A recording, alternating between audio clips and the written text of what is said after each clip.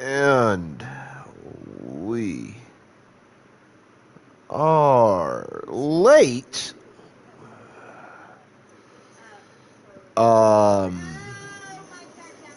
Had multiple things I had to take care of before stream today that ended up taking a bit longer than I anticipated. I apologize most profusely. I was not on stream on time. It's my fault. I admit to this. But I'm fucking here. So fuck off.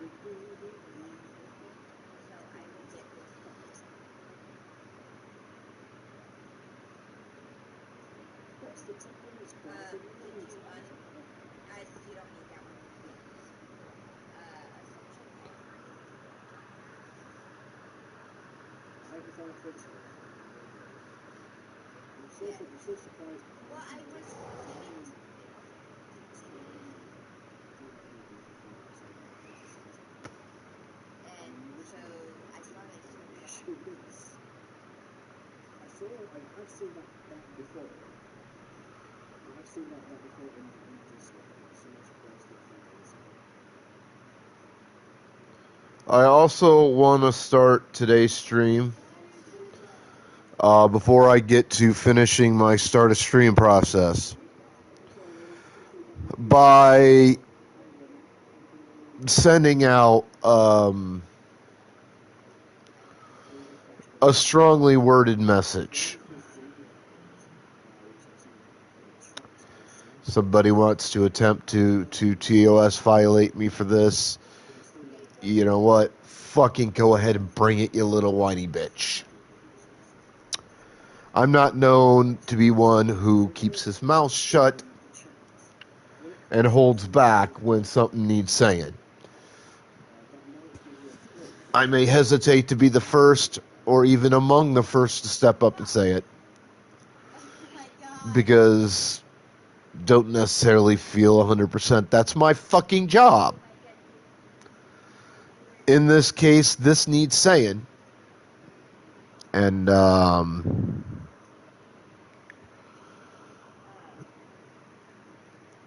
let's just get right to it. Regardless of the circumstances surrounding the 2024 American presidential election, and however free and fair or not those circumstances are,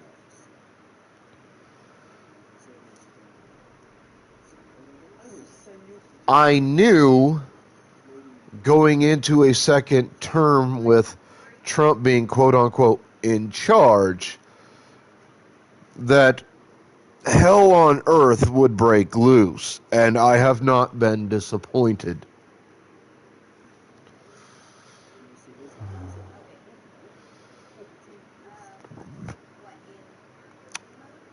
Trump's day one exec orders have been scattershot, roughshed, and just straight fucking evil. And they break multiple aspects of the Founding Fathers' dreams for what this country should be and could be. multiple laws, especially on a federal level, and even the Constitution in and of itself. The son of a bitch signed an exec order to try to force religion into government. It is illegal to do so. There is a separation of church and state for a fucking reason. That is the law of the land. It has been for centuries. But Trump doesn't give a shit. Trump also basically bent over and screwed over as hard as it could a great deal of the LGBTQ plus rainbow warrior community. I want my brothers and sisters of all orientations to realize I stand with you in fighting back against Trump, but I will not commit illegal actions to do so. And I encourage you to not commit illegal actions to do so. Work the system, not outside of it, but within. All right? Getting arrested isn't going to work out for you or the cause the way you think it will. Believe me on this. There's the immigration lockdown Trump has imposed, which is just embarrassingly illegal. And I want to remind all of you who are members of the MAGA moron cult that Trump created a decade plus ago now.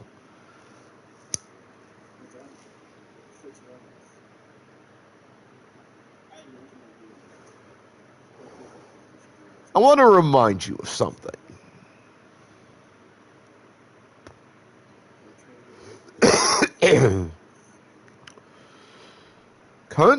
America is a country that was supposed to be founded on personal freedoms. We are a country founded exclusively on fucking immigration. Throughout the existence we have enjoyed as our own nation, we have existed on immigration. Almost entirely. What the fuck do you think is going to happen when these immigrants are no longer allowed to cross the border for any fucking reason, legal or otherwise? What do you think's going to happen to our economy? Because these immigrants fill jobs that none of you stupid fucks are willing to fill.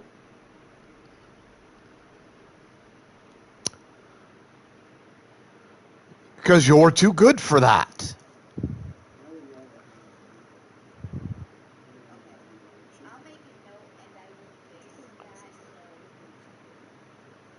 But the jobs will need filling.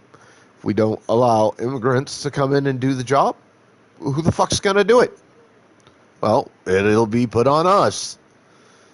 And that's a whole other fight that you don't even want to consider trying to fucking deal with, in it. You dumb fucks. You racist pieces of shit. So, maybe get your heads out your asses. Think about that for a little bit.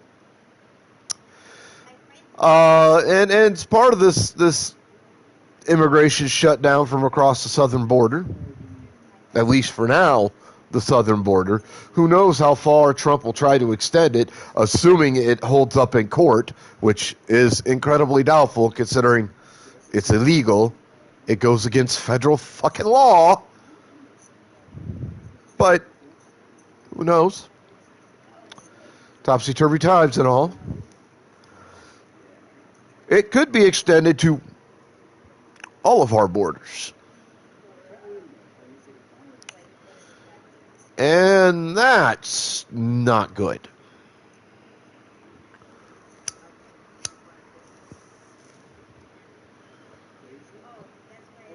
An isolated, insulated country is asking to fall on its ass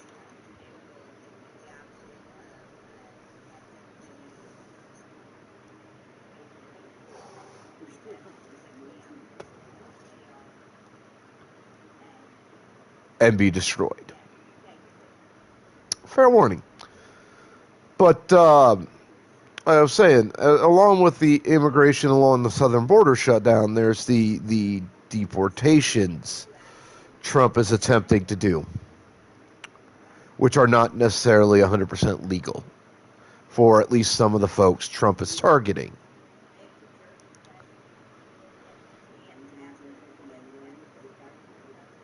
Trump is targeting any immigrant who happens to be of Hispanic descent and from either Mexico or South America or a combination of both. He's coming for them. It's begun.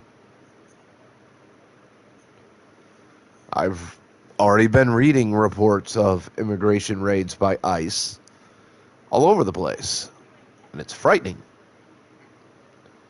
because they're not respecting boundaries, rules, laws, anything. I understand they're doing a job they're ordered to do. I get that.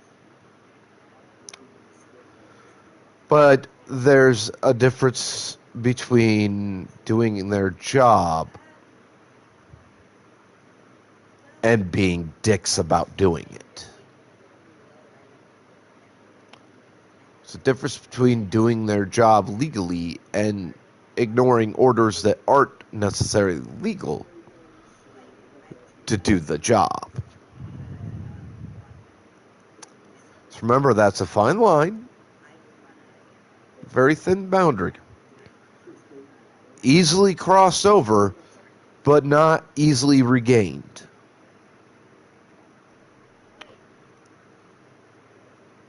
And then there's Trump's executive order to end birthright citizenship. Something that is what basically the 14th Amendment is entirely about.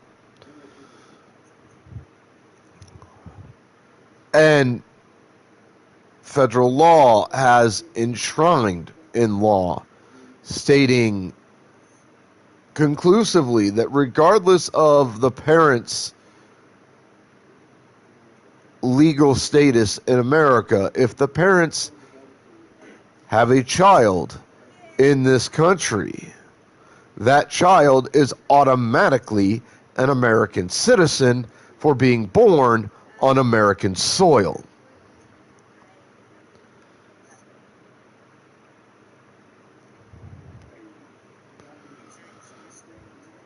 Now, this is being challenged, rightfully so. And a lower court has already told Trump, no, it's illegal. But there's the appeals process, which will lead ultimately to the Supreme Court. Because Trump's not going to let the one court defeat stand in his way, or in its way. No. It will fight this to the top court in the land where the MAGA moron cult has a 6-3 majority. It will be relying on that supermajority to overturn the lower courts that uphold the Constitution and the rule of law on this, and to say that Trump's actions are legal. And this is too close to call on whether the Supreme Court will do so or not.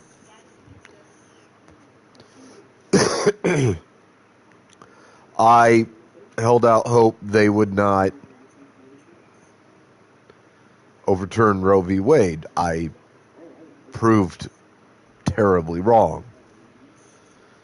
Since then, I've not held out hope they would uphold what's right and what's just. And for the most part, I've been proven correct on that.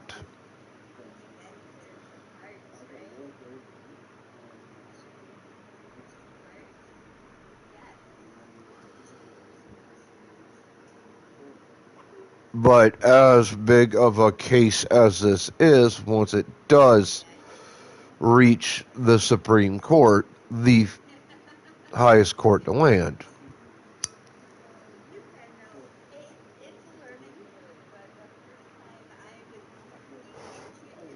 I don't know which way they'll go. But there's at least a 50% chance that they'll vote to support Trump's executive order to disband and disperse with birthright citizenship. But that leads to an interesting potential quandary for Trump and its MAGA moron cultists, in that essentially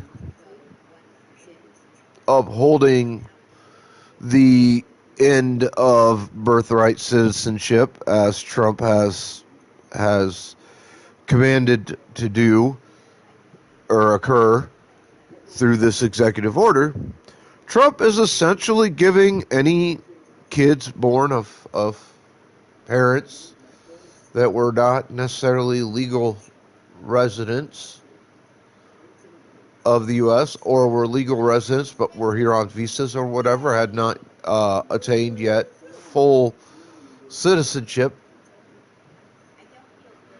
Essentially, he is giving them all blanket diplomatic immunity, meaning we can't fucking assert the law of the land on any of them. They could literally storm the Capitol and murder everybody on Capitol Hill, and we couldn't fucking touch them.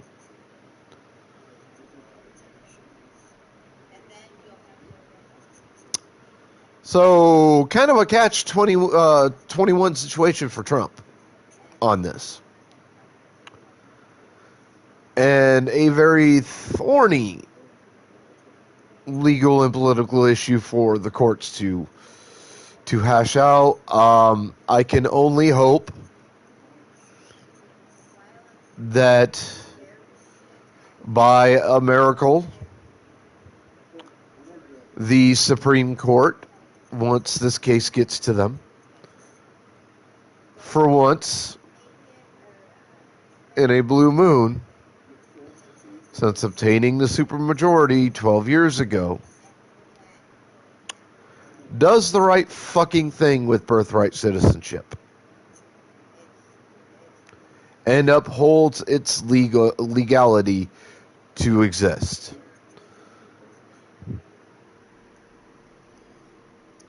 Because Trump wants to use ending birthright citizenship to deport children of illegal or semi-legal immigrants to deport them. That's Trump's goal with this. That's why Trump wants to get rid of birthright citizenship. Because he doesn't want to just get rid of the parents, he wants to get rid of the kids. Well,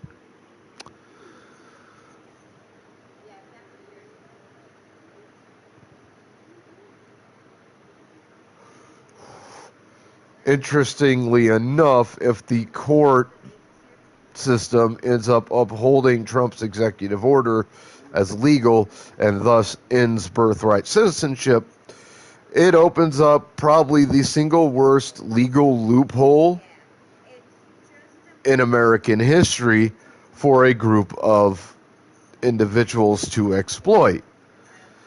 Again, that loophole being that all of these people essentially gain diplomatic immunity and are untouchable by legal authorities in this country. They can do whatever the hell they want to whoever they want, whenever they want, however they want. And nobody can do anything about it.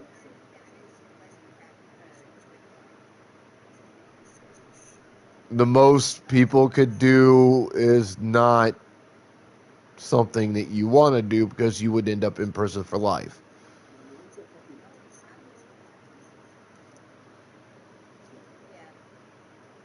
Because that would be the one route that we would have legally. Defending ourselves from any possible, predations that might occur because they gain this status of diplomatic immunity. I mean, it's the only thing left to us. Law can't fucking touch them at that point. Hell, the alphabet agencies can't do a damn thing about it at that point. So if birthright citizenship ends, I mean, they could take over the entire fucking country and we can't stop them. Except one way. I don't think Trump thought that fucking through. I don't think Trump's advisors who told him how to write out this executive order, I don't think they thought this through. I don't think any of Trump's family or circle thought this fucking through as to what the potential end result would end up being should this executive order be upheld. But, it is what it is now. It's where it's at. And, again, we got to hope the courts go to bat and do the right fucking thing.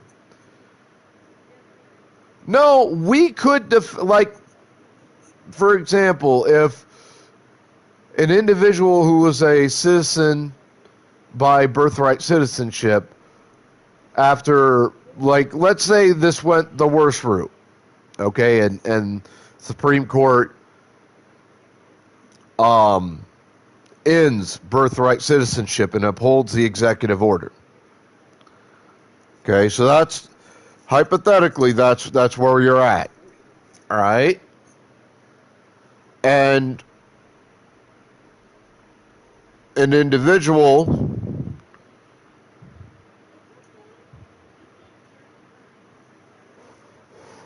who, up until that moment where birthright citizenship was destroyed,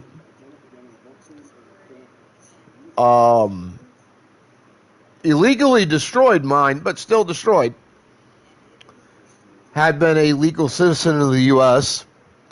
because of birthright citizenship, well, they decide, well, you're white, you're part of the fucking problem, I'm going to take my anger out on you, and attacks you with the intent of dealing you harm, possibly even killing you.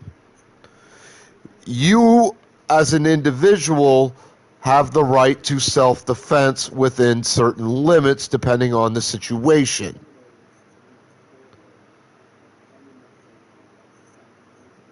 Just because these formerly citizens by birthright citizenship but at that point would essentially have diplomatic immunity doesn't mean that you yourself aren't still protected to a degree under American law. The right to self-defense is a law of the land. If they attack you, you are legally allowed to use appropriate force to defend yourself. Appropriate force is determined by the situation itself at the time. So let's say they come at you in an alley with a knife and you literally can't go anywhere else. You have no other exits, routes of egress. And they're coming at you with a knife, maybe two knives, or a weapon, that could potentially kill you of some sort. In that situation, appropriate force could and most likely would include the death of your opponent if you could achieve that in that situation.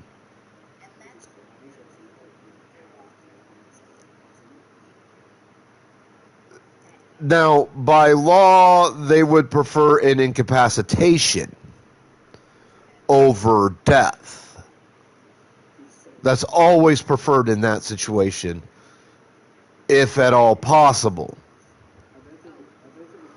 But in that particular hypothetical situation, death would most likely be considered an appropriate force usage as a citizen of America, because you are being attacked.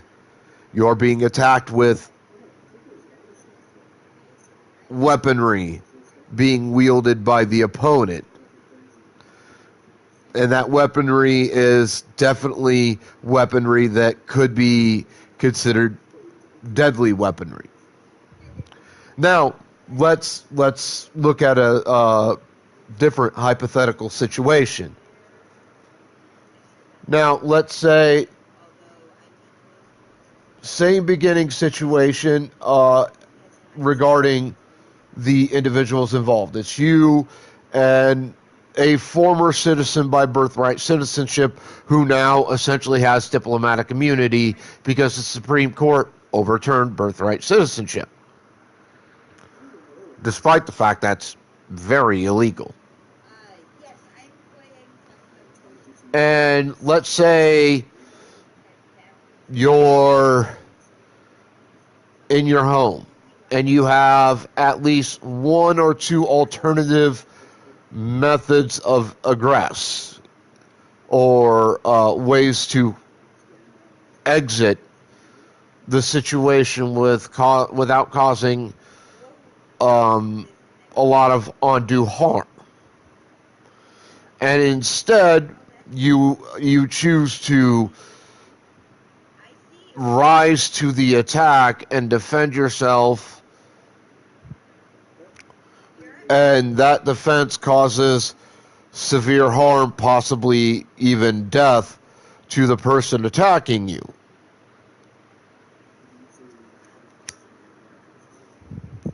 Now, in that scenario,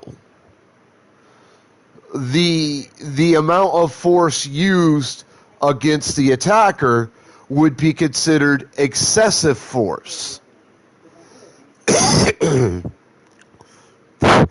It would be considered not appropriate to the situation because you had at least one alternative mode of egress to get away from the attack.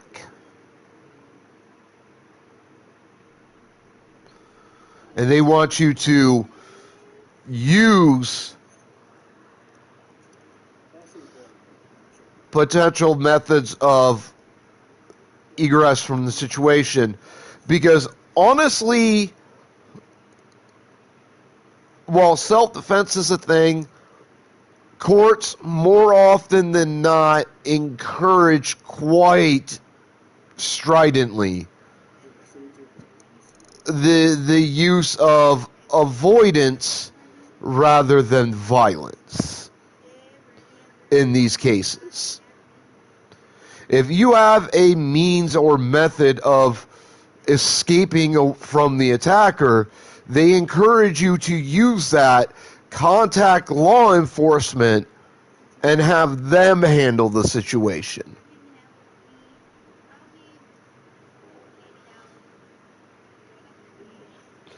Versus having that method or mode of escape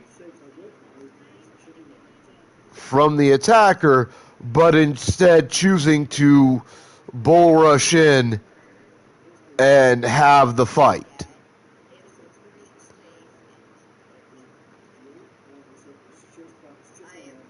Thus, yes, self-defense is a thing, but the amount of allowed force to be used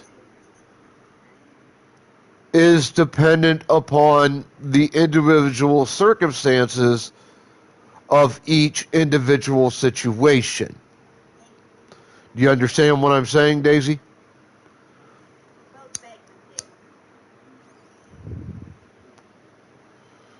So, like in some situations,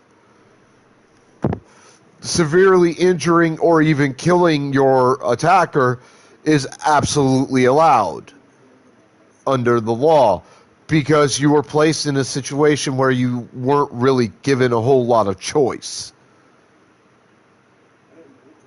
It really ended up being a kill or be killed situation.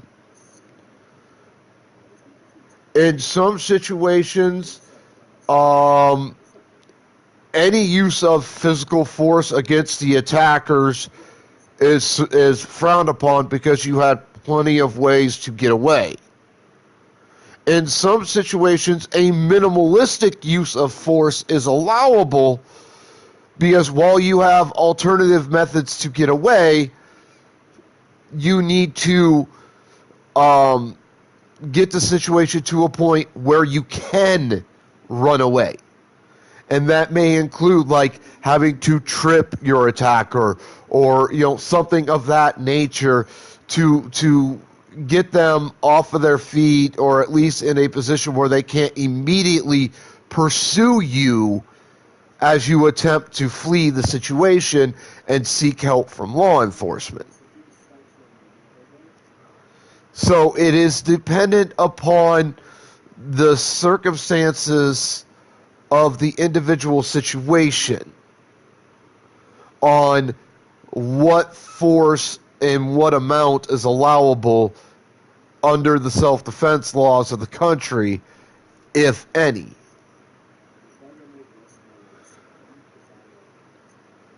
Now,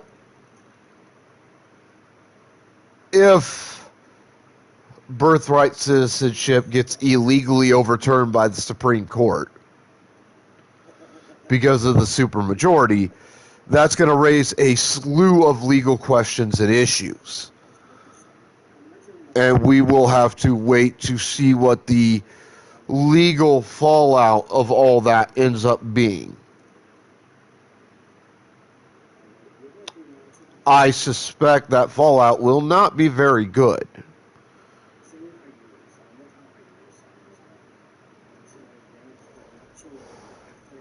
I also suspect that a fair few of the Supreme Court justices will end up without a job and in prison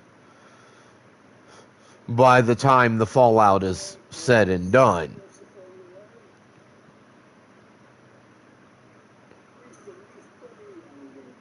Because, again, I reiterate, not only is birthright citizenship upheld by the 14th Amendment to the Constitution, so overturning it would be incredibly unconstitutional.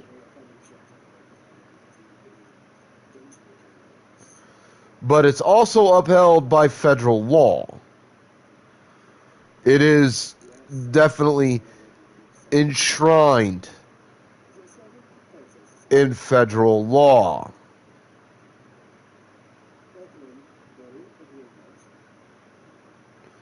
So, should the supermajority of the Supreme Court overturn it,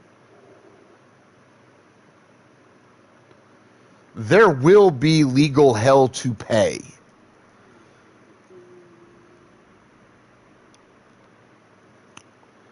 $100%.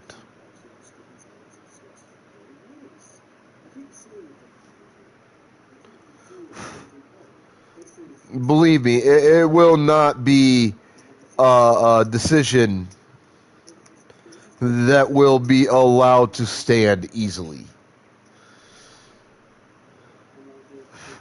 But until, if and when a situation like that occurs and is reached, and we end up there, I encourage everyone to speak out against this, against these attempted actions by Donald Trump and Trump's inner circle, like Elon Musk.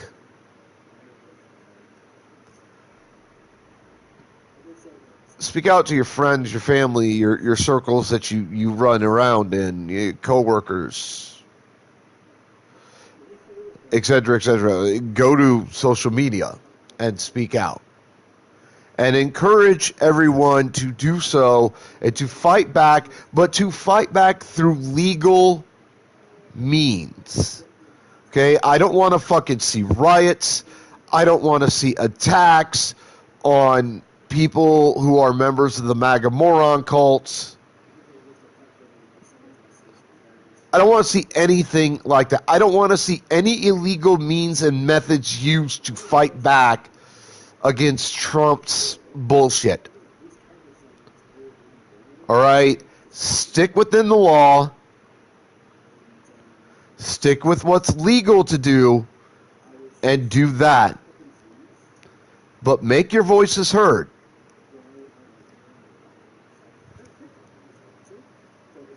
All right? Because we can't let this stand. But it will stand if we as a people are complacent and allow it to do so.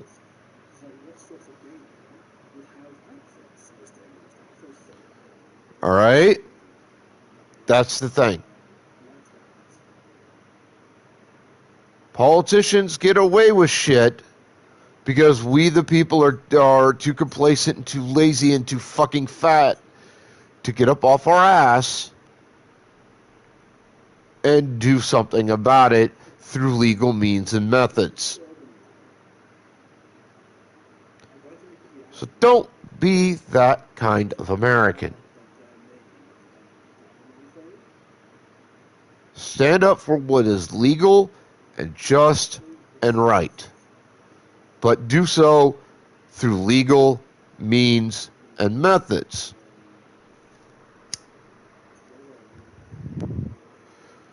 Now, the final message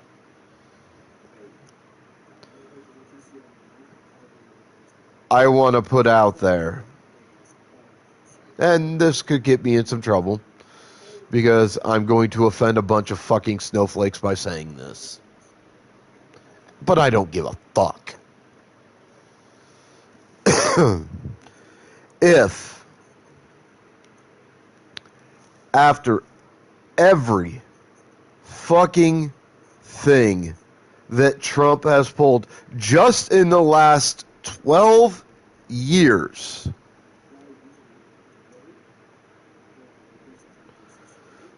to damage and harm and steal from America and Americans, and to try to destroy American democracy, such as attempting to get his people in Congress to pass a fucking amendment to let Trump run for a third fucking term as president,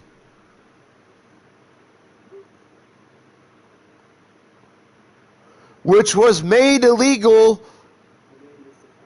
at the end of World War II, when we had the one and only president in American history who ever sat for more than 2 terms. And that was because it was a major World War time issue. And his leadership was fantastic at the time. Got us through the war. And helped us begin the recovery post-war. But at that time, laws were passed that said, no, presidents can't be president more than twice in this country. Well, Trump and its people are trying to change that. The next step in Trump's quest to become the tyrannical dictator king of the country.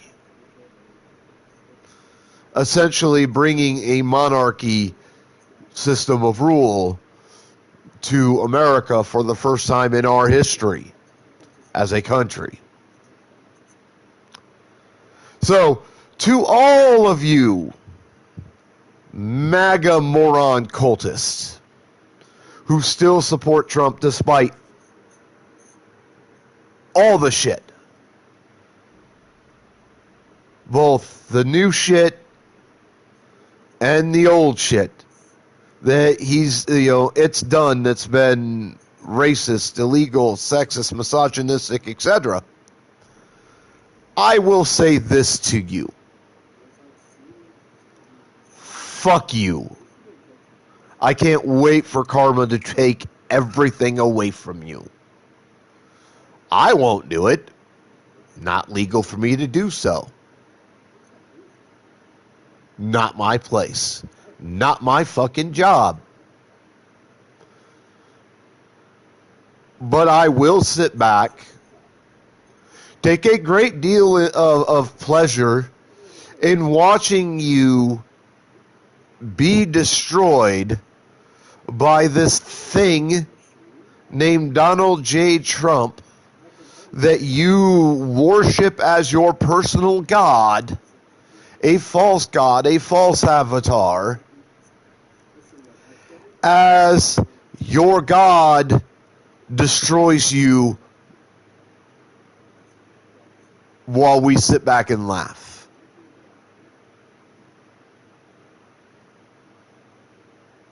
Fuck all of you. And I will go even further and say this.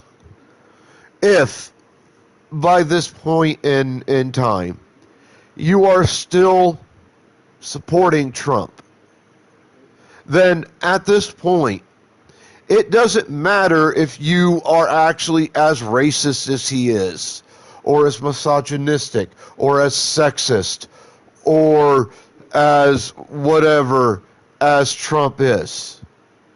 On a personal level, you have now made it very clear that by association you are guilty of everything Trump is guilty of. You are culpable.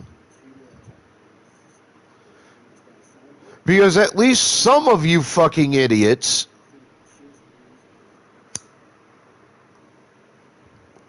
who still continue to support this insane thing named Trump, you're actually intelligent enough and in touch enough with reality to understand that Trump is a racist, misogynistic, sexist, just, I want to call him a pile of shit, but that would be insulting shit.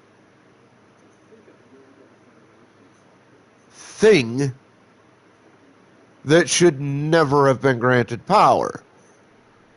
But he said all the right things and sprouted policies that, well, you thought they were actual policies, but they're just rambling nonsense. And you agreed with that rambling nonsense. You're like, that sounds like it's going to fucking work out fine. Yeah, let's go for that. Over the well thought out policies of the opposing player in the game.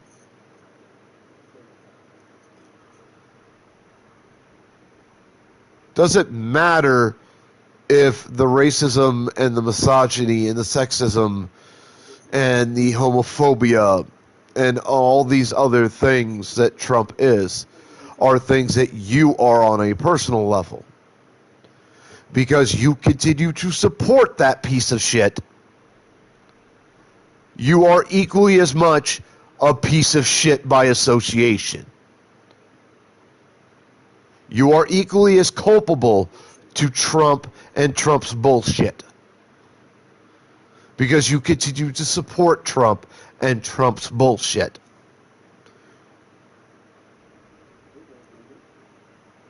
You had the best house wine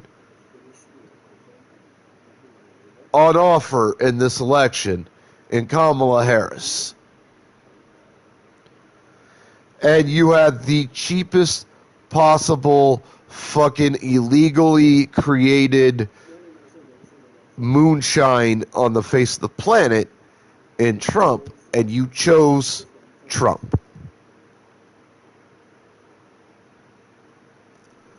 You deserve all the ill and the evil that's coming your way. I hope it reaches you very quickly, and I hope you suffer fucking greatly. And then, once you've suffered for a sufficient length of time, I hope you get the fuck out of my country. Because if you're going to choose to make such absolutely piss poor decisions as supporting Trump, supporting Boebert, supporting Marjorie Greene, supporting Gates, supporting Elon Musk, just to name 5 off the top of my head, to be in positions of power, especially on a federal level. We, the majority of Americans who live in reality and have to suffer for your choices, want to tell you, we don't want you in our country anymore. Get the fuck out. And don't ever come back. Fuck you. Suffer.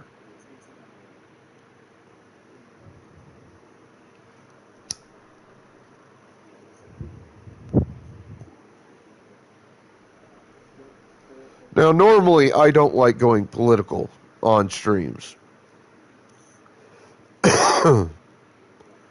But I needed to say this.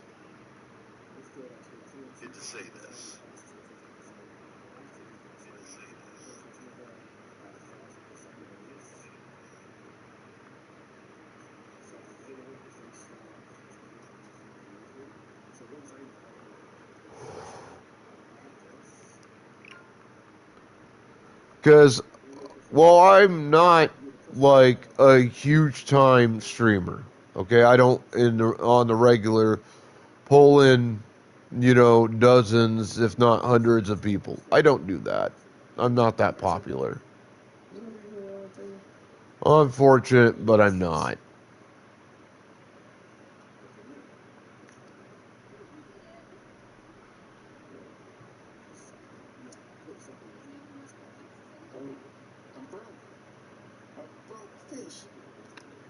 Wish I was, but I'm not. I do on the other hand, I do pull in several people per stream, off and on. And I'm not one to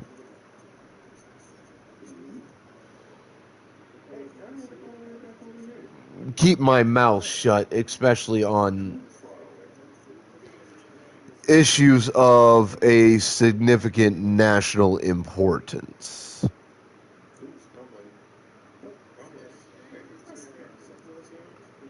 No. As I demonstrated during the lead up to the 2024 election process with my weekly PSA, I'm very much inclined to use my mouth rather than keep it shut. So, I will use what little influence on this platform I've garnered. And I will use that influence to the best of my ability to encourage the appropriate legal actions be taken.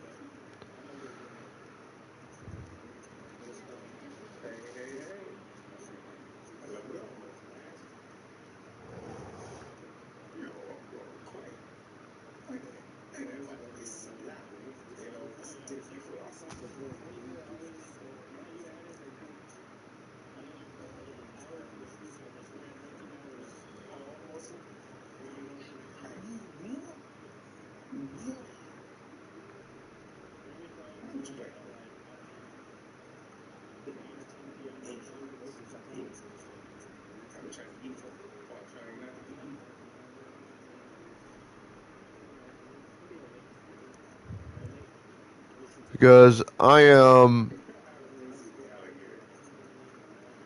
a law abiding, responsible citizen of my country.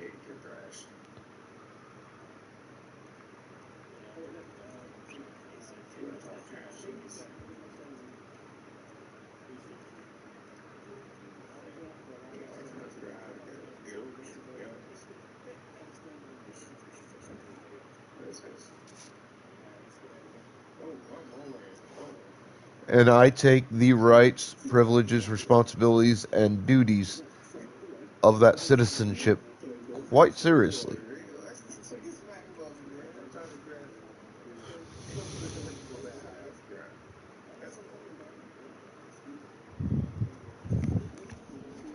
So I will apologize for the rant today, but it was 100% fucking necessary, start to finish.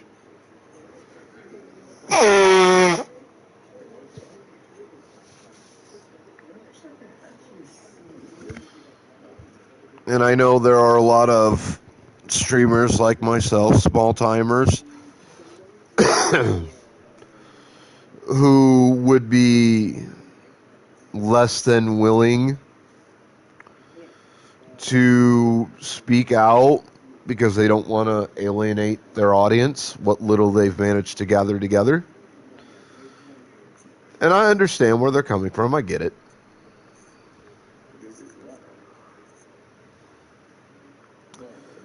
And I have no ill will to those particular individuals. They're doing what they feel is best for them as streamers, while failing to look at as much of the bigger picture as they can, and understanding they're more than streamers. They're U.S. citizens as well.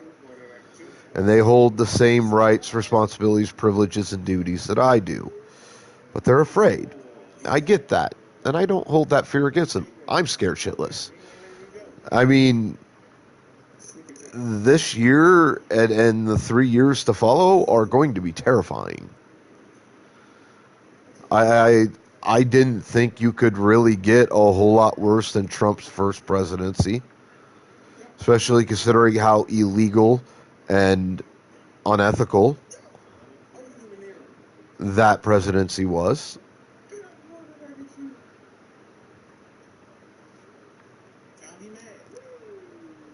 Trump has proven that Trump can top itself whenever it wants. And it's definitely making every effort to do so. 100%, it is making every effort to do so and succeeding terrifyingly well. So, that is why the rant occurred.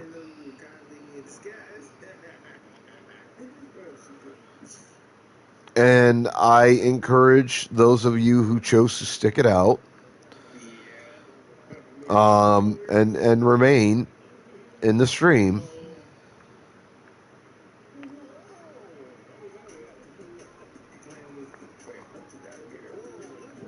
to do all that you can legally to make sure your representatives know that you're not happy with what's going on, with the attempts being made by Trump and its team and its family to destroy this fucking country.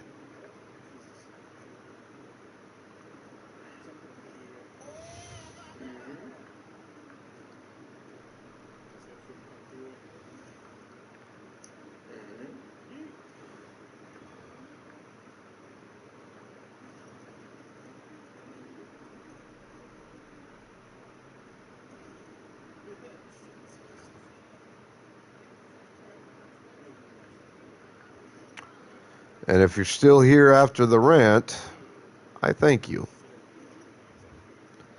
Thank you for your time, your patience, especially now as I finish my start a stream process. I didn't realize that it was going to go as long as I did, speaking about all of this.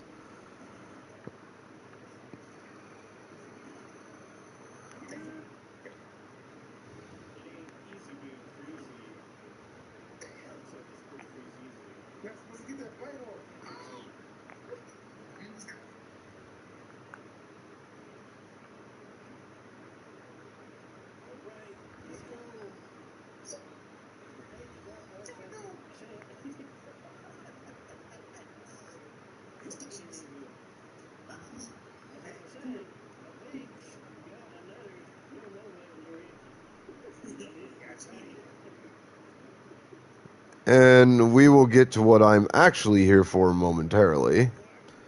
Now that the start a stream process is mere moments from completion.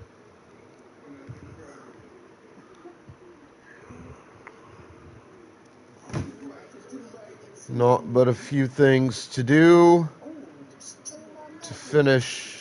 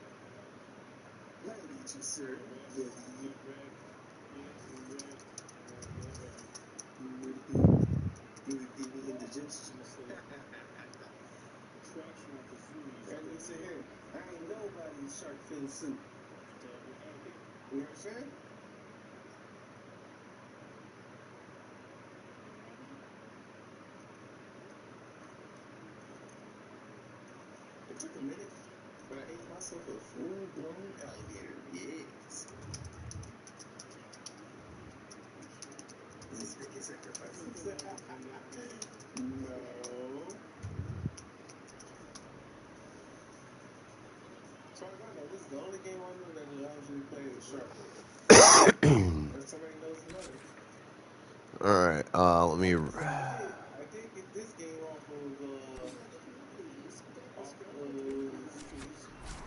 PlayStation Plus. And I bought 2 games 2 days ago that were the equivalent of $8 together. It was Oh shit! Yeah, I need to go over and talk to that guy real quick. Have companion conversations. We'll take care of that momentarily. I've got missions out that I need to go I stopped.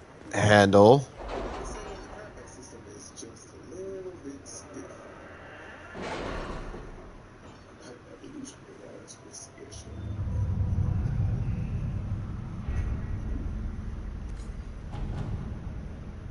What was that? Oh, gotta take a detour. A little bit of a shortcut there. Yeah, no, I made that look easy a little bit. Well, it's hard to find out when, like, you know, no one really knows, like, what's triggering it. Yo, I think I turned the water red after. Oh, no. I think it's the sunset. Is it the sunset? Yeah, it's the sunset. I was out. I think I turned the water red. Shit, we don't have no keys yet. Ooh, that's the fat catfish. Let me get some of that.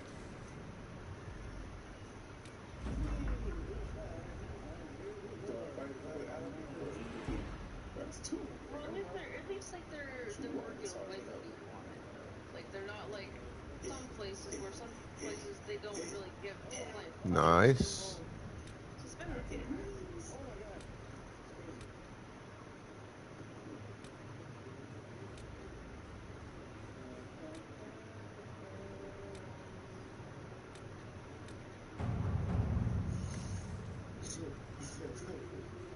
Stupid.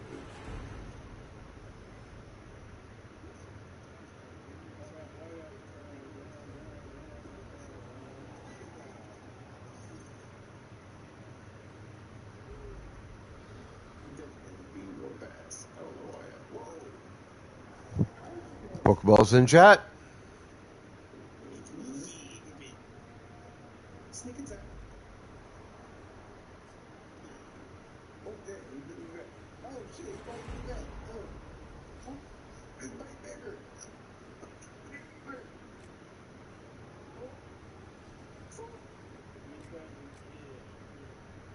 Bro, he on me. He ain't like that sneak attack. He on me. That bitch right. Don't laugh at this. Yo, what is the food? I need food. I can't fucking English. My dude taking big bites out of me. How far?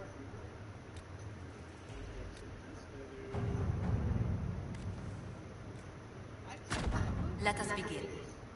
Grenades in the water. Water was there. Shit. Very detrimental to sea life. Let's see what we have. Let's stick to turtles for right now, because my boy is biting the hell out of me. Turtles. I also have turtles. Excellent. 600 influence more is all I need to accomplish the goal that I need to accomplish.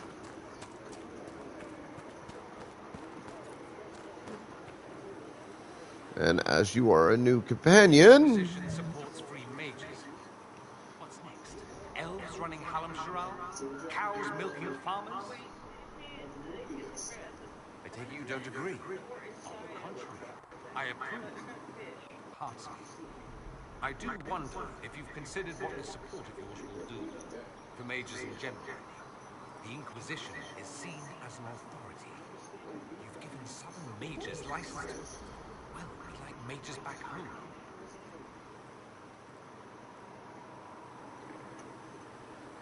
So what? They all turn into blood mages, worship dragons, and then take over? Not at first. But you'd be a fool not to see where this could lead. Thing is, the Imperium was once just like the Sun. Templars, proper servants, all that rot. Then it changed. By inches. Not that this is reason to oppress us. Still, my homeland should be a cautionary tale, not a source of inspiration. It occurs to me that I barely know anything about you. Beyond my being a mage from Divinity, you mean? Beyond that, yes. And beyond my being so charming and well-dressed, which is obvious to anyone.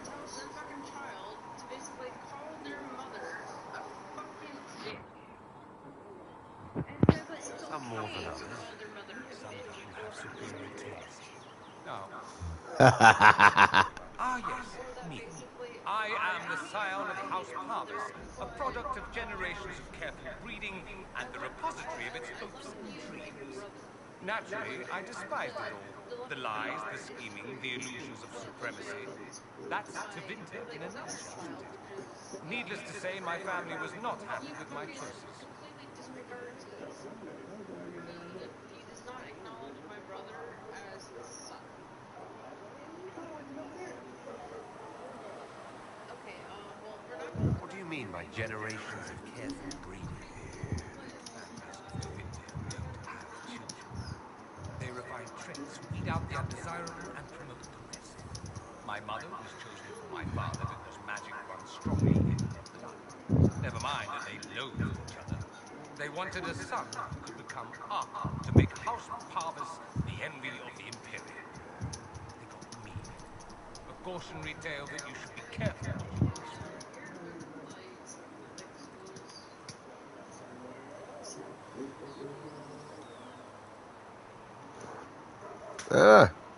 Damn it. Yeah. Why would your family be upset with your choices? Because I rejected their idyllic plan. If they had their way, by now I'd be married to some unlucky girl from a powerful family. We'd live in luxurious despair, despising each other as I waited to take my father's place in the magisterium. I declined. What's up, drunken? It's best I'm How you doing, darling? less of an embarrassment that way, you see. But you can't blame yourself because technically, like, you know, it's part of both you and fucking Tech.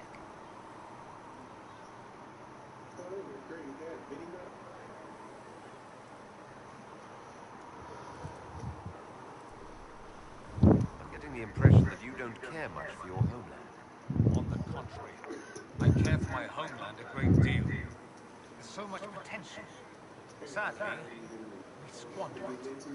We refuse to acknowledge how far we've fallen because pretending is easier. We pretend the Qunari can be beaten. We pretend that we're superior to everyone, even our own people. Not everyone feels that way. I don't.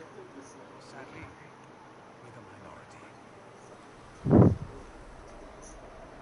It just seems so much of what you say about the Imperium is entirely negative. It might sound that way. For all our faults, my people have many virtues. We are laden with history and culture. Tevinter is where Thedas truly began, remember? We treasure our past and preserve it. You can walk down a side street and find nothing built during the modern ages. And despite appearances, we care deeply about everything. We have no reserve, not in war and not in love. If I truly believed my homeland was beyond all hope, I wouldn't miss it so much.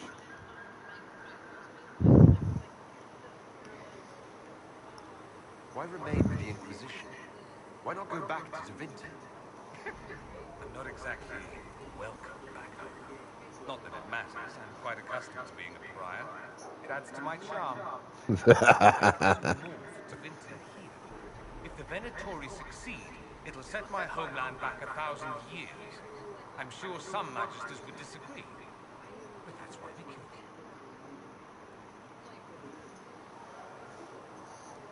I think I've heard enough. That's too bad.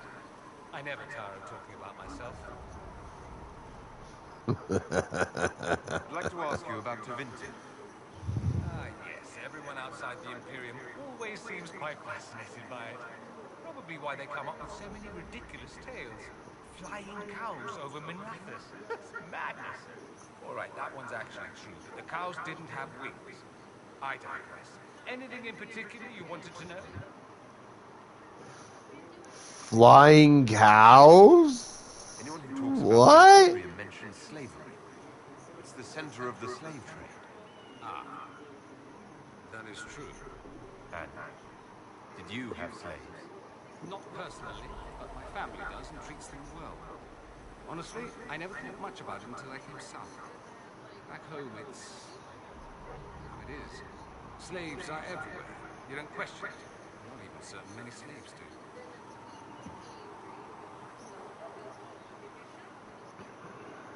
That's it.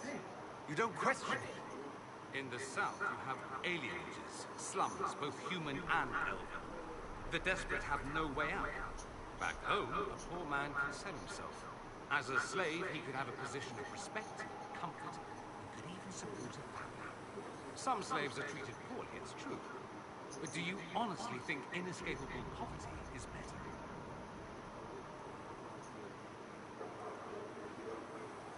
At least they're free. They don't have slavery forced on them. You think people choose to be poor and oppressed? I doubt it. I don't know what it's like to be a slave, true. I never thought about it until I saw how different it was here. But I suspect you don't know either.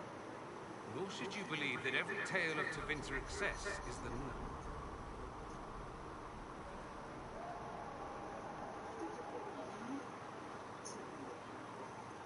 Just how often is blood magic used there?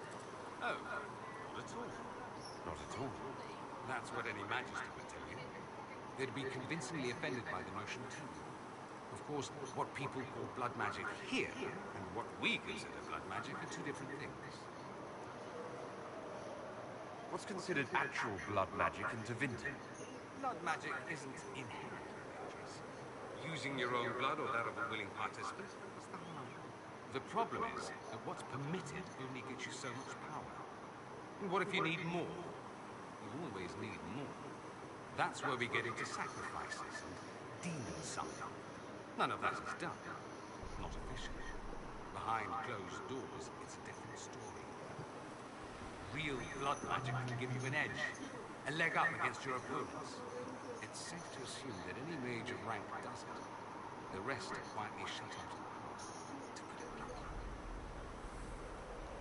You'd think the Templars would object. I imagine they did long ago. Once, their investigations might have been sincere. Then their balls were cut off. Too inconvenient. Nowadays, only the friendless are accused. Most of them probably innocent. There must be some mages who oppose this. Of course. I do. And I'm not entirely alone. Occasionally, there'll be a Magister who makes noise, and then the reform talk begins. Very patriotic. Meanwhile, that Magister will be quietly shut. Chances are, surprise, it's learned he was a leper. Most learn to keep quiet. Me? I enjoy being your pariah. I mean, Dorian here is definitely a different breed. Ruled by mages. Strange. Why are you less qualified to rule than some tart with a fancy craft? Actually, the fiction in the Imperium is that mages don't rule. The magisterium rules. That magisters are all mages is considered a convenient technicality.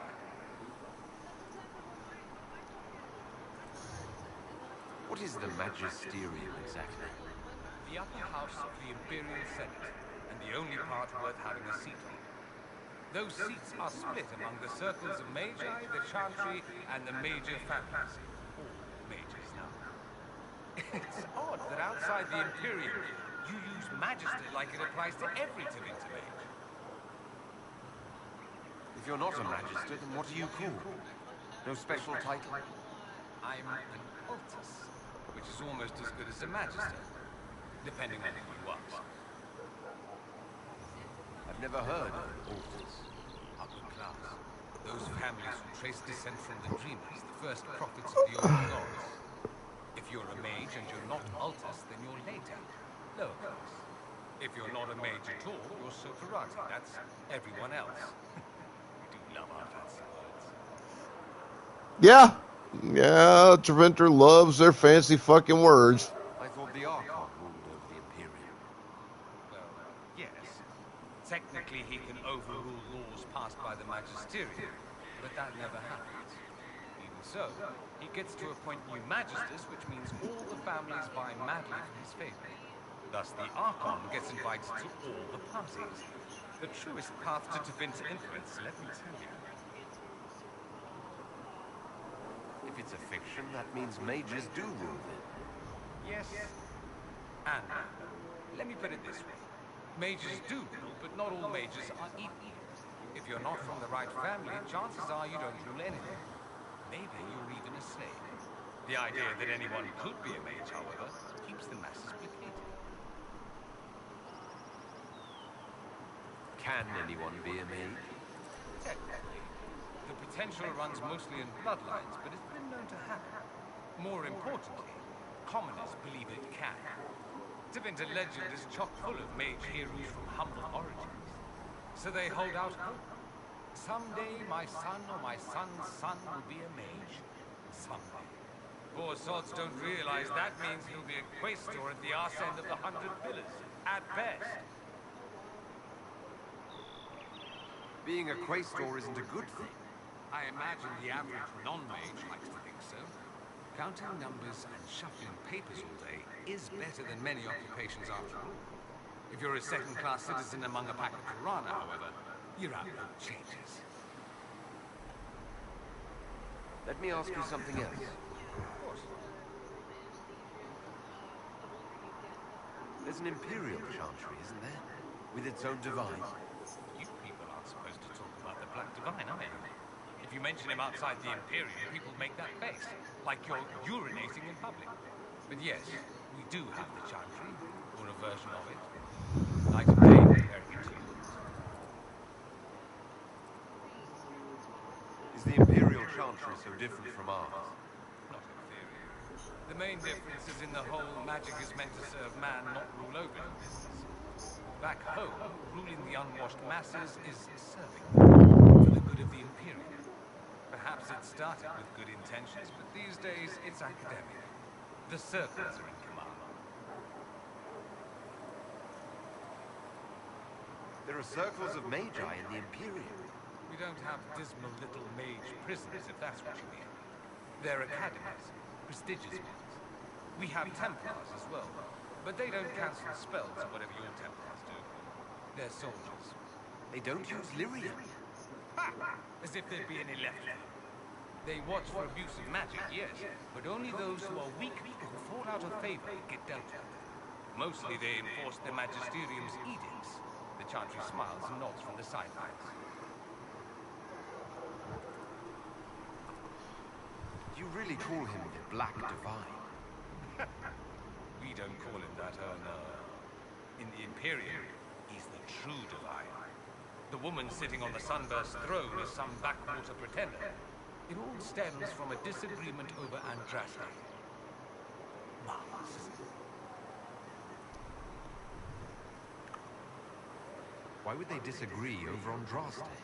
It's not my field of expertise, but the Imperium believes Andraste was a mortal woman, a mage. Down south, they say, no, she's the bride of the Maker, ascended to his side, divine providence, blah, blah, blah. We feel better believing Andraste was one of us. Makes executing her less damning, you see. So we elected a man as divine, the South declared war, and we've been feuding cousins ever since. So the Imperial Divine is always a man. All the better to distinguish him from that other one, yes. Don't think there aren't a number of female magisters who bristle at that. Why can't they be divine after all? Same reason you can never see a man on the Sunburst throne. Because that's how it's always been done. Excellent reasoning. You consider yourself Andraste? The big question. It might surprise you that I do consider myself Andrastian. I simply do not believe in the Chantry. It is a relic, whether back home or here in the south. Something from a bygone age desperately clinging to relevance. It's not an opinion that makes me popular.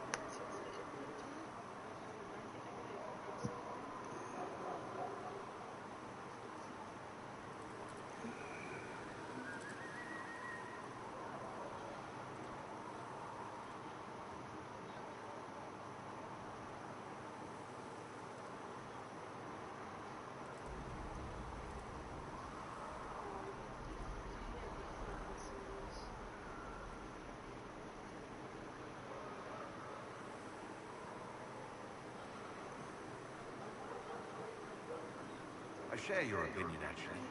That's not surprising, considering what the Inquisition represents. I'll say this. I may not believe in the Chantry, but I believe in you. In me? That the Maker sent you, whether through Andraste or fate. Cassandra is not wrong. You are what we needed most at the moment we needed it. That's what they will say in ages to come. I'm not sure about that myself. Doubt is good. I like doubt. It will keep you sane. I've seen too much to believe I know everything. The world is bigger than me, even bigger than you. It laughs at all the things we think we know. The Maker doesn't need me to believe, but I do. The thought of no one at all watching out for us is too frightening. Let me ask you something else. So many questions. I'm wondering if the Imperium would be a useful ally. I think they'd be more concerned whether or not they'd support the Venatori. They won't. At least, not officially. They'll disavow all knowledge of dangerous cultists. Secretly, many Majesties will rejoice in the idea. And if the South falls to chaos in the meantime, all the better.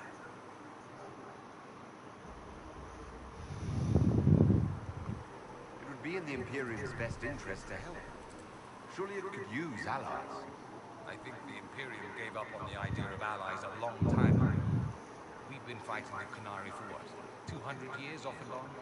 It's a point of pride that we go it alone. They'll sneer at the South behind their silk handkerchiefs and say, "You've had it easy for far too long." Let's not forget that the Inquisition seems to be an arm of the Orlesian Chantry. Anathema so far as they're concerned. We're not part of the Chantry. The Chantry opposed the Inquisition's formation. You think that matters? Don't be silly. The Herald of Andraste. Your very title smacks of the Southern Chantry. You may as well be a heathen. I think they're far more frightened of what you'll do if you succeed. That's all I wanted to know. Fair enough. Have you gone to see Alexius yet? He's in the cells. No. I saw him before they looked him up. He looked despondent, broken. Not the man I remember, nor the one I want to. I suppose the Inquisition will judge him eventually. I wonder if there's any chance they'll show him mercy. He hardly deserves it, what the Felixes say. I can't help hoping there's something left of the man I once knew.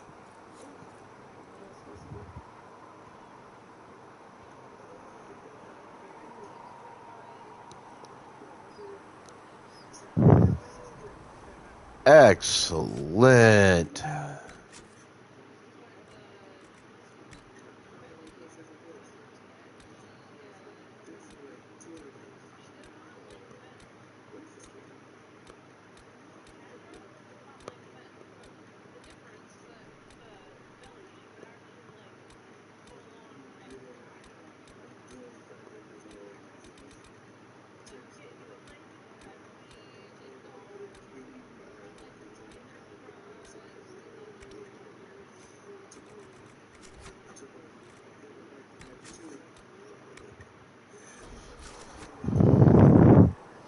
All right. Potty break, coffee run. Be back in a minute.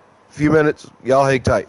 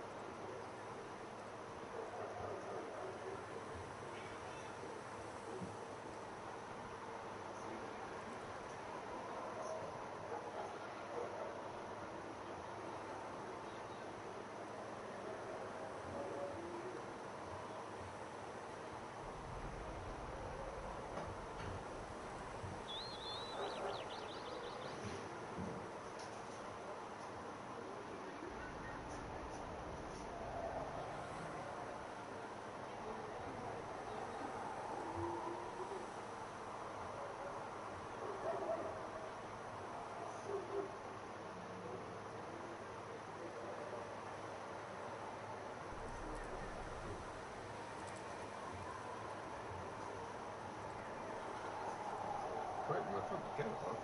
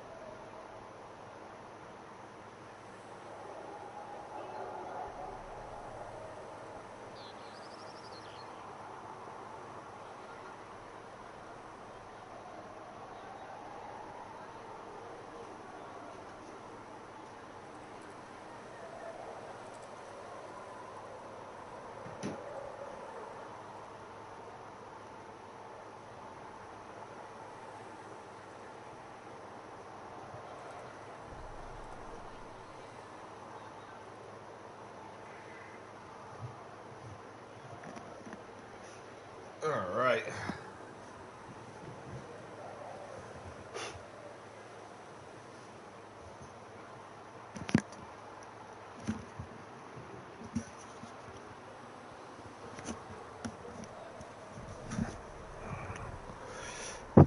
Oh.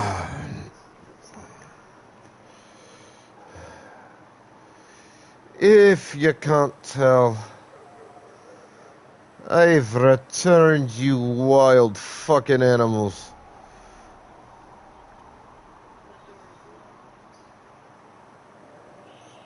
The door is locked. Shit. Actually, no. God damn it. I What the fuck is this? I'm gonna get the lock. Would you fucking jackasses knock that shit the fuck off?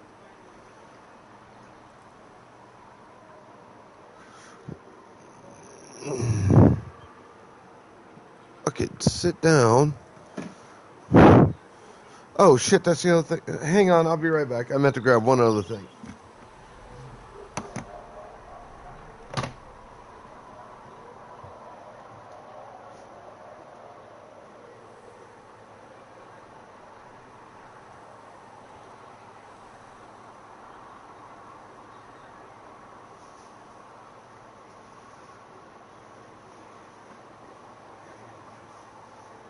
That's the numbers. That's the numbers right there.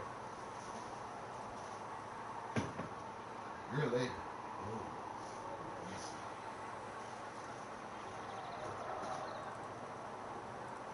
Yeah. And be more appropriate if it's peaches. Oh, peaches. Someone should buy me a bunch of peaches, preferably canned.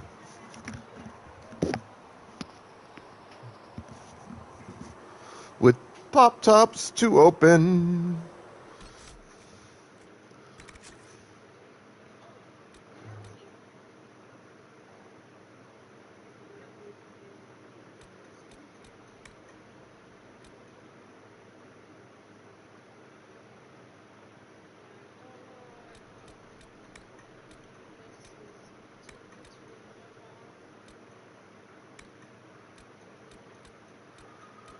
Alright, hang on, I forget what area I'm supposed to look for that in. Give me a minute. Dragon Age Inquisition, where do I find the item Philandris?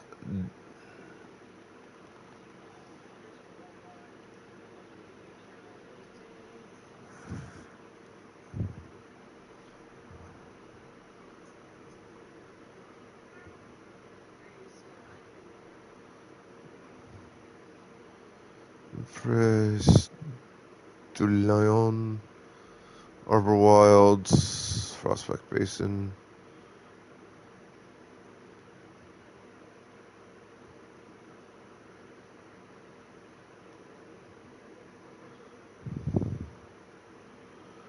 Impressed du Lion.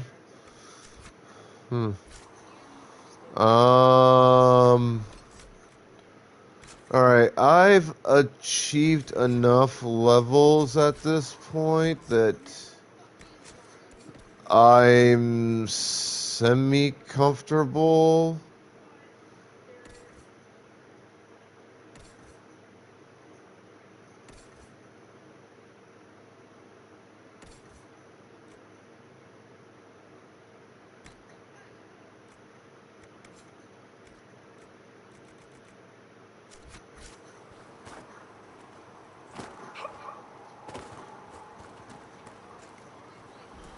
Making a run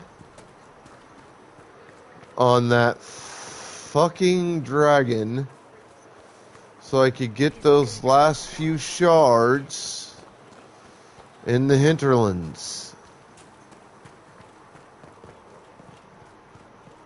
So I think that's what we're gonna go attempt to do.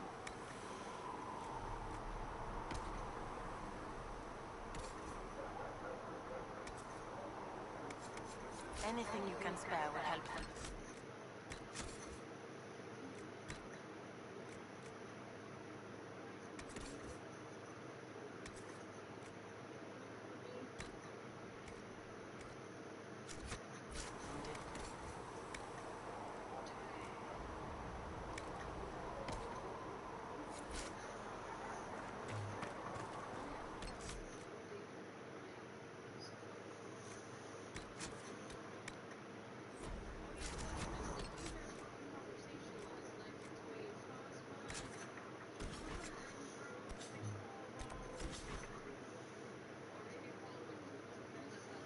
This is like literally the till I get the thing I need to get. That's literally the only thing I have left to fucking do. I need to be incredibly careful who I pick for this team. I think we'll go with Blackwall, Iron Bull, and me and Solus. I think are a pretty, good team. Blackwall's a Grey Warden. He's used to hunting dragons. Iron Bull's just a giant fucking badass with a big blade.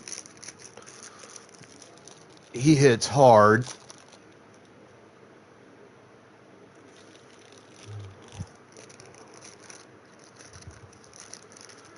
So, the dragon lands, I should be able to deal with my melee's significant amounts of damage.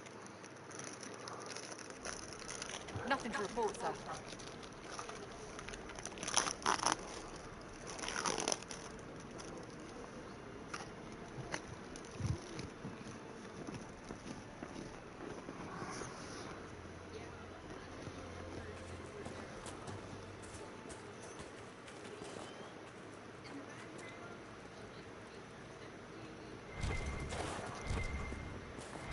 Then we mages as basically your range combatants.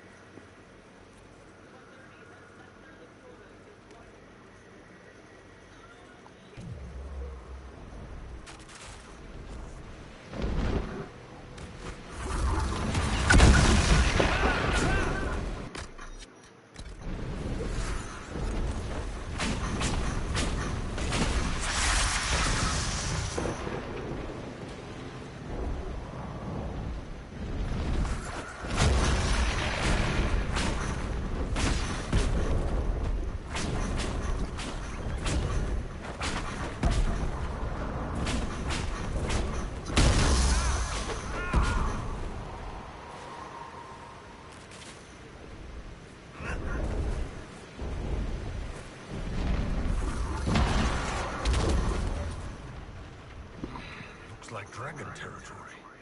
Oh, this is gonna be good.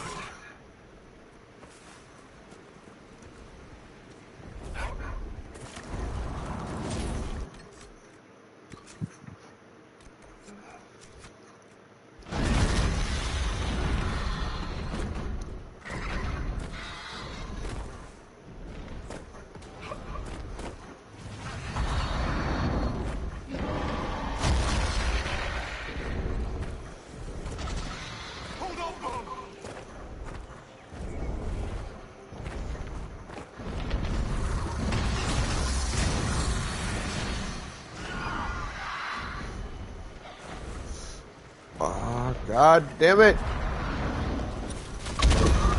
Ow.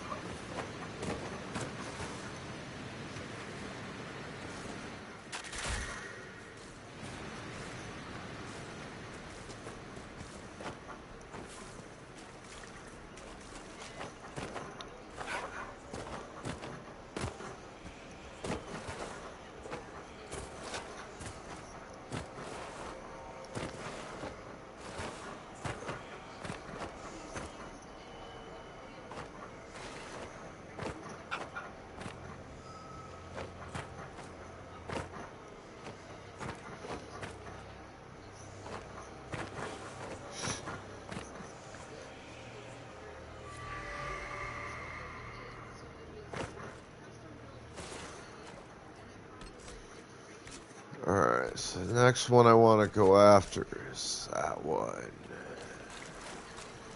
Alright, that's up there.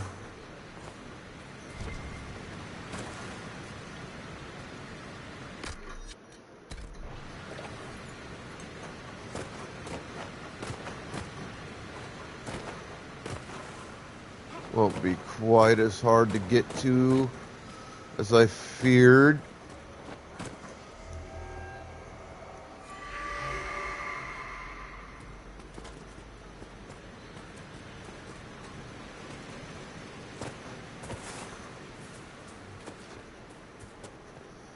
Hey, holy shit, there comes Steak Saucy. And coming in with a whole lot of viewers. I certainly appreciate the hell out of that. Hey, a spider.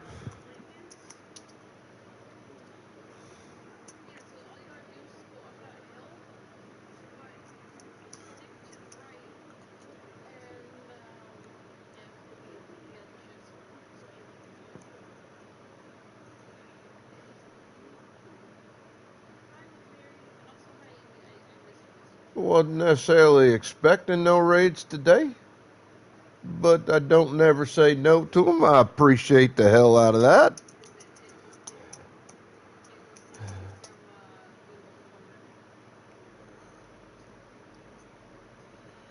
Well, some bitch just been doing that on this quite a bit lately. Thinking that this piece of shit is about done.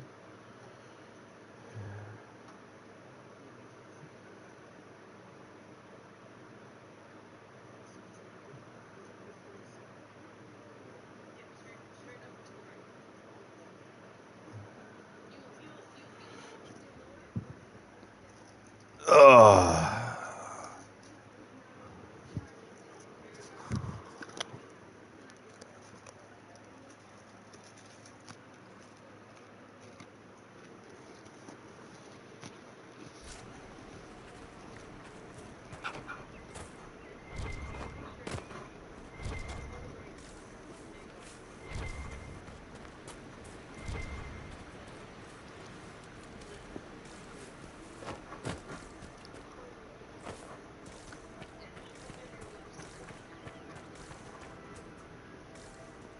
One down!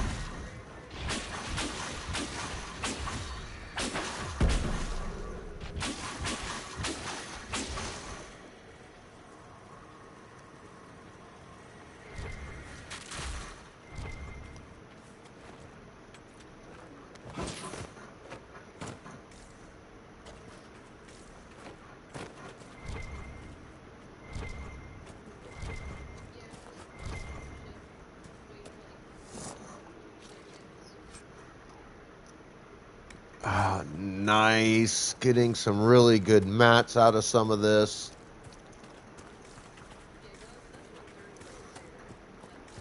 Makes me really, really happy.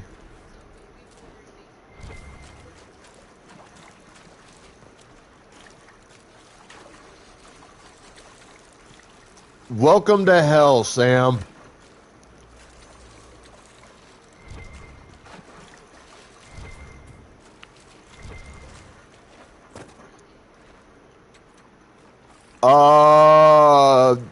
Well, you know that trip to Bizarro World you took? You know how it sounded like there was an accident on your way there?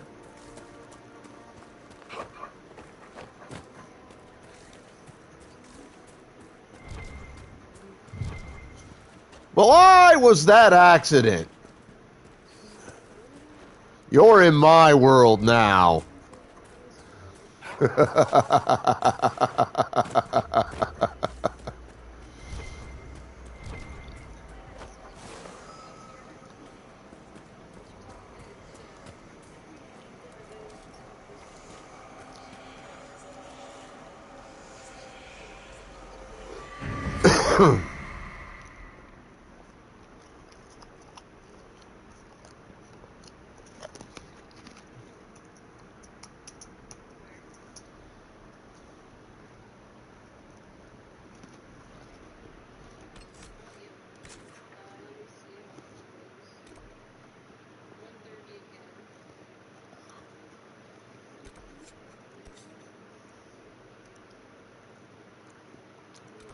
Till I finish that influence quest bit I need, there are several things here that I need to get into, but I currently cannot.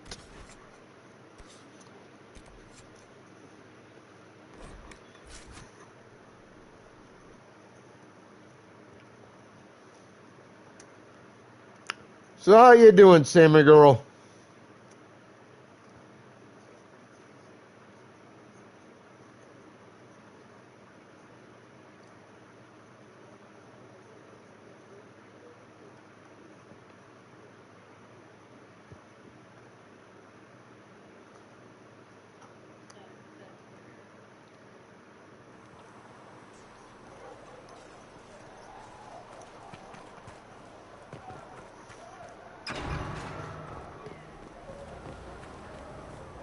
Good day.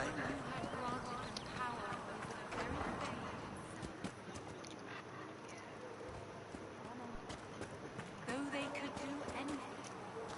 Greetings.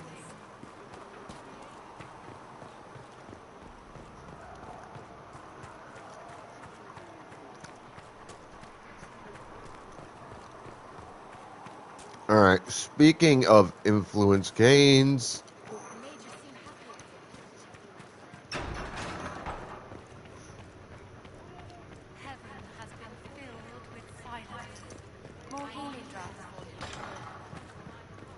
Cedric should have that for you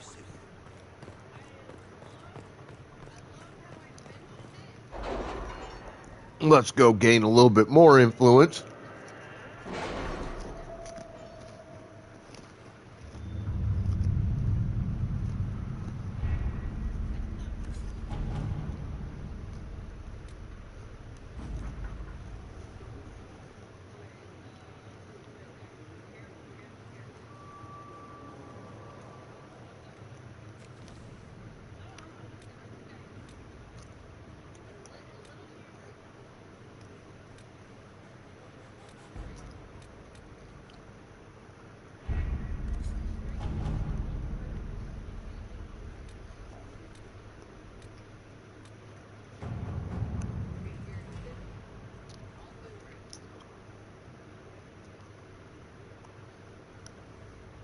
Might as well finish this.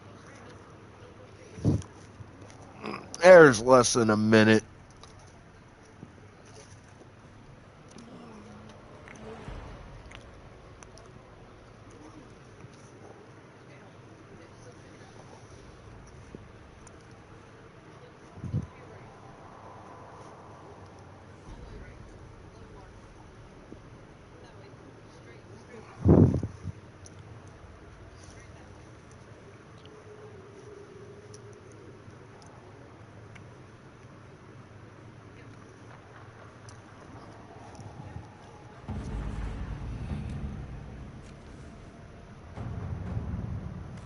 Let's see what we have.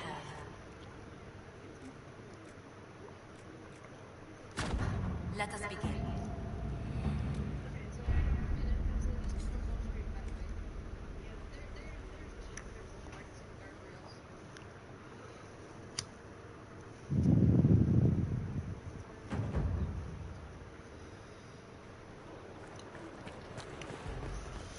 So I need about 320. And I'll have that influence right where I need her to be. With a level up.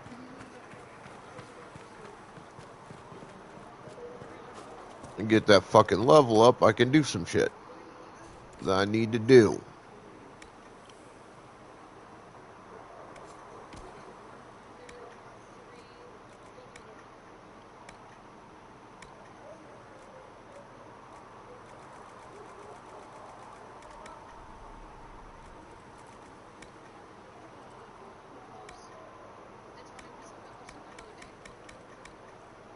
And Mother Giselle will treat all demon trouble as you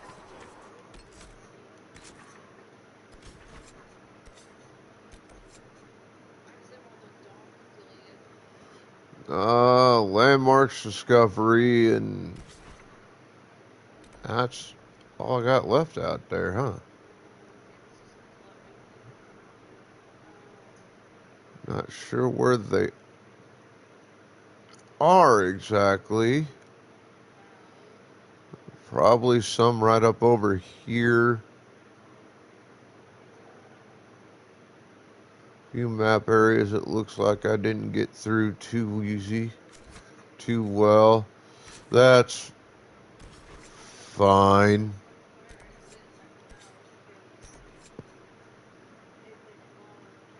There's stuff out that way I can't do right now.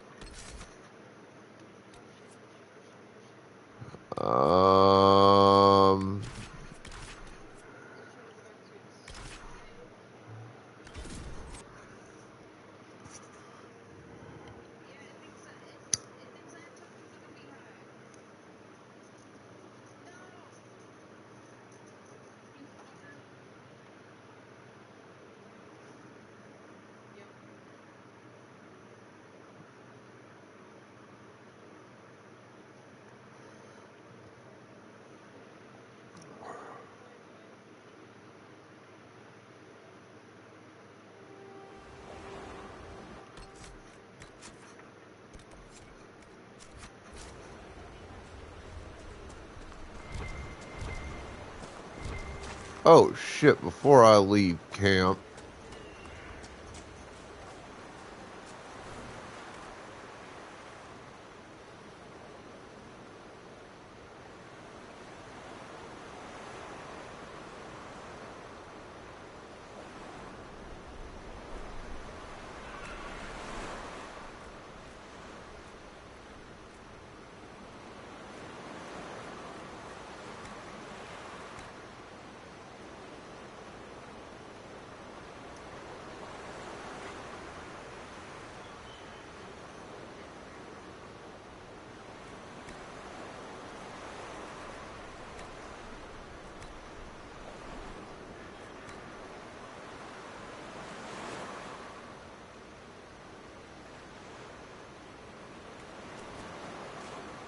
Make sure I did that.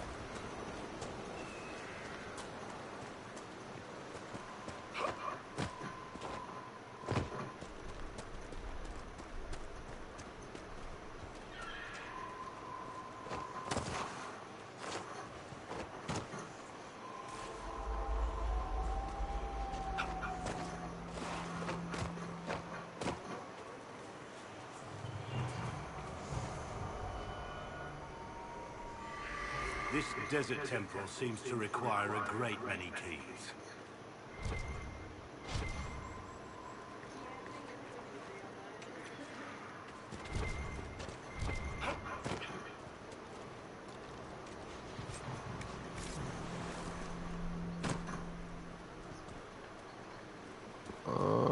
Yeah, we're not getting down that way, I tell you that.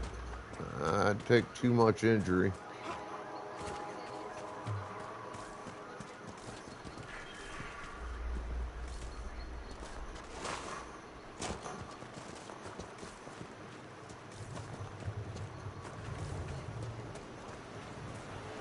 That way was better.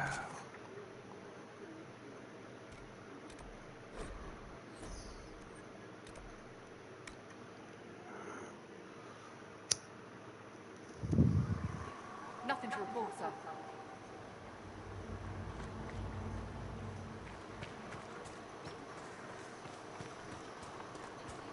Sure there's not. At least for now.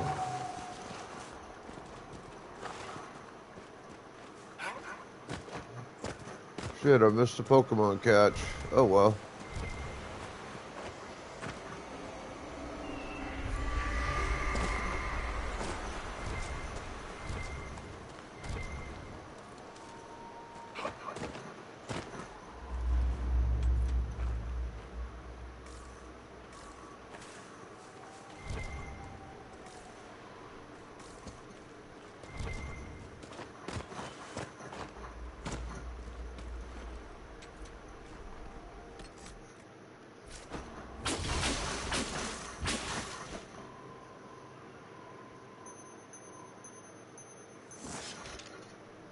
Damn. Missed it. Oh well.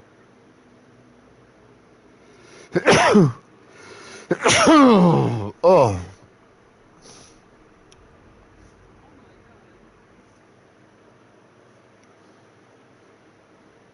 Well, damn.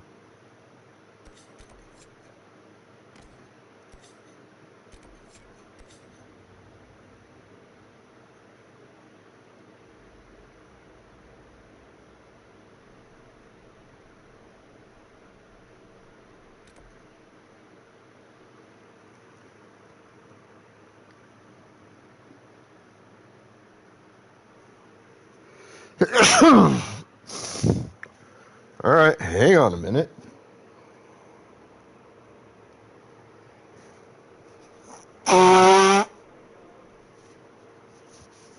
Oh.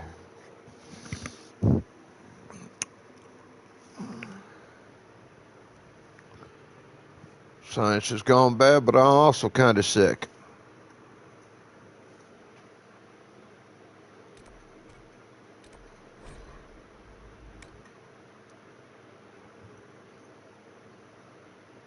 I've been sick for about a week now. It's like last Monday. fucking cold and I don't eat the healthiest, I know. So my body has a hard time fighting this shit off. I'm probably gonna make a, or at least I should think about making a pot of tea later and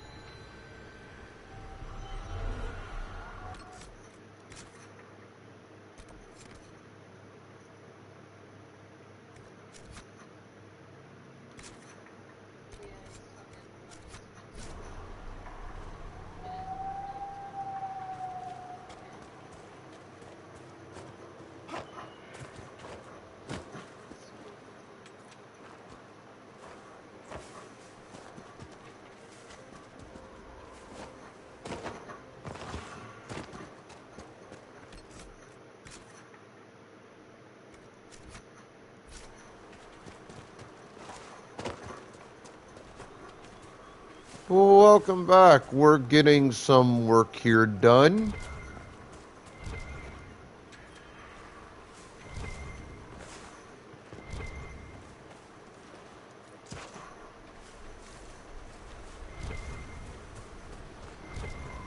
Waking sea. Somewhere across all that water is Kirkwall. It was a long journey to Haven. Considering the company, I'm surprised it didn't feel longer.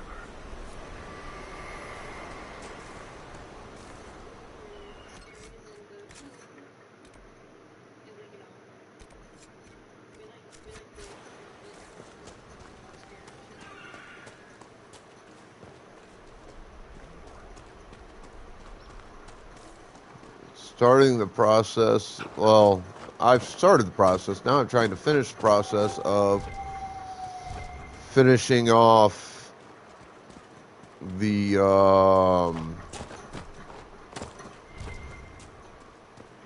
side quest I have remaining. Working on getting influence.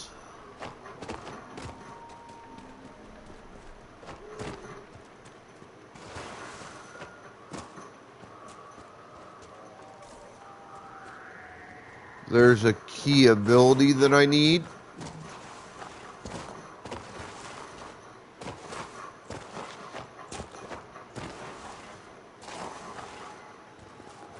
To get some other stuff done. But to get that ability, I need influence.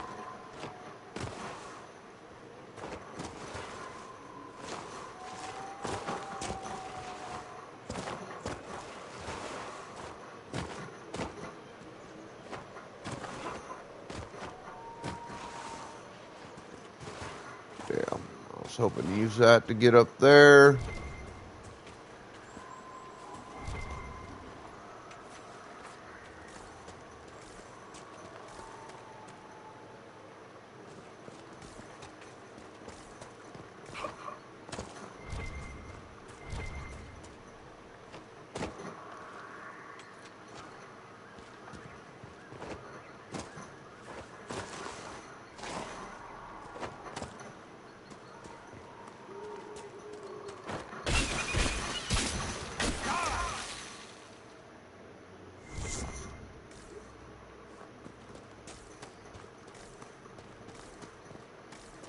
This should work just as well. Get me right to where I need to go.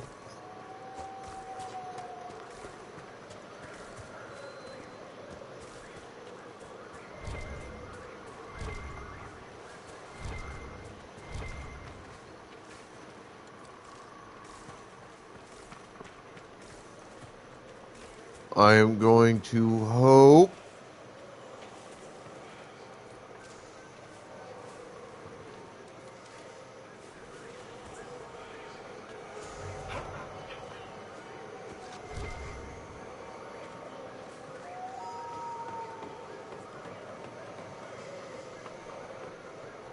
yes.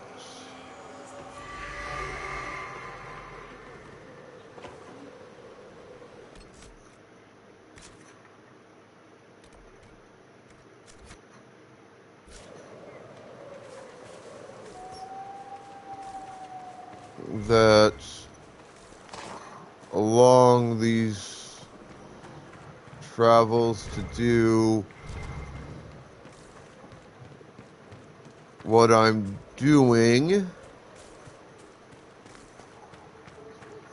I can run across this herb that I need for a quest.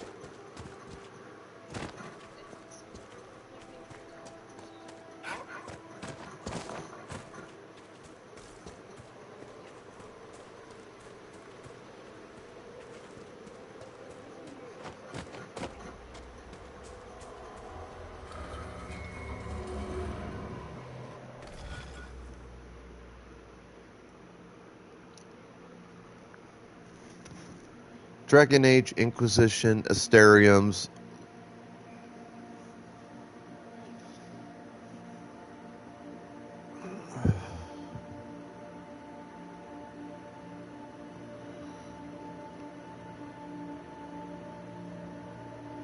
I'm on the coast. And these I can already tell you I have a very difficult time with, so I look up solutions versus try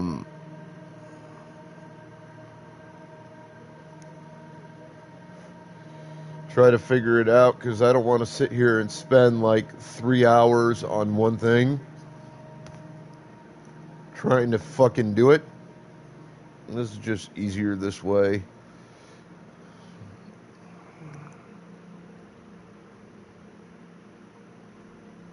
Alright, so let's start here, here, here, here.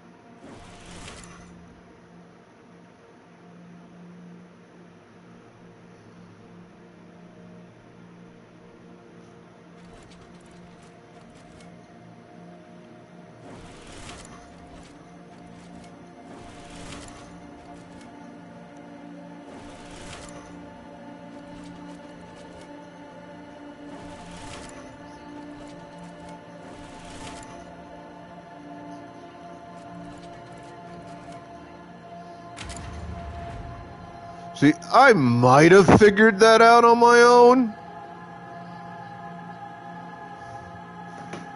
Maybe?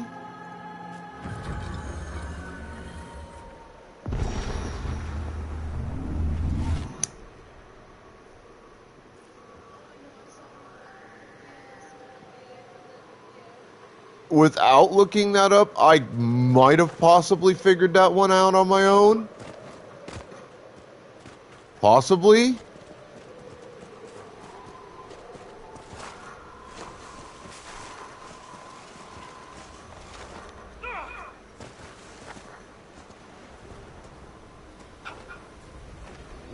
But more than likely it would have taken me hours and hours and hours and hours and hours to try. And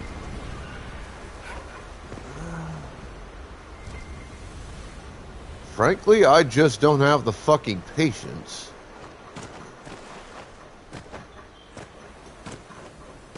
to attempt that.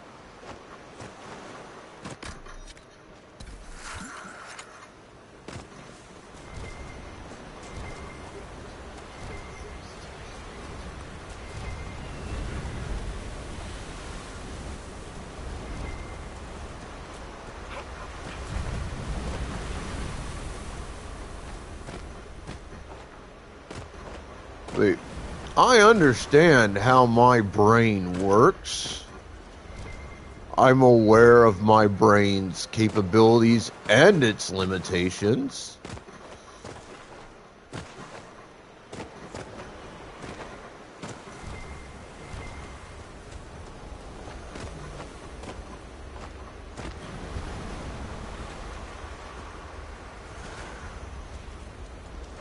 And I know that you folks are not tuning into this show to watch me spend, like an entire show just trying to figure out a goddamn puzzle.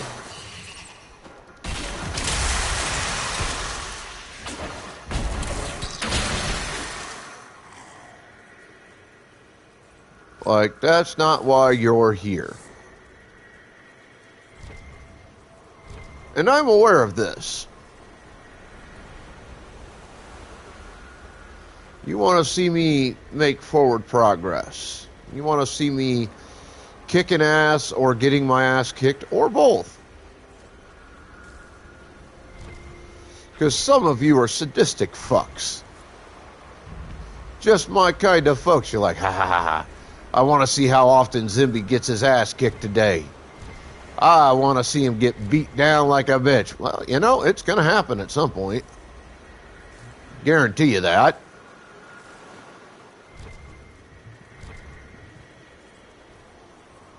You'll get your wishes, you sadistic bastards.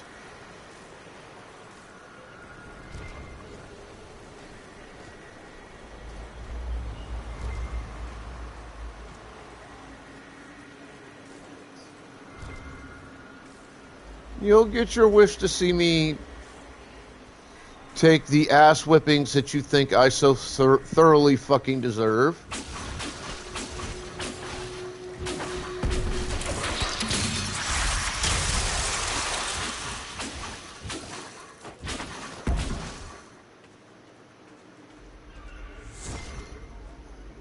You fucking jerks. How dare you want to see me take an ass whipping?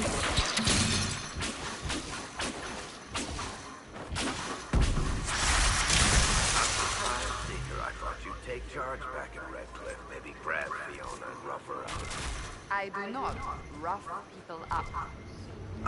Sorry, my mistake. You'd have your men do it for you.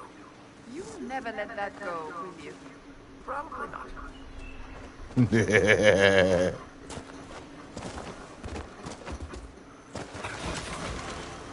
God damn it.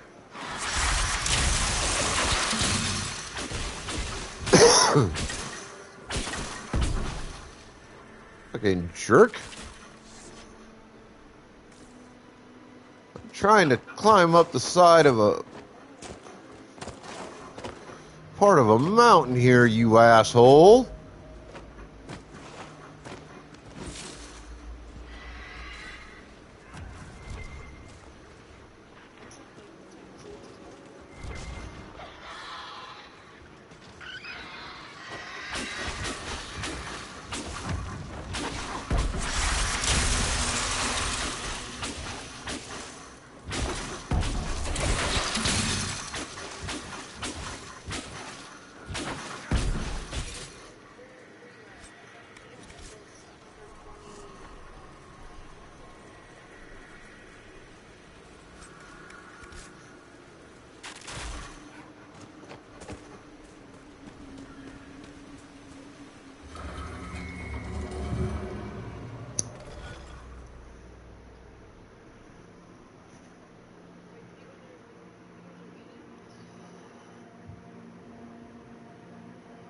Alright,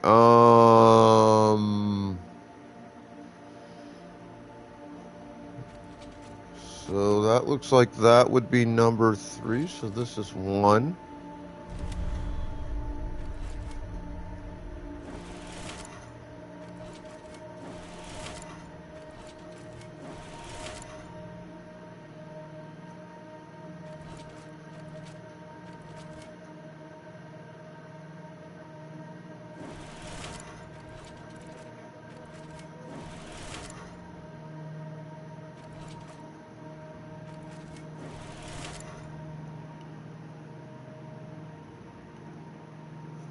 Oh, I already fucked it up.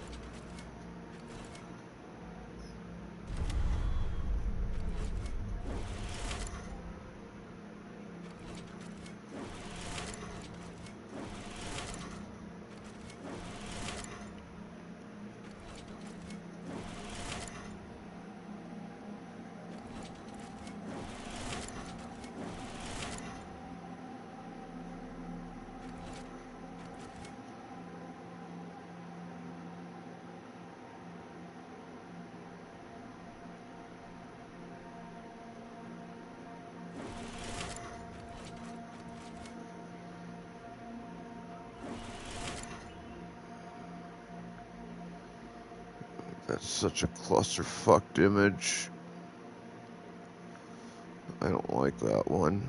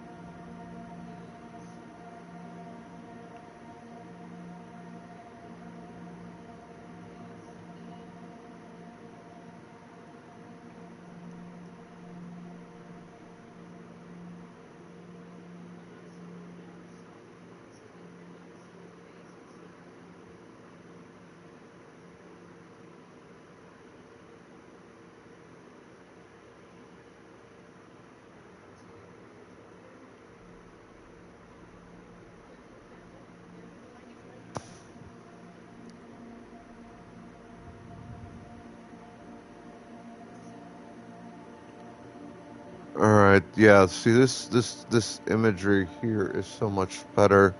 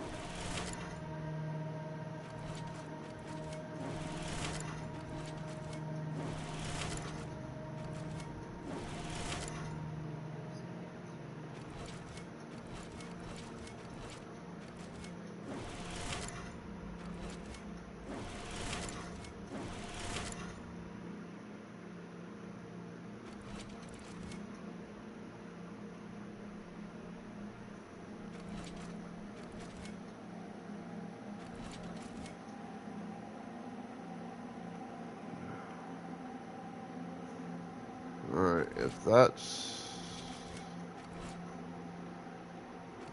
9, that would be 10. That would make this 11, 12, 13, 14, 15, 16, 17, 18.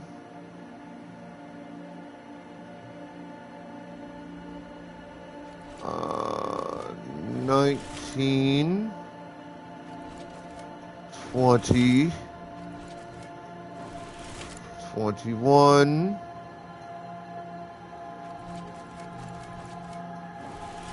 22. 23.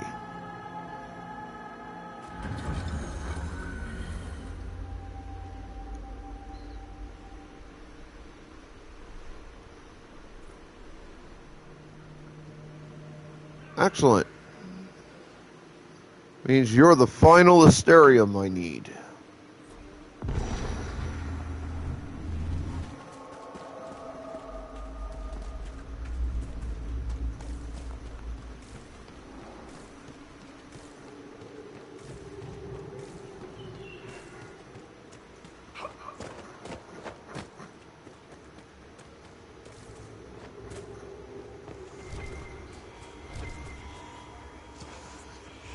Well, before I do that, let's come up here and claim the landmark.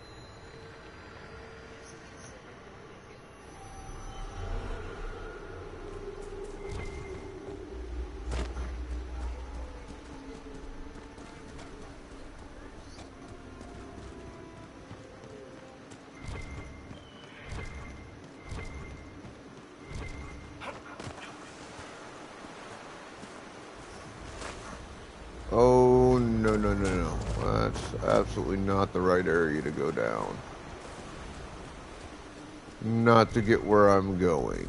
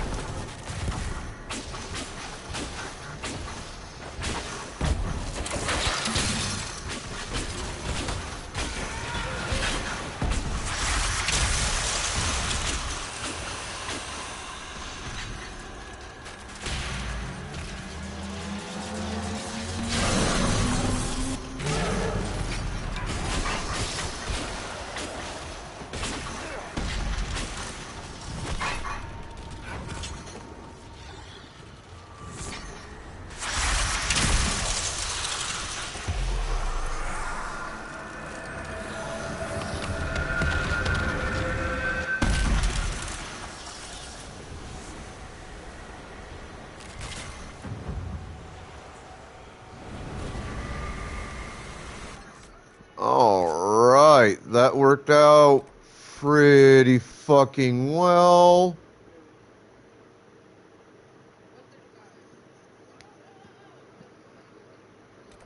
was this? Oh, that's that camp thing I ran across a while back.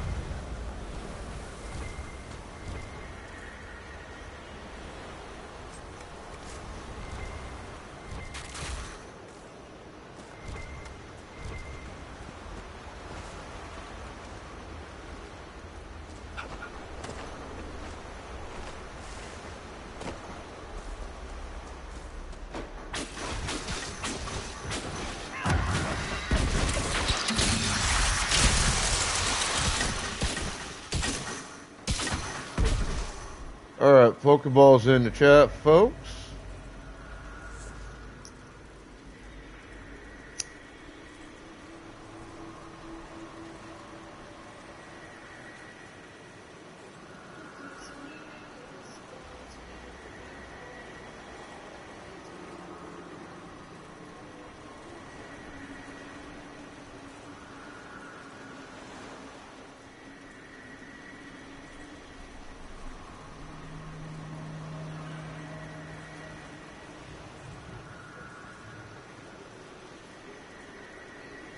Who the fuck? God damn, that is the third one in the last hour. Who the fuck are these people who keep sending me these fucking friend requests on Discord? I don't recognize the fucking names I'm seeing. As people I recognize the names, just haven't come across before, a few of them, but Jesus Christ, 3 or 4 of them in a fucking hour, dude.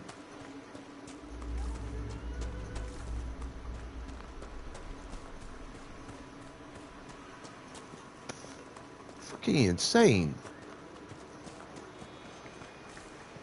Fucking bots are going all out.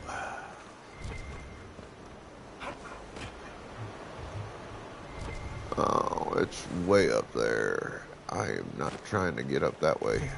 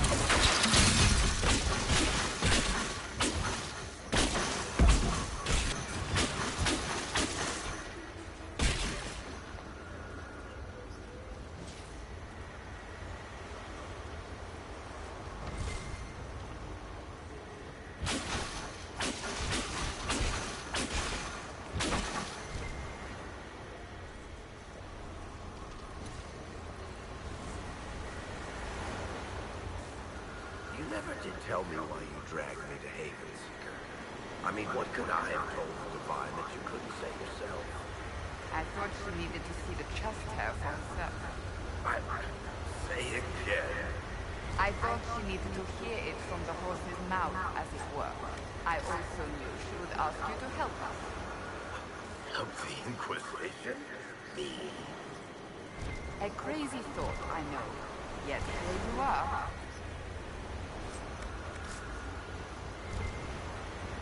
Hey, look, it's another rift. Well, this is going to get fun in a hurry, isn't it? I'll have to go through that rift, or close to it, get to the next destination on the list.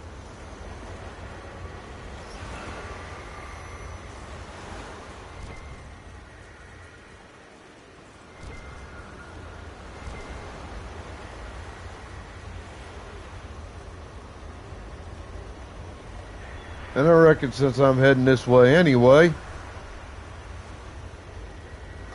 rift's right there.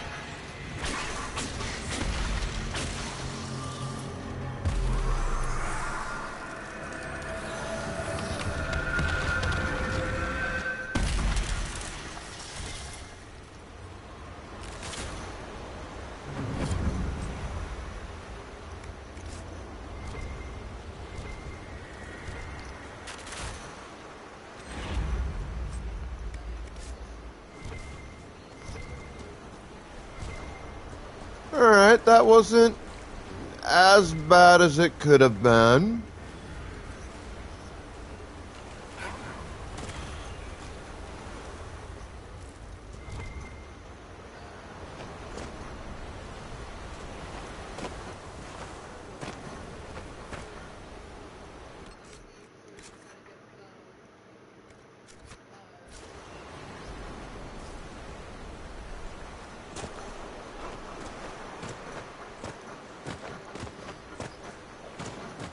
I mean, that rift could have been a lot tougher.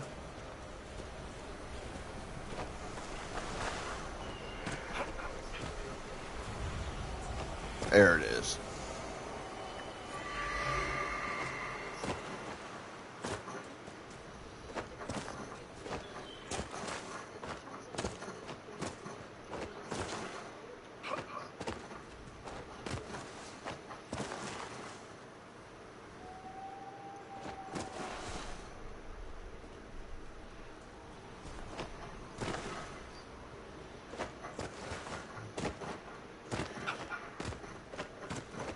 Okay, that worked out just like I hoped it would. Let me get the fuck up here.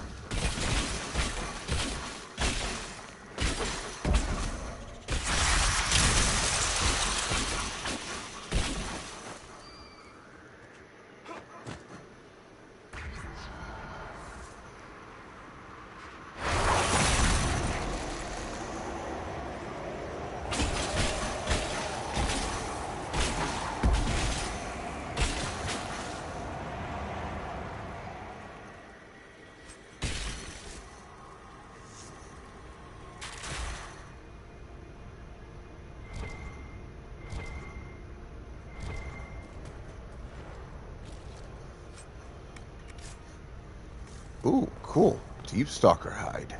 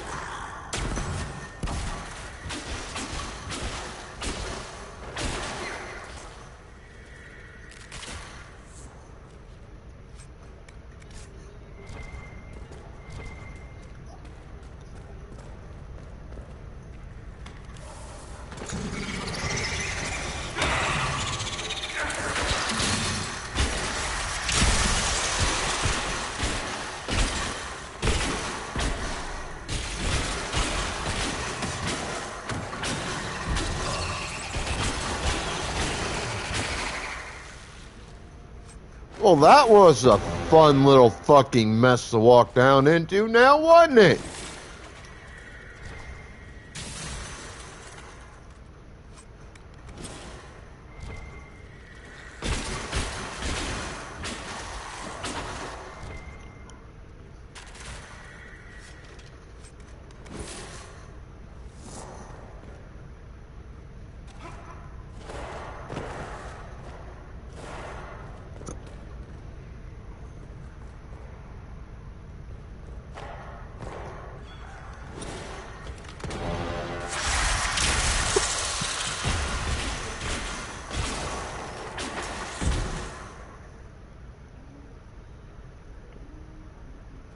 Alright.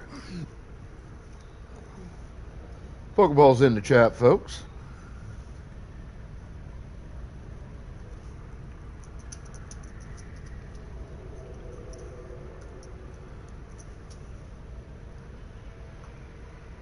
How do you write as you do, Varric? I can never find the proper words. You write? Really? I've needed to describe events in reports. They always come off as... Dry, boring, lifeless, stale. You are an ass. Just helping you find those words.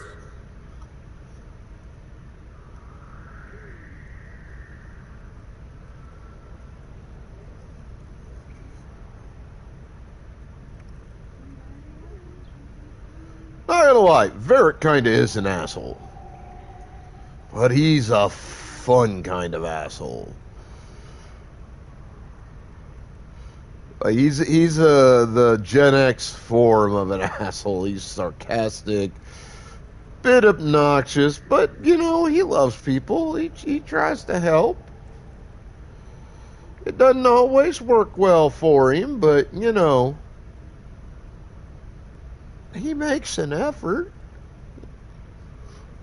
A lot more than a lot of folks do.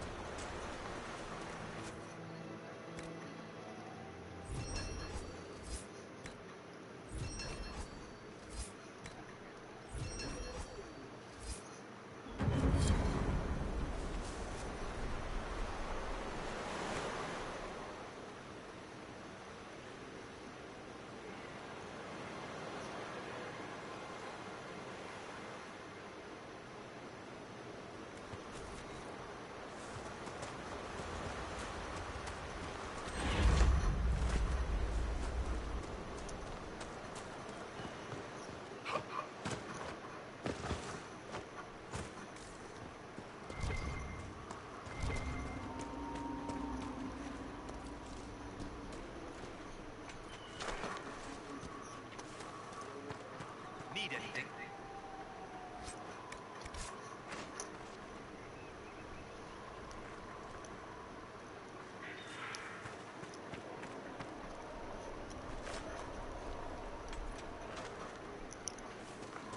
That's that one woman's people from over there in the hinterlands.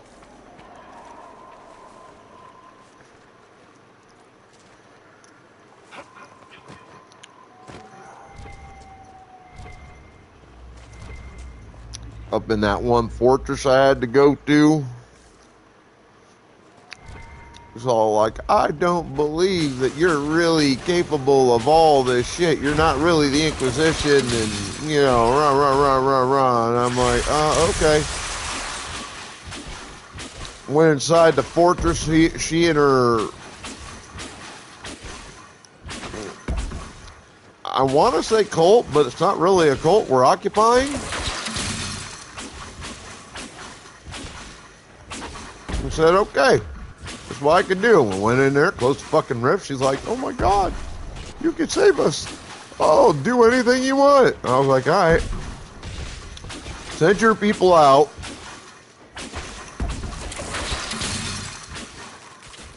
And have them gather supplies.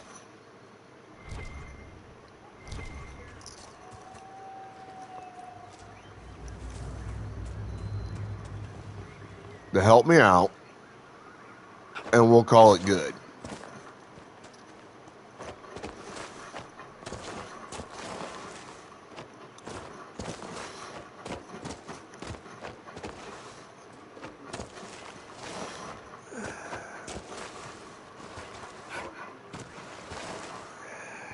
Damn it.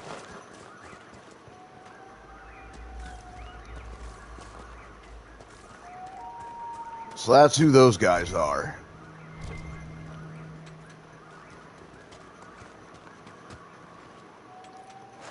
Like, I could have had her do one of a bunch of different things. I kind of like the idea of a wandering supply box that I can, if I find it in areas I'm at, I could just kind of go on ahead and dig into it and grab shit and get shit that I can make some use of.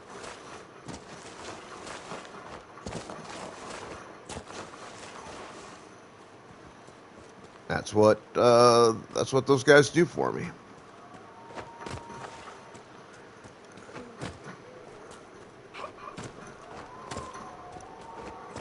To a degree, it kind of spares me some time and trouble looking for that shit my goddamn self.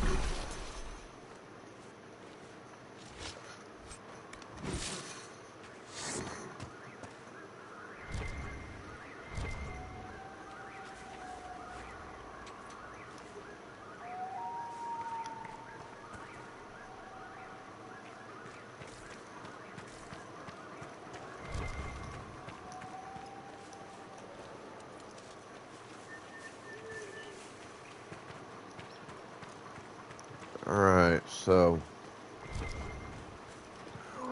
like I figured, I gotta get up this rock face somehow. Well, that's not fucking giving me my way up. I don't see any way up there.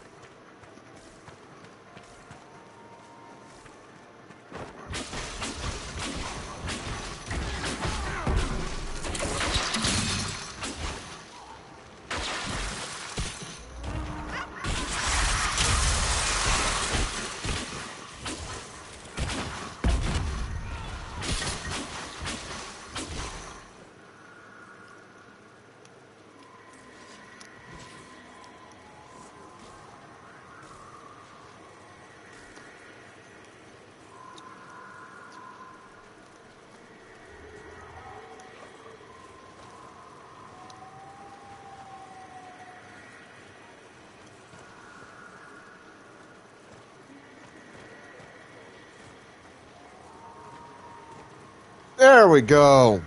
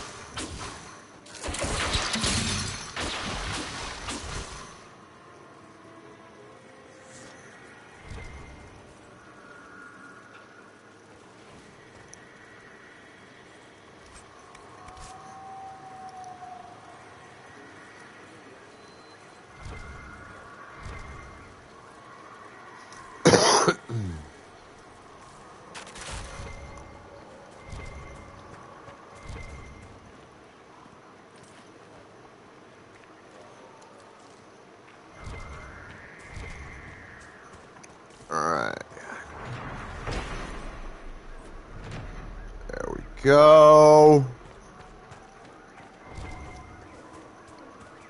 Now, ladies and germs, the final Asterian.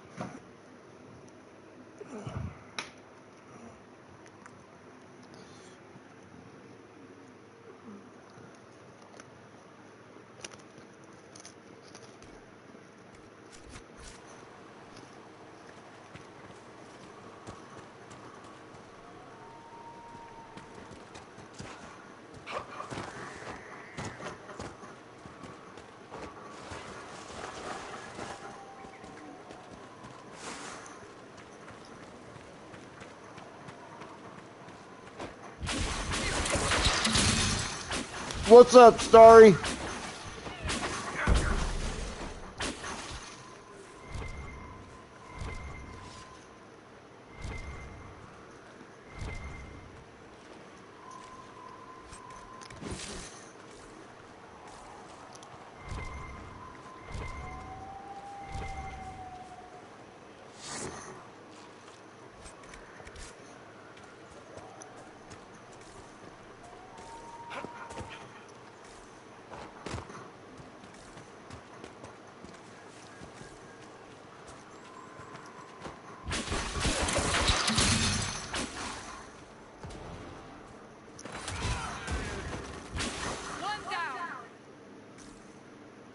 Trying to get some work done here.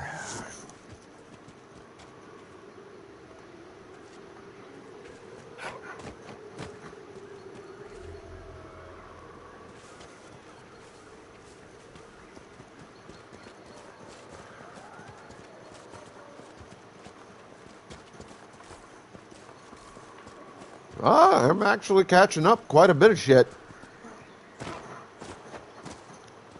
So, not as bad as it could be. Potentially.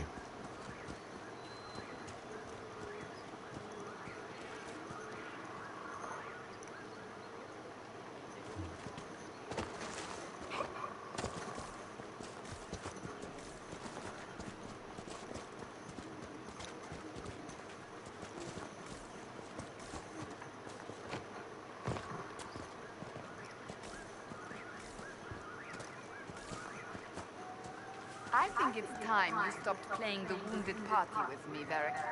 Ignoring the times you actually wounded me. I did no such thing. I questioned you and then brought you to Haven so you could tell your story to the Divine. What then? Thanks, Varric. We believe you. See you around. Do not pretend to be an innocent bystander. I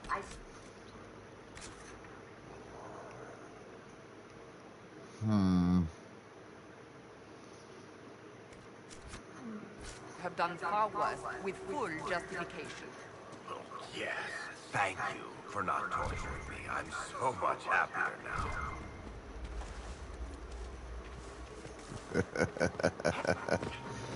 Oh, I swear those two, the little mini conversations are a gift.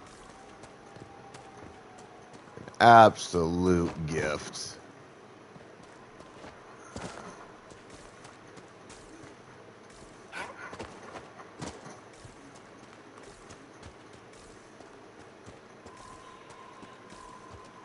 Now, where is the entrance to this fucking cave?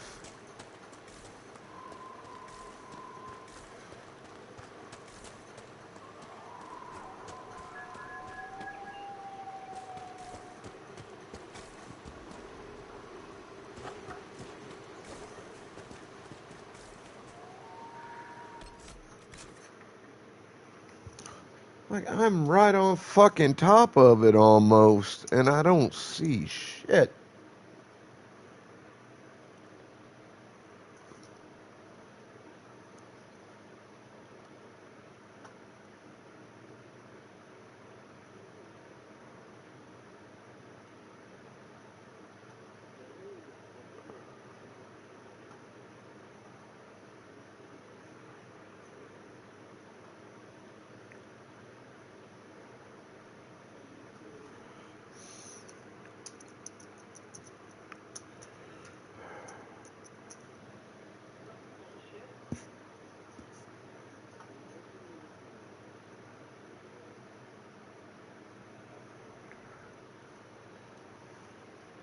Well, you know my rules.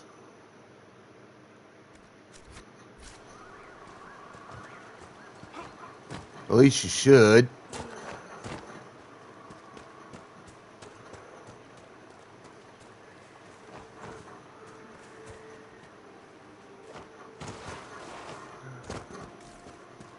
God knows you've been here often enough. Is this it?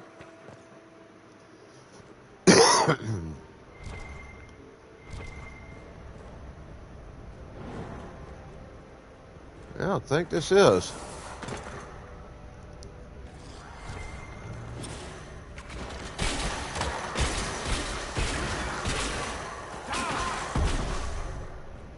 Cool.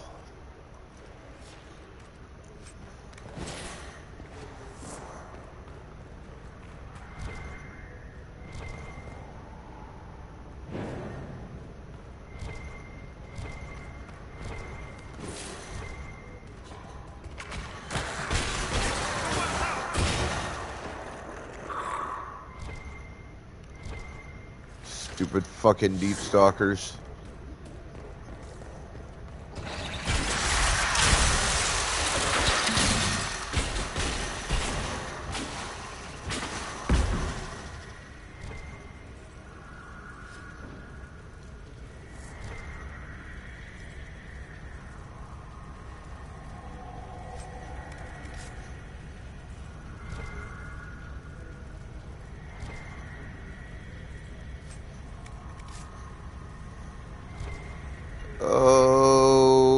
give me a home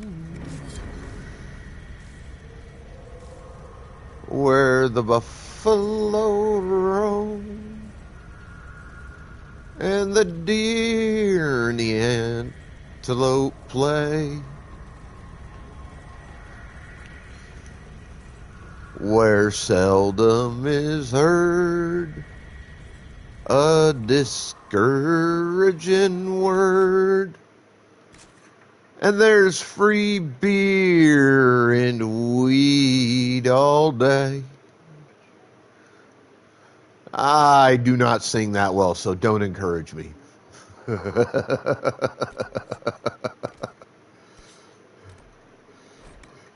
Even I'll say I don't sing that fucking well, so don't encourage me, damn it. Word for you.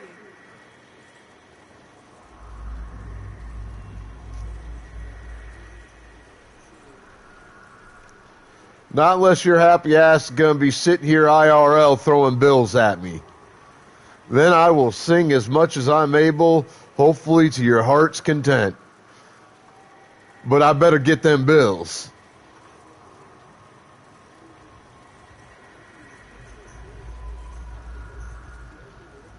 No, the beer is beer. Okay, there's no other beer but beer. You know, like Budweiser beer. Fucking pansy bitches in your ginger beer. You know, beer did not go out and fuck a ginger and have a redheaded stepchild out of it. Alright, that's not how this works.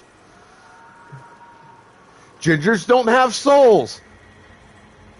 They can barely have children because they have no soul.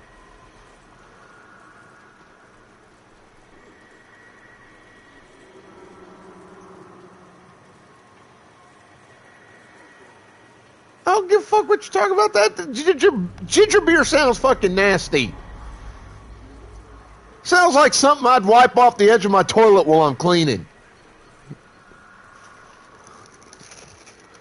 Hey, what'd you clean off your toilet today while you clean? Oh, yeah, it's that ginger beer, you know, it kept fucking coming in and, you know, I can't get rid of it.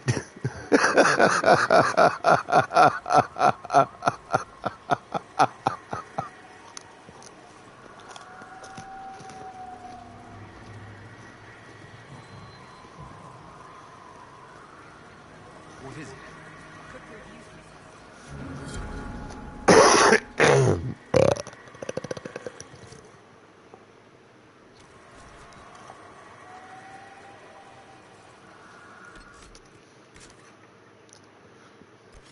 Sounds something like you need. Sounds like it's something you need to get a doctor's prescription to deal with.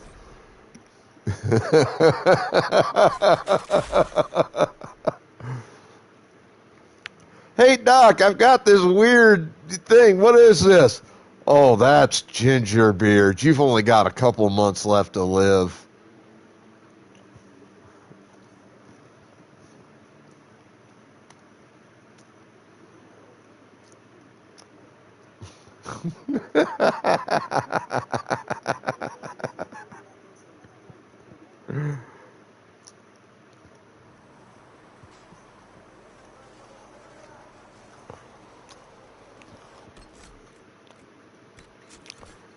It's new ginger beard. It gives you gingivitis.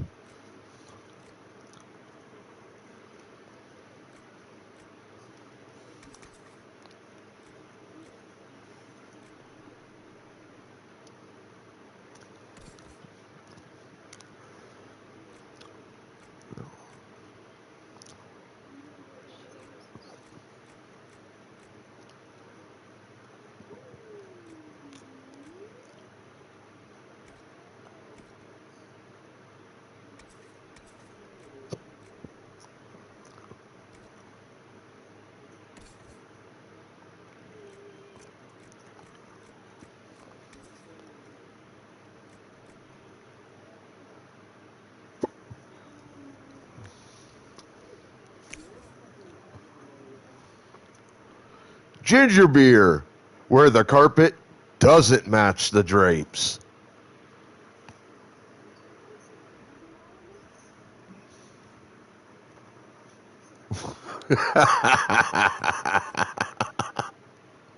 I'm fucking awful.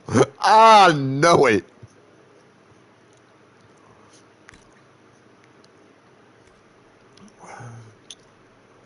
That shit was funny. I don't give a fuck who you are. I don't give a fuck how proper you are. That shit's funny.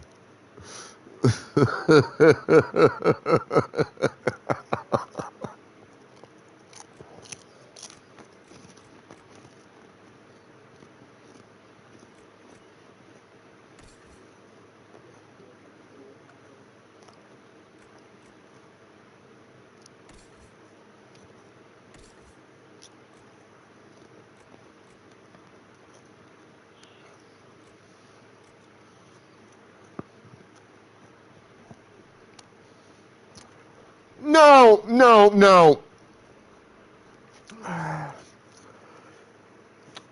I'm sorry, Miss Aussie person. Because I think you're a chick. I don't fucking know. I don't pay attention.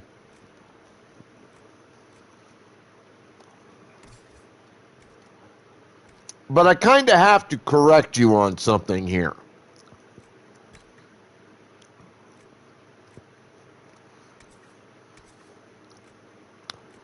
Okay? And you may not like this.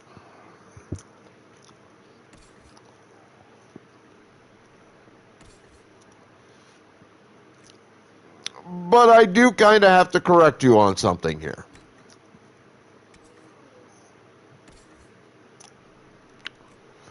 Just because you're Australian doesn't mean you're automatically known for this alleged humor.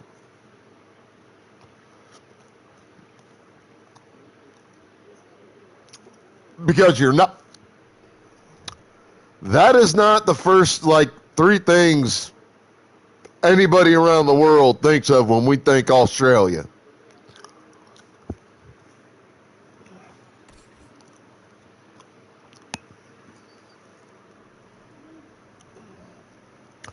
Nah. When we think Australia, we think of shrimp on the barbie.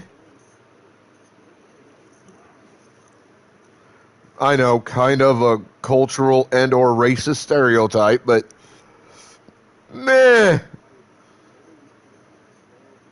I'm sure you'll forgive us. Especially since you do make shrimp on the barbie. We think of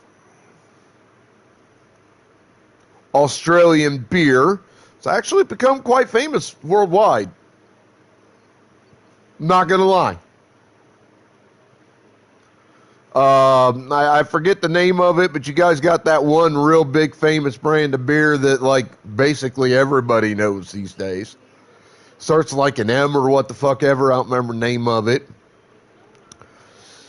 And the third and final thing that we think of when we think of Australia, when you say the word Australia or the name Australia, the third thing that comes to mind out of the big three, y'all some crazy motherfuckers because you live in probably the most dangerous, crazy area of animals on the face of the fucking planet. You've got flying sharks, flying fish, flying snakes, flying spiders, and just all kinds of stupid, crazy ass bullshit. The fuck is wrong with all of you that you still live there and don't let the animal kingdom have that goddamn island back?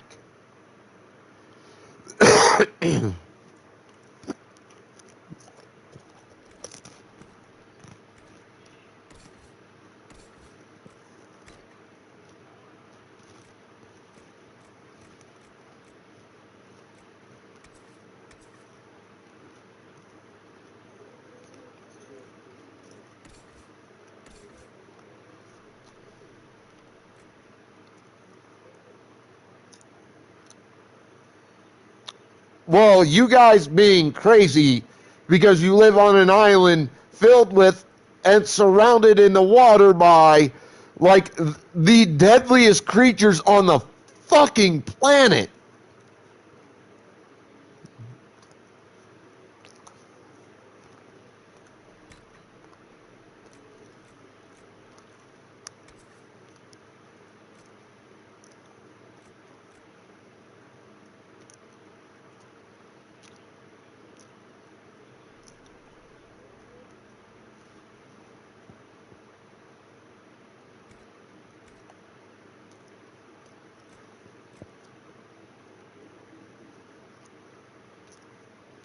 Like, I'm not, don't get me wrong. Like, I'm not trying to dog on or disrespect Australians in any way. Point of fact, I actually have like a great deal of fucking personal respect for Australians. Because, like I said, and I will repeat this until the day I die, unless something drastic changes, y'all motherfuckers have the most dangerous, crazy fucking animals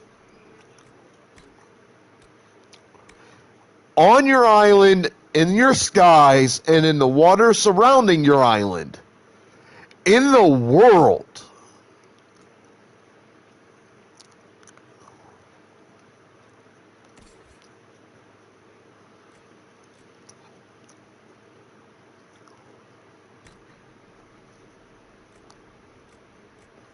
Like, there's no questions about that.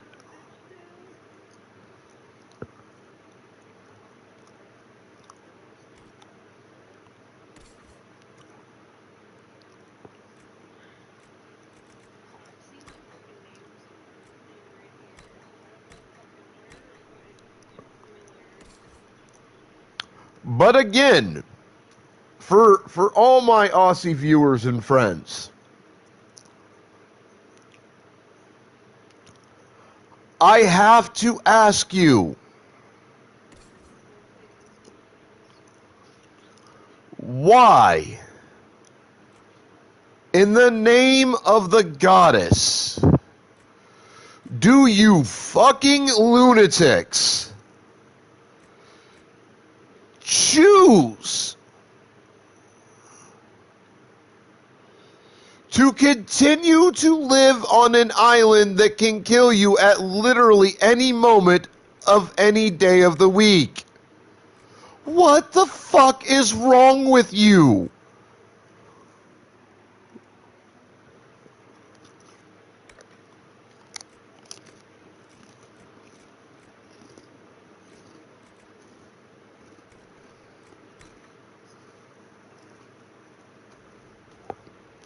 Sup, Goliath?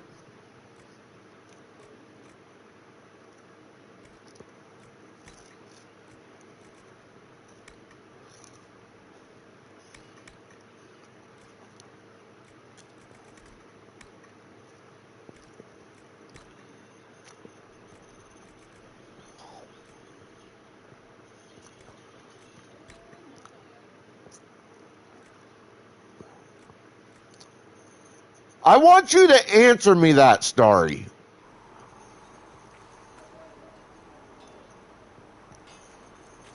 Travel safely. Researcher Monet believes these notes could assist you.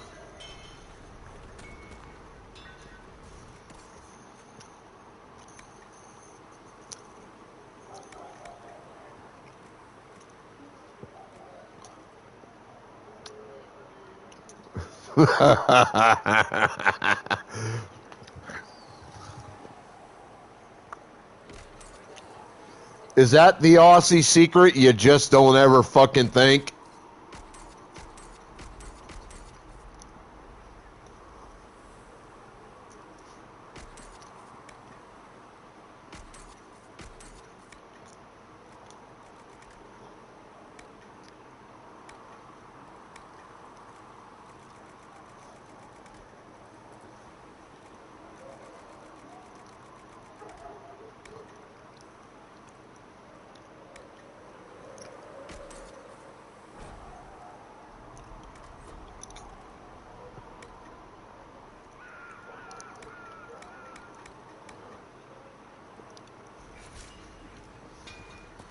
Like when the animal kingdom finishes taking over the Australian island,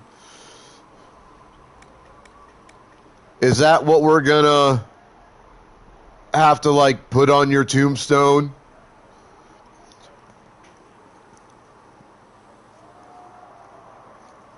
Continue to live here despite all the known dangers.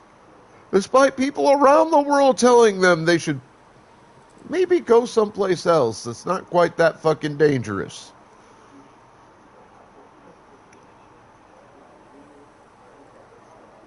Their response, we just don't think about it.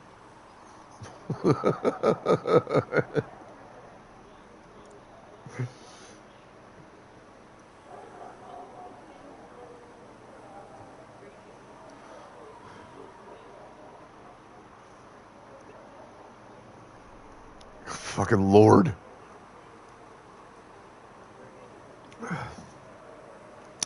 See, here's the sad thing, Starry-Eyed. Or Starry Sky. I am certifiably nuts. Alright? I am on record as being out of my goddamn mind. For several different reasons. And side note, I'm proud of being fucking insane. It's one of the crowning achievements of my life. Just for all of those of you out there who hear me make that statement, be like, well, don't you do? Yeah, I've done all I can about it. I'm still fucking proud about it. Fuck you.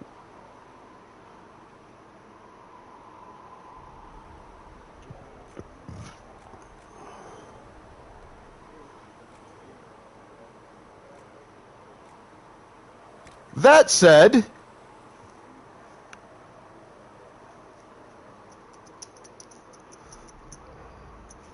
when it comes to certifiable insanity,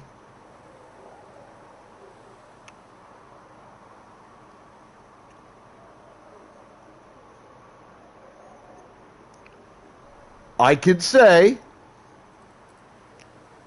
with all due respect,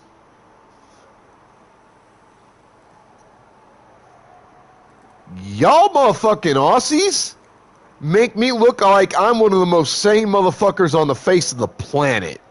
The fuck is wrong with you?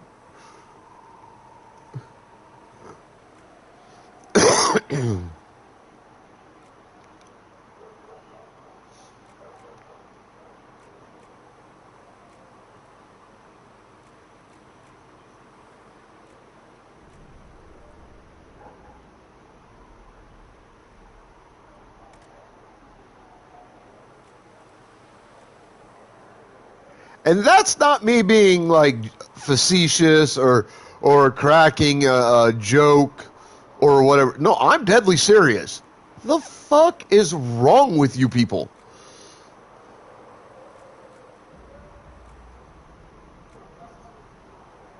Y'all motherfuckers continue to live in an area that can kill you literally a million different fucking ways.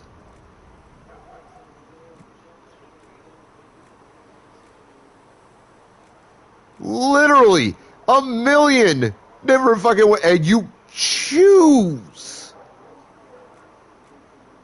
of your own fucking volition to continue to live in that area. Like, not even America or Africa is that bad.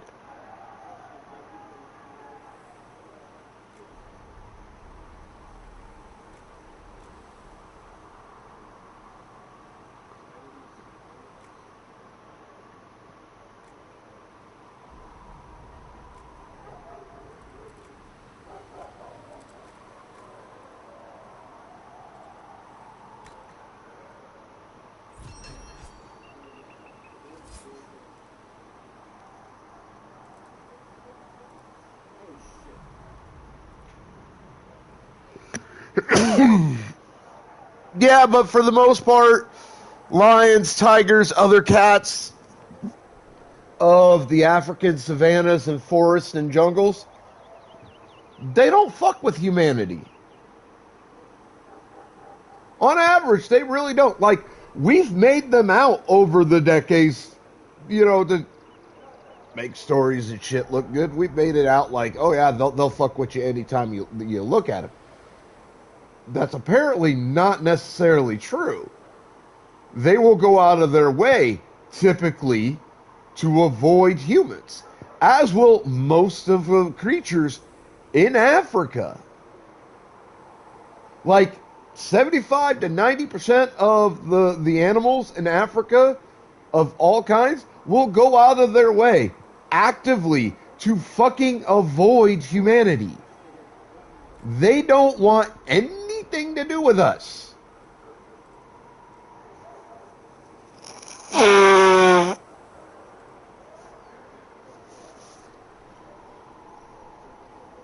Like, that's scientifically proven accurate facts.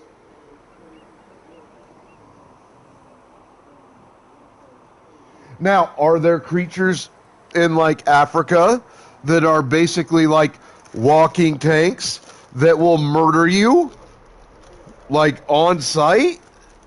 Yes, and a lot of them have reasons why that happens. Let's look at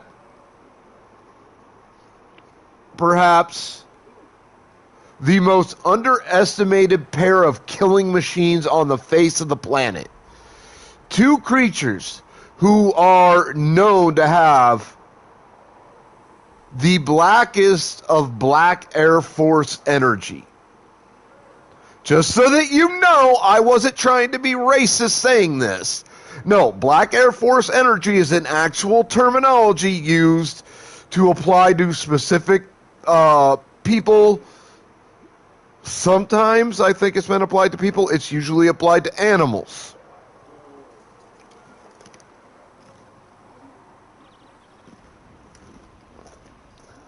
And like all terminology, there are gradients, there are grades to this. And the two creatures I'm about to name have more of this black Air Force energy than almost any other creature on Earth.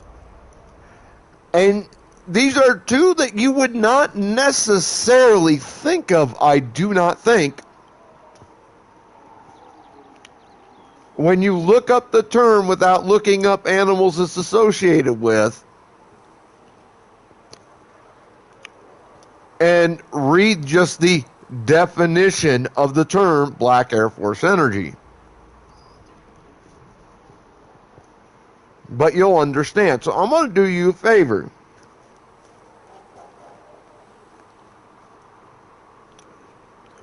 Definition of the term black Air Force energy.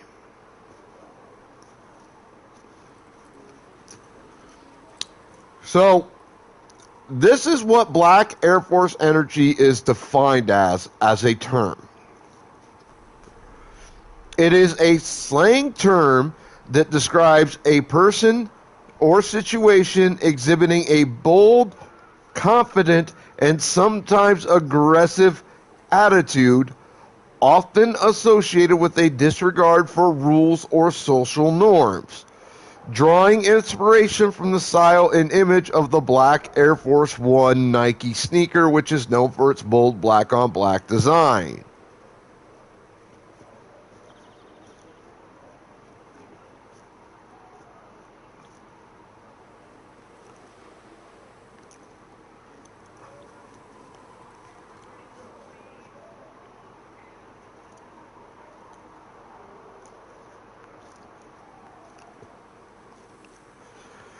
So, to break it down into essentially layman's terms,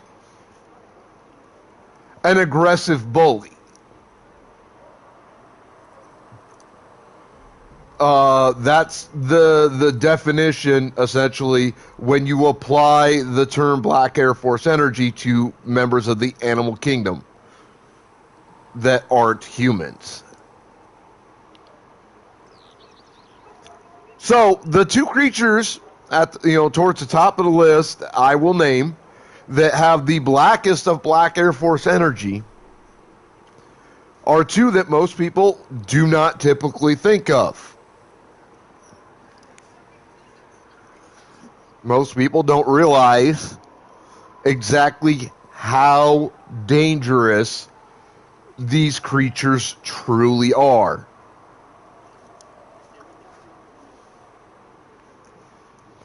But you fucking should. And those two creatures are hippopotamus and rhinoceri. So, on one hand, you have a walking tank with a unicorn horn who, like its, I think, distant cousin, the hippo, has like the poorest eyesight of almost any creature in the animal kingdom. Has a bad attitude and destroys virtually everything that comes within its blurry ass fucking eyesight, because it views everything as a threat.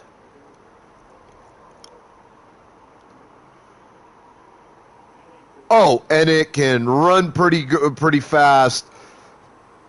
It swims halfway deep. Well, it can go through water at a pretty decent pace. So it's a fucking menace on the air, or on the ground, and in the water. And this thing will fuck your world up. It doesn't give a shit. Even lions tend to avoid these things. They're just mean. Then you have the other half of this equation. Fucking hippos. Now, first off, I have to note that, like the rhino, a hippo's eyesight is trash. Imagine, like, the nearest sighted person you have ever known. And imagine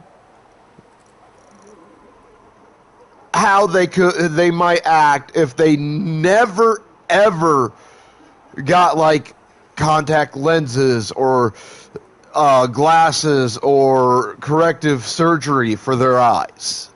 If they just went through their whole goddamn life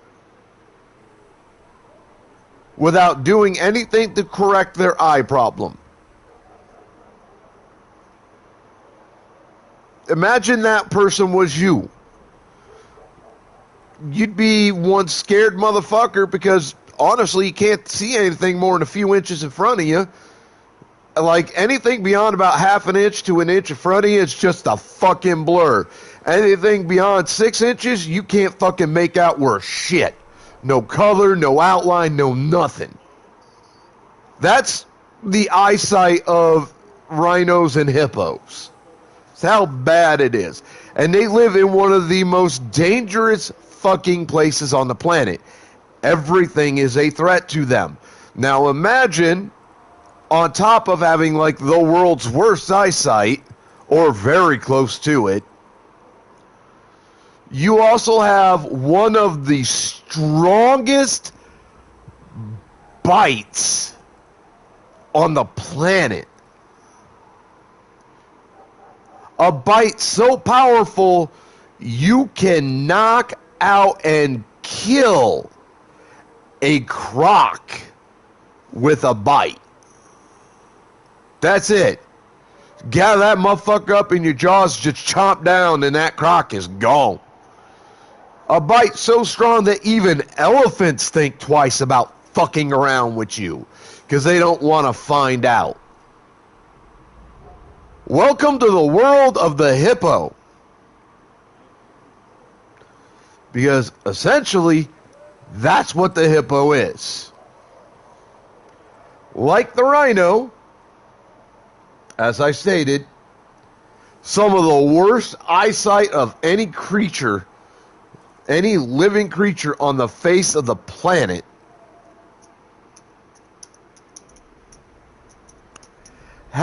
Lives in one of the most dangerous locales on Earth,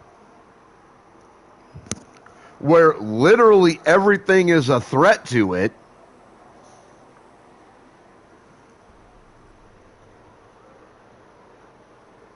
And again, like the rhino, except more so, it is a massive danger to you on land and in water. Like, these things can crush basically anything in their fucking jaws. That is not an exaggeration.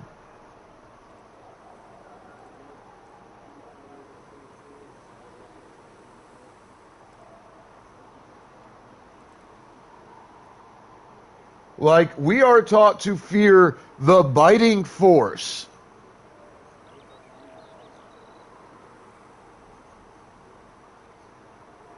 of any living dinosaur today.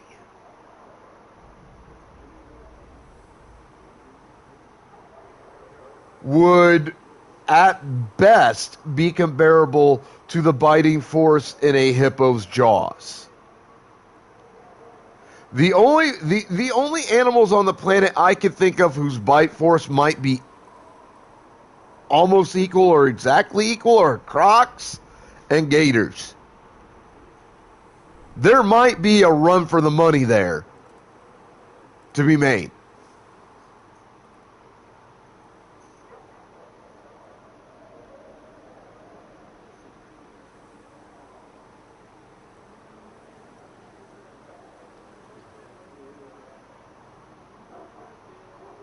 But beyond that, there's not a whole lot of creatures, if any, on Earth who's got a bite force as strong as a hippo's.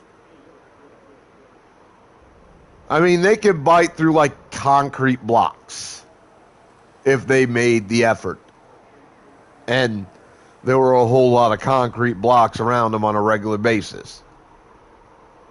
They're walking tanks that can snap you in half as easily as we snap a twig in half with their jaws, who view anything that comes too close to them as a threat and do their best to murder it.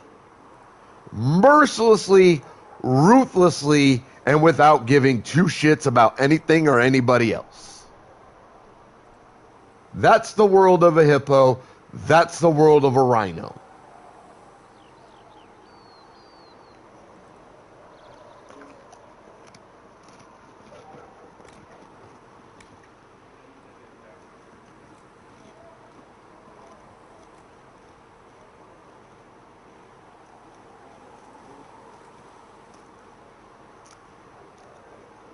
So, that's the world of a hippo, that's the world of a rhino.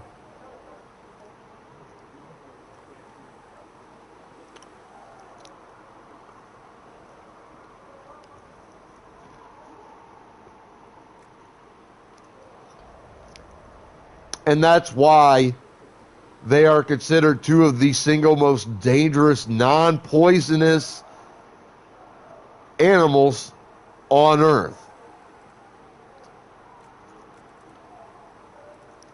They can snap your ass in half with just a bite. They can run your ass over and make you look flatter than a pancake.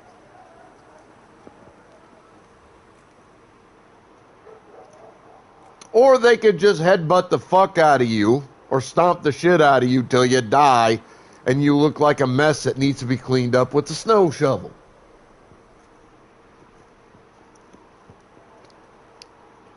They're a threat on land. They're a threat in the water. Thank God they can't fucking climb or they can't fucking fly, because then they could be a threat in the air too.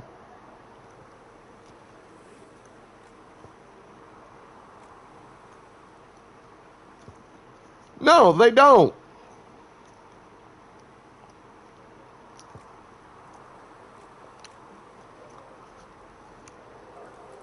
But unlike Australia, Africa never went to war with an animal and lost.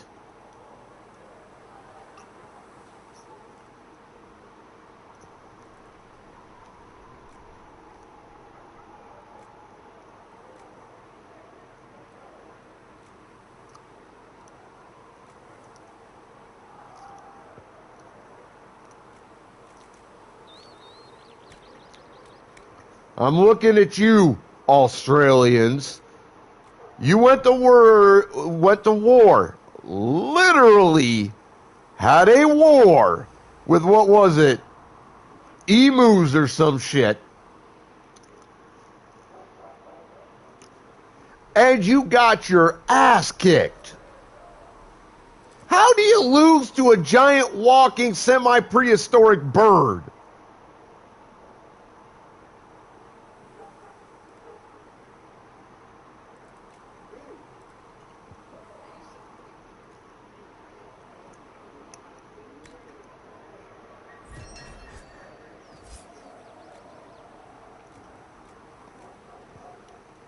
Like, how does that work?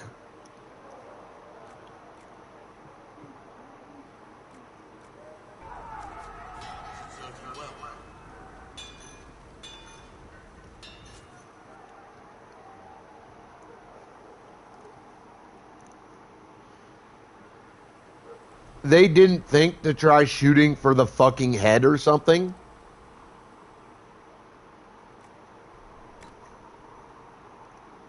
Yeah, blame the guns.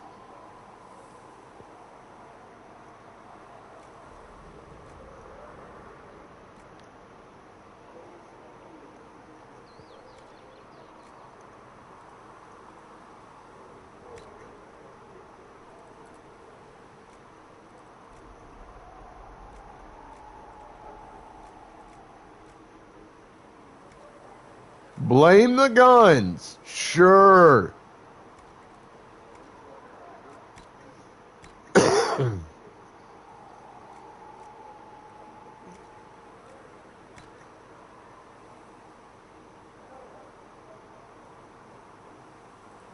America wasn't involved in your stupid ass fucking war with emus.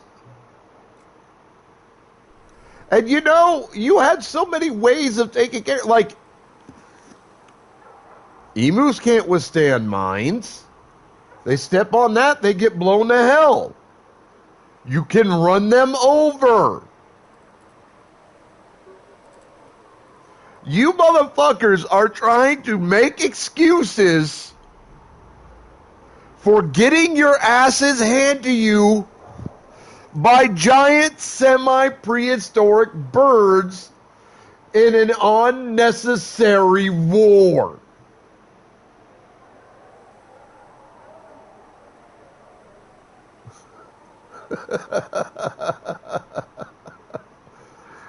I mean,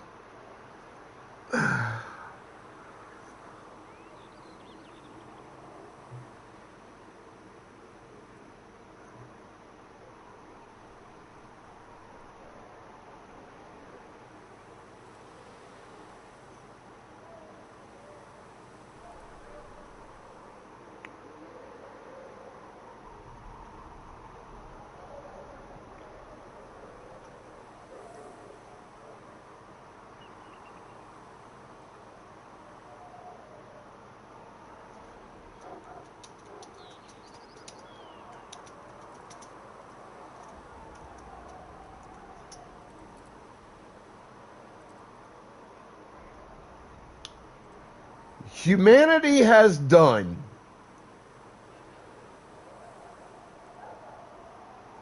a lot of stupid shit over the years. Most of it's just straight up stupid shit. Some of it's been stupid but funny shit. This war against the emus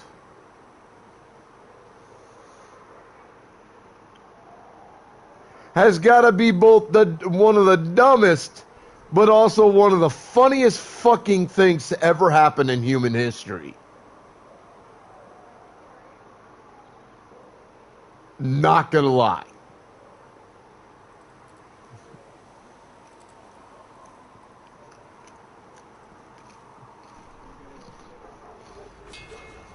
You need something? Let me know.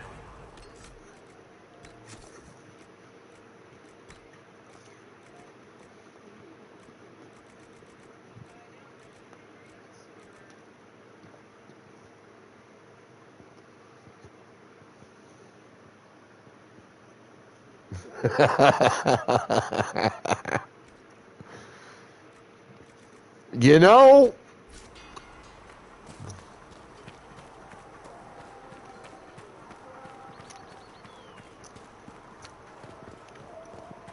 sure, stealing a tank from no man's land in a war, yeah, that's a great feat.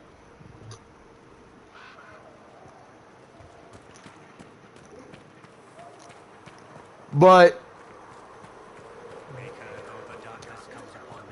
such a feat is countermanded and completely overshadowed by starting a war with emus and getting your ass handed to you.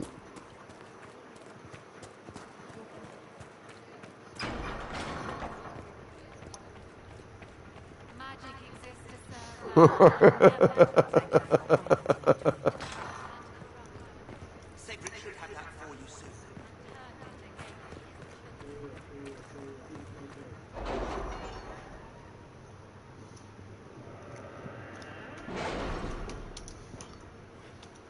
What's up, Peach? What's up, gang?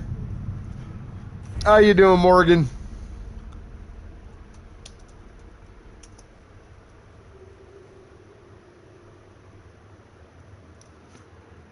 I was kind of picking on Australia a little bit because I got an Aussie in here. She's becoming an old friend.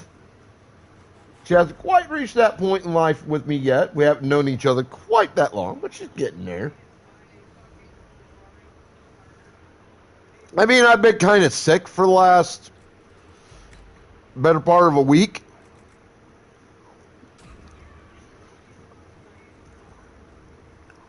But I'm alright. I didn't even know you were on. I didn't see you on my list.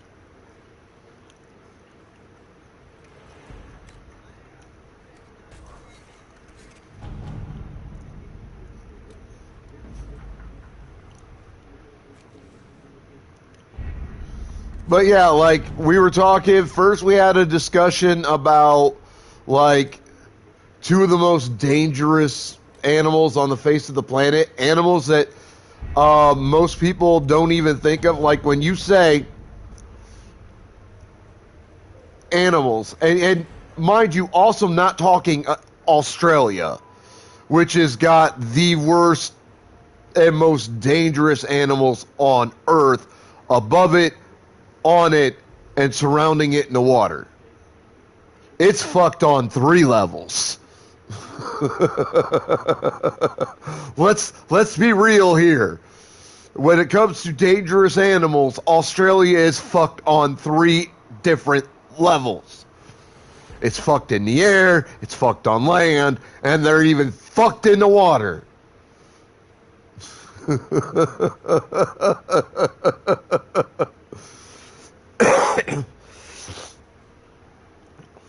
So we were talking about that, then, you know, she brought up, like, Africa, tried to do a comparison. I was like, there's only two creatures in Africa, really, which could even remotely, you know, compare with the danger of any of the animals on, above, or surrounding and below Australia.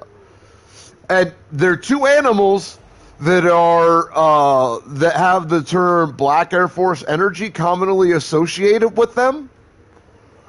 So, in the context of having this term apply to members of the animal kingdom that are not humans, because we often forget that humans are members of the animal kingdom as well.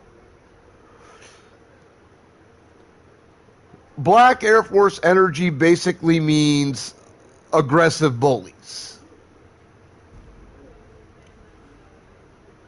That's the definition of the term as it applies to members of the animal kingdom that are not human.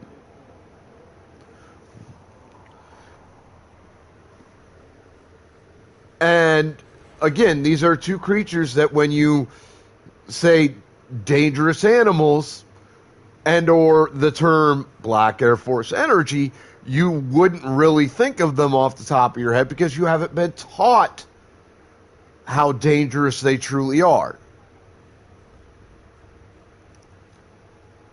But they have the blackest of Black Air Force energy. That's rhinos and hippos. Honestly, two of the only creatures on the face of the planet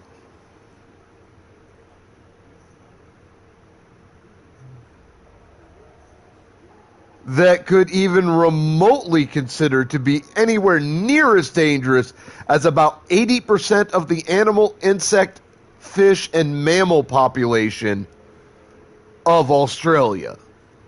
And then that conversation kind of delved into me picking on Australia through Miss Starry Sky, because I don't know if any of you ever heard about this,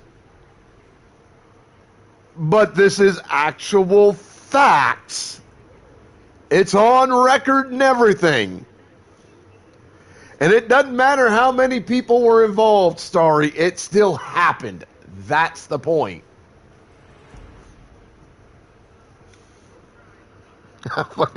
I can't help but chuckle every time I think about this. Ever since I learned about it not that long ago. One of the dumbest but funniest things that ever happened to humanity. So, but a couple of people, like 2-3 people at the very least.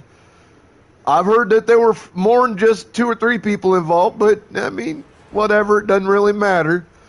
Decided that they were going to go to war with Australia's emus.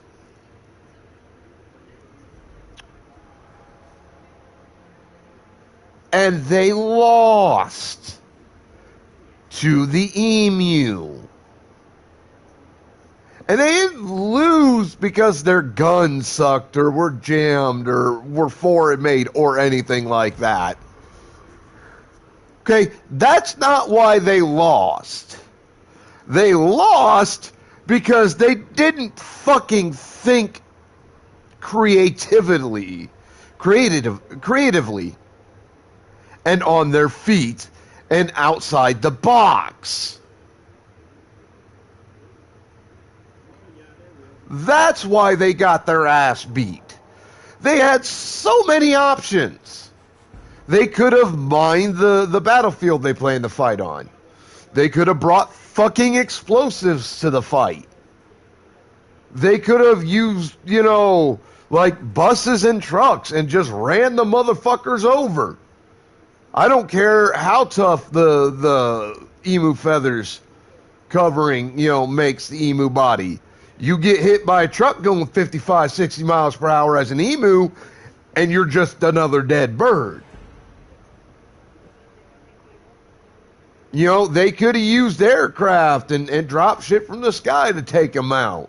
There were a number of alternative options that could have won the Australians versus emu war for them.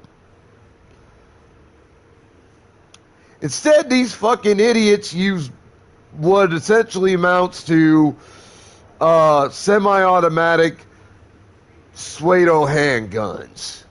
They weren't even military issue weaponry.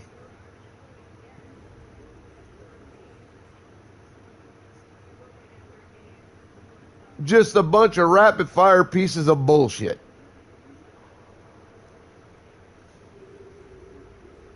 And tried standing their ground and firing at the damn things.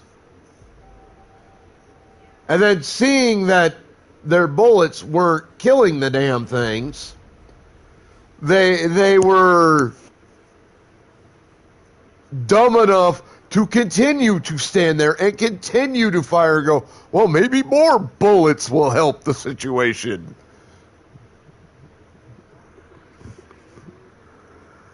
Starry, the Emu War happened about 50 years ago.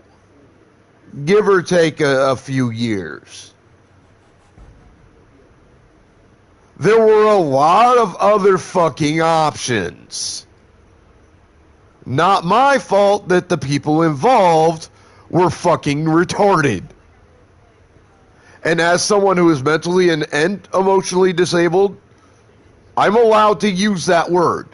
So don't try crawling down my ass for using it. Fuck you if you do. These guys were fucking retarded. They were not hooked up upstairs. Mentally speaking, there weren't shit there.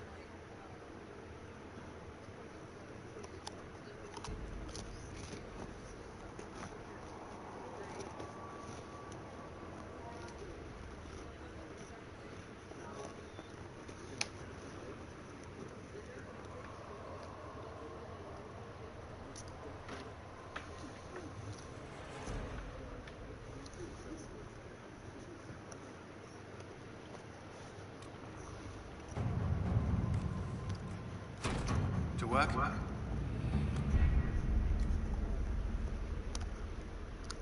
Excellent. Now I can go do what I've been trying to do. Get into some places that I've been wanting to get the fuck into and haven't been able to do. But now I've got the fucking feet for it.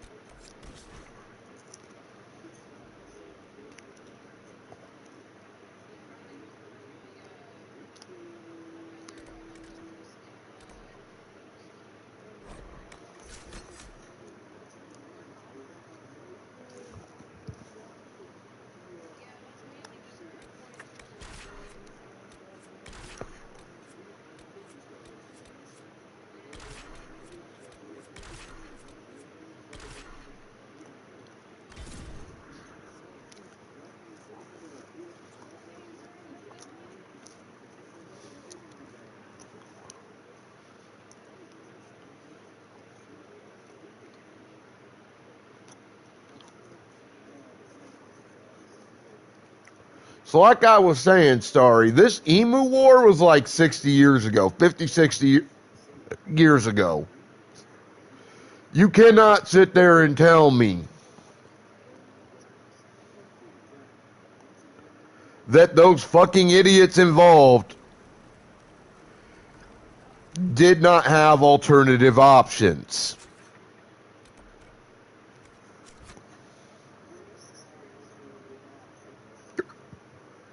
Because I'm sorry, but they did.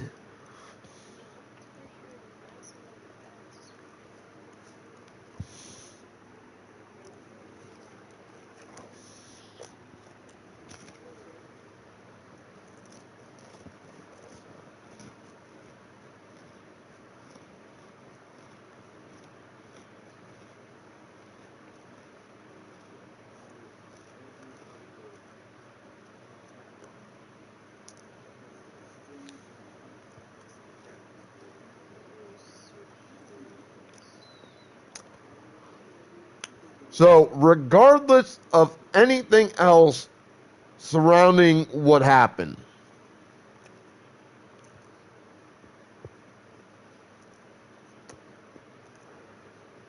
we know one thing about the Australian versus Emu War for sure.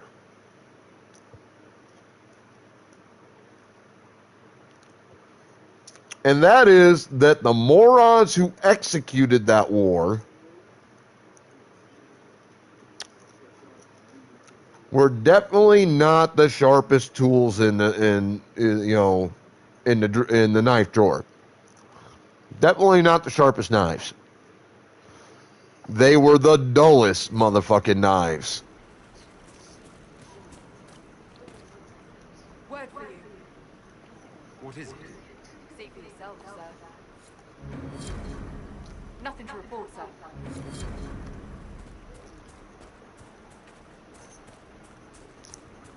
They were, as I will affectionately call them, the dumbasses.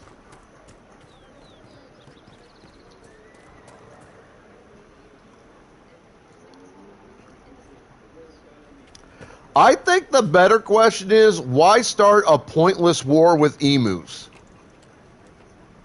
I mean, you ain't gonna get nowhere with it. You have to know that.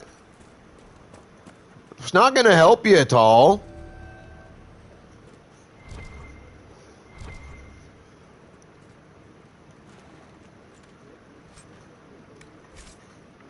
There's like literally 0 sense to picking a fight with a bunch of heavily feather armored semi-tanks that are essentially prehistoric in nature, at least semi-prehistoric in nature.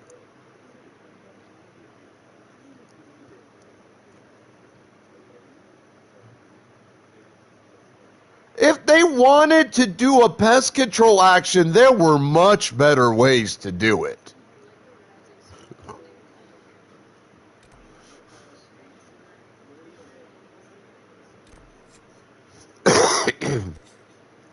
And again, it's not fucking hindsight, Starry. That's the kick in the ass here. There's no hindsight to it. This isn't me looking back on a historical incident and going, oh, well, I could have done it better, you know, blah, blah. No, this is me thinking about the era in which it occurred, like I said, around 50 to 60 years ago, and going, okay, there were absolutely alternative options available to handle the situation. If they wanted to really get rid of them, and if they were really intelligent individuals,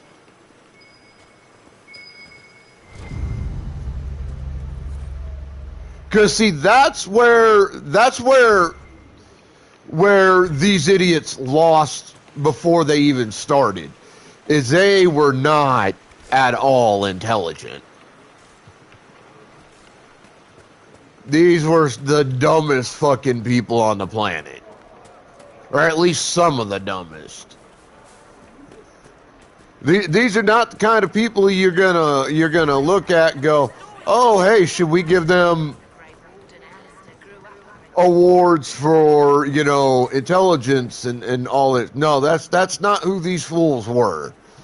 These fools were dumb fucks. Pretty plain and simple. They didn't have the sense that God gave basically everything and everybody else.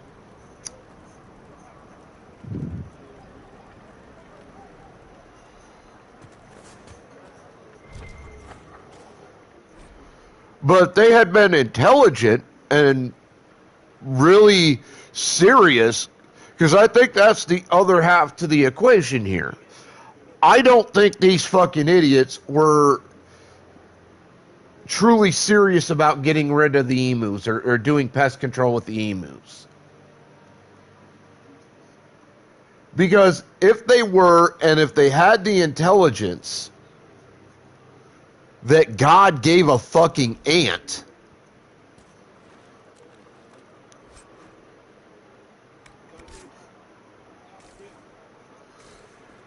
they would have done some research on the emu.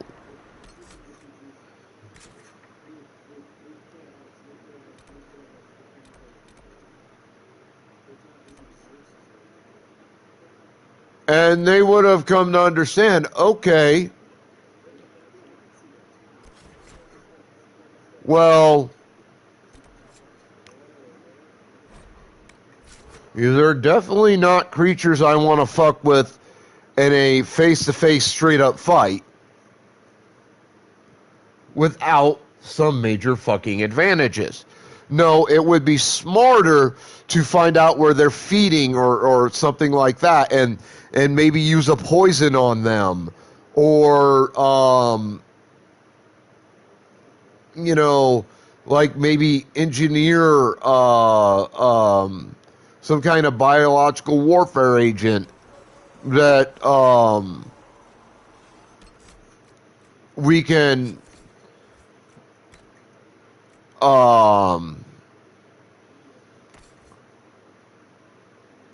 make specific to them.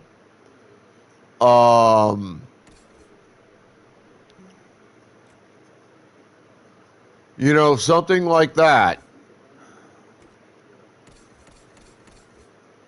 They would have considered alternative options before going with, oh, well, I just think I'm really, really tough, so I'm going to be really, really stupid and fight them face to face, and no matter what, I'm just going to keep going. This is why I say, A, I don't think they were serious about actually doing pest control. And B, even if they were, they definitely weren't intelligent enough for the work.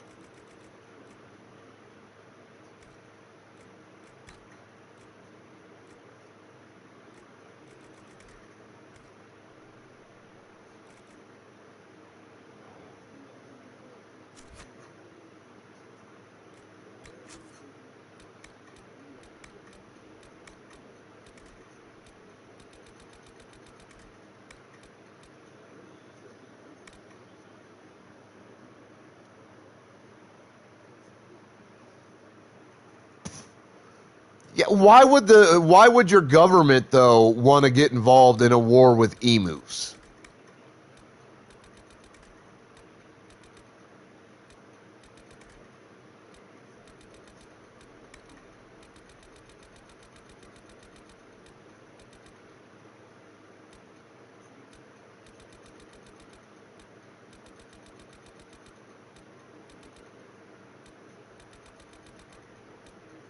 What is the government going to get out of that? I mean, honestly, I don't blame the Australian government for going, okay, you idiots want to pick a fight with these birds, fine, you're on your own.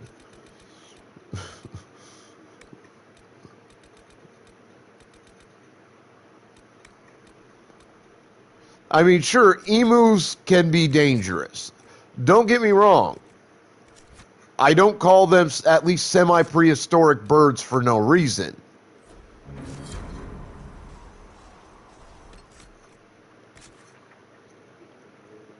But emus also are not incredibly bright creatures. They're not terribly intelligent. Good luck sealing those rings.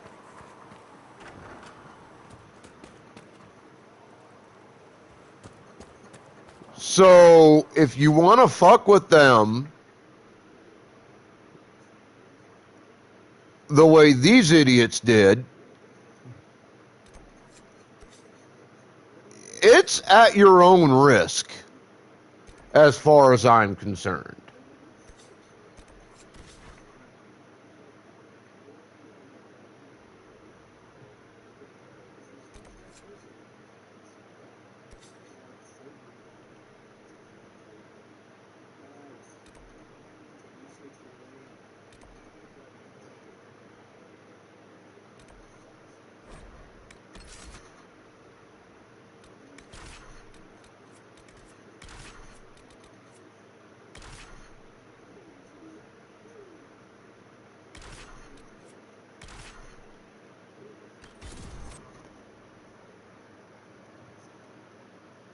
And yeah, well, I mean, Actually, there is a reason. Governments do a lot of what they do because they're basically enslaved to the ultra wealthy.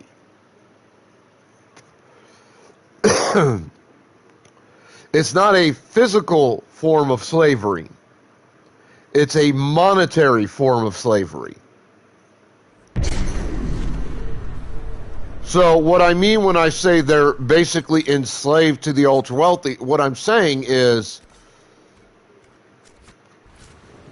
the ultra wealthy basically own them. Body, heart, minds, and soul for what little of those they have left at this point.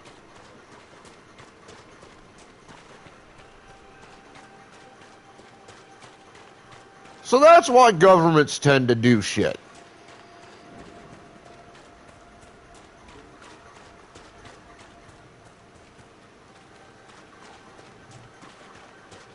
Now, had the ultra wealthy stepped in and said to Australia's government, we want you to fight these things and kill them. We'll need to look around.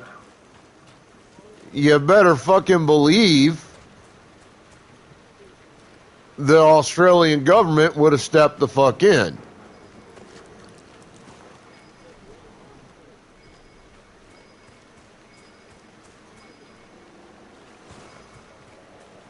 A 100% they would have stepped into it.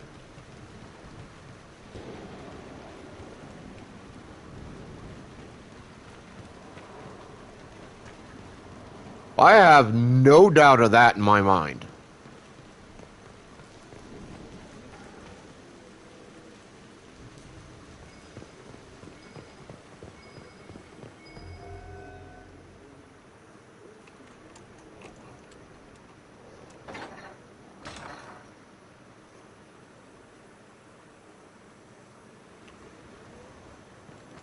But the ultra wealthy didn't see a profit to it, or any form of a profit to it. So the ultra wealthy were like, you know what? Let these idiots fucking do this shit on their own. They want to fuck around, let them find out. Well, they fucked. Those idiots fucked around and they found out, didn't they?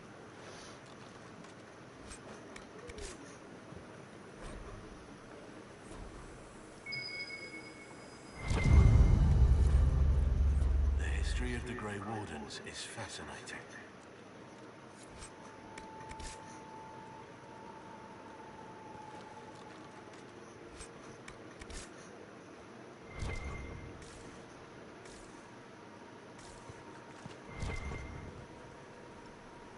I mean, it's really that fucking simple.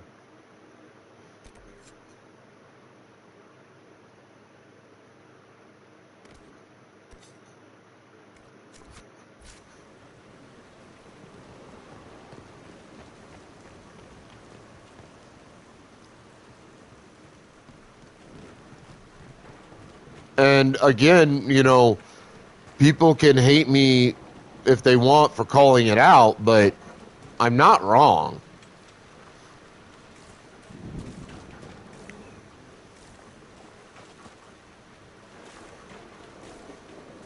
I'm really not. I'm 100% on the fucking money.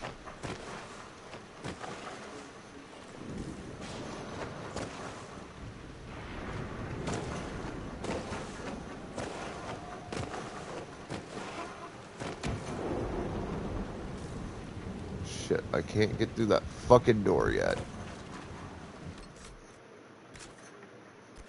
Oh, well.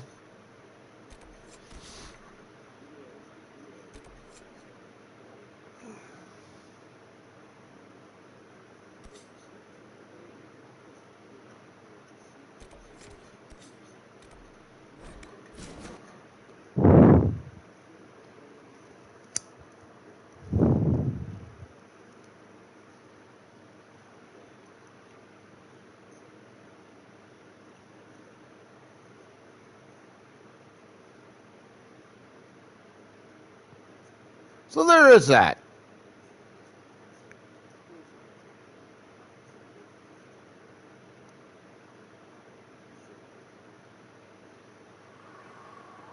bullseye.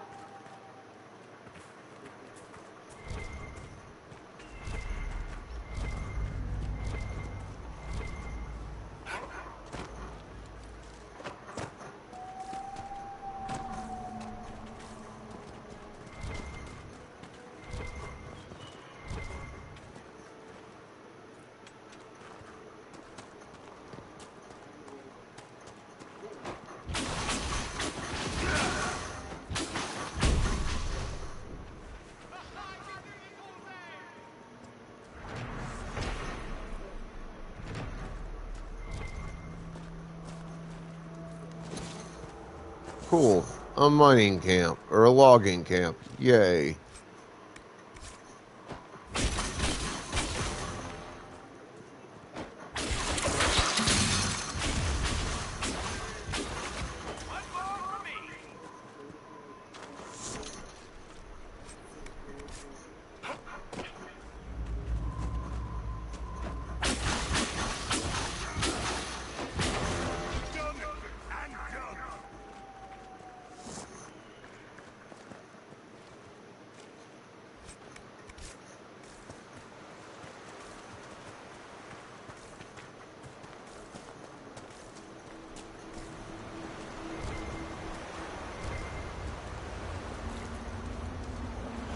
Cool. I've been needing Black Lotus for potion upgrades.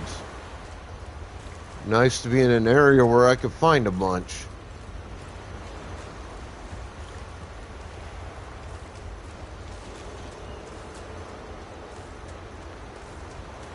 That was about 4 or 5 pieces of that shit real quick.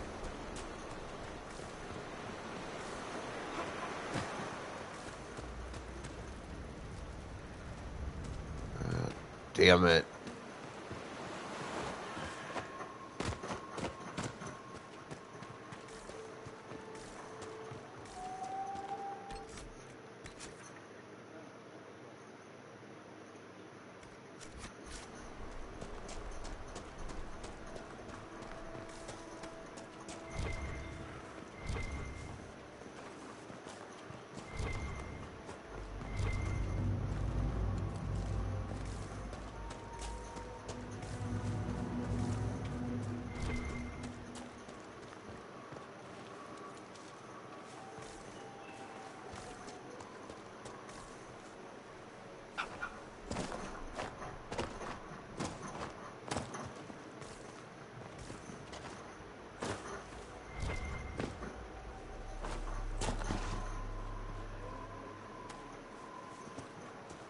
Alright, so I am not going to be able to do that quest. That's unfortunate.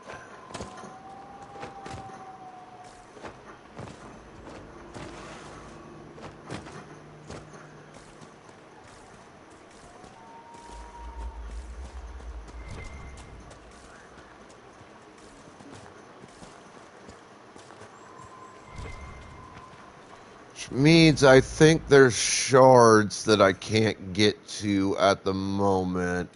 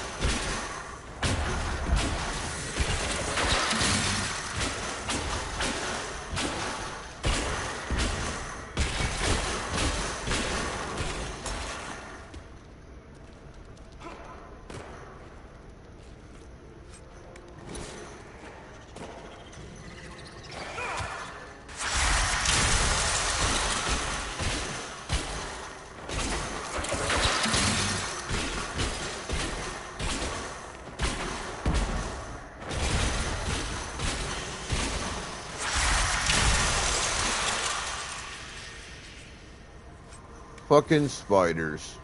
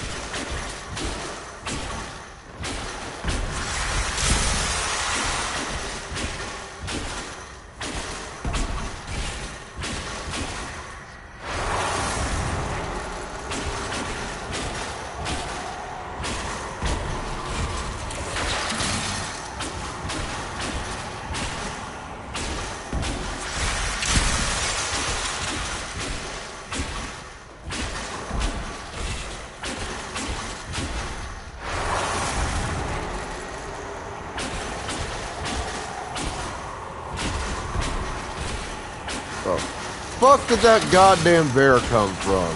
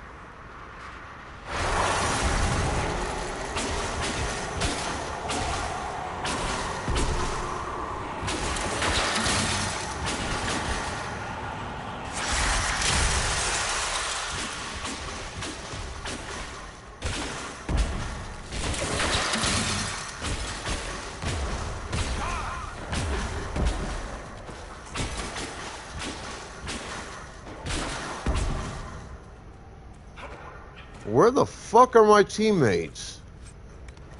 Why the hell am I facing all of this shit by myself?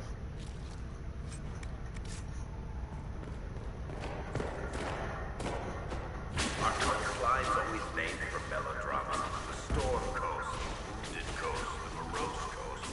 It's just water.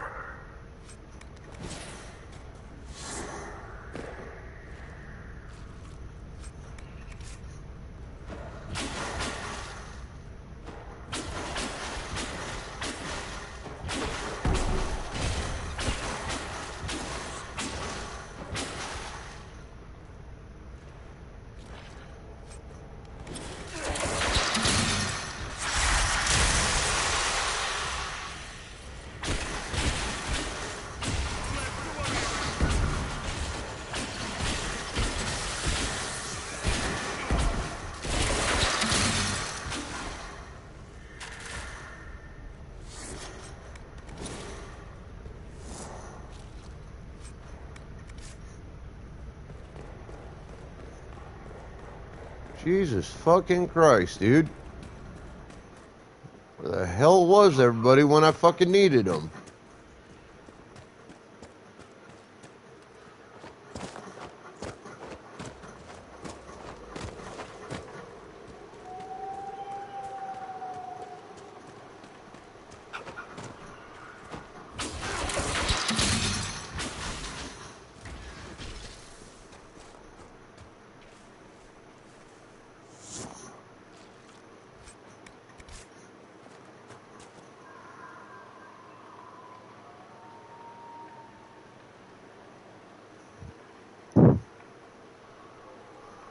All right, Pokeball's in chat, folks. There's a sheep in the chat room.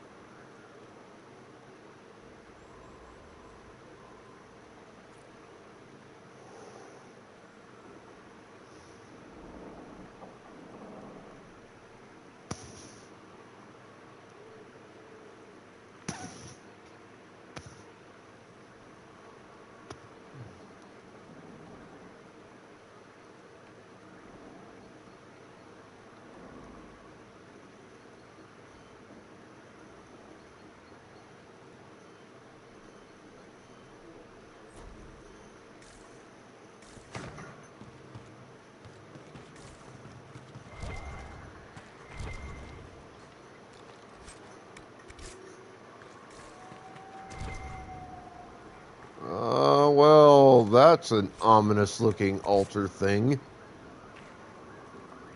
And I don't like what's on the ground.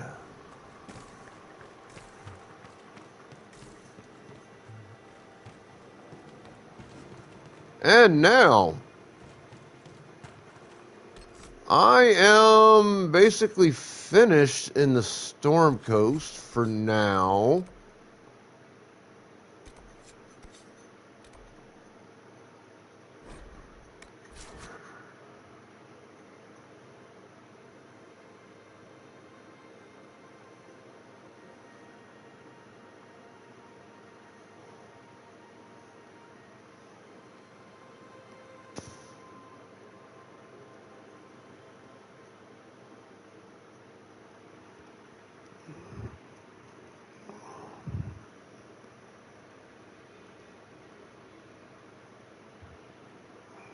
Fucking nice.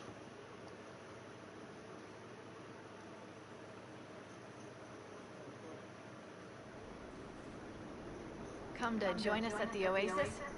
It's actually quite the sight. It and the temple are further in.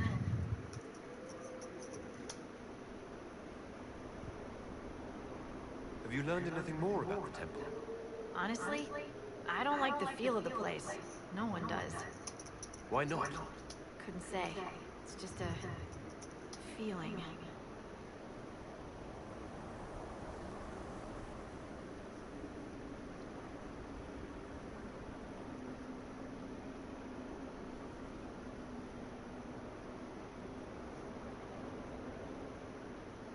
Anything else I should know? Not much to tell. A mining company out of Val-Fermin used to have an interest here, but economies changed, and they moved on. Strange the miners never marked the temple on their maps.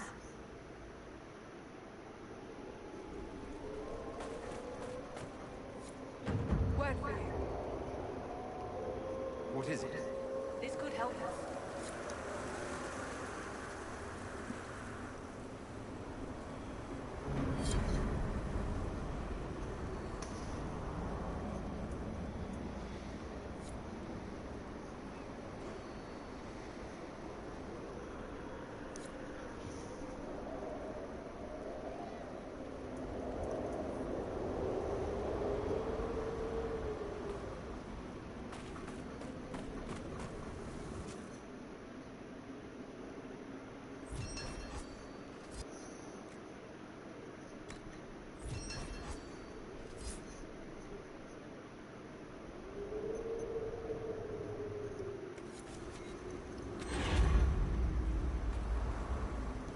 Where's the... Nothing to report, sir. Oh, there it is. There's the potion bench.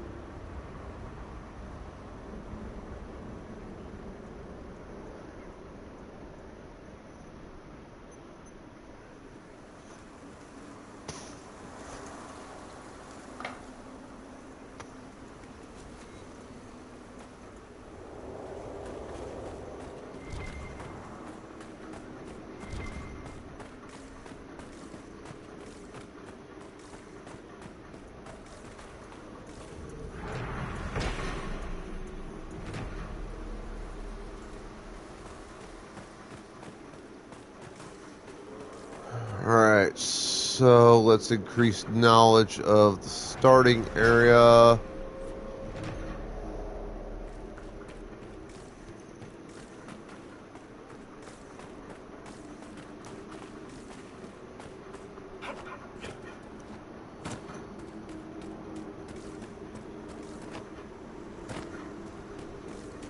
Ooh, I am actually kind of lucky I made that jump.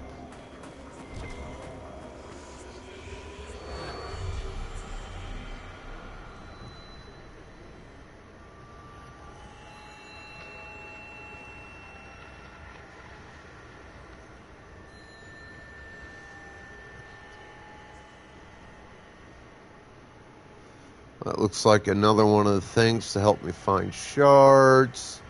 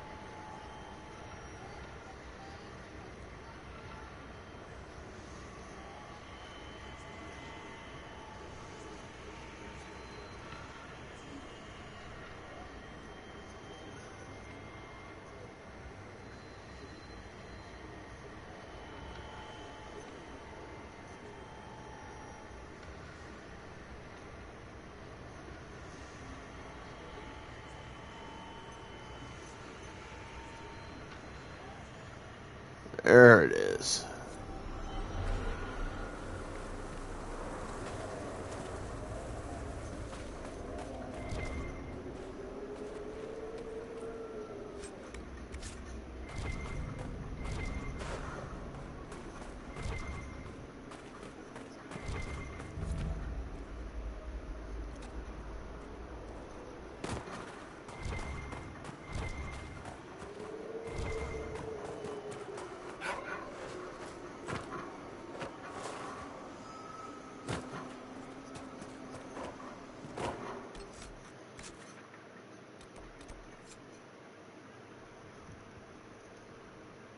What's up, Shark?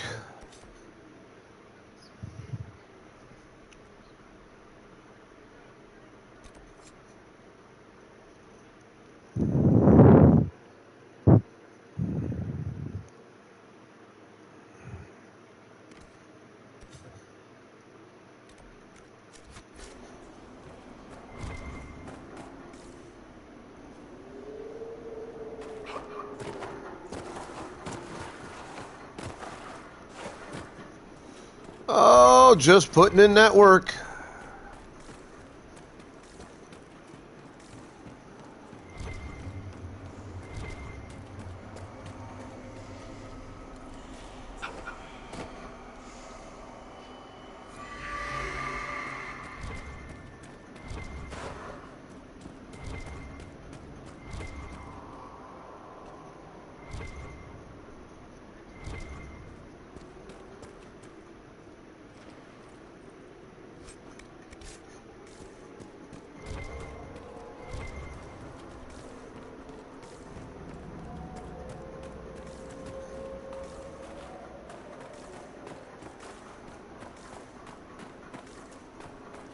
Now it's time to find out how tough the opposing forces out this way happen to be.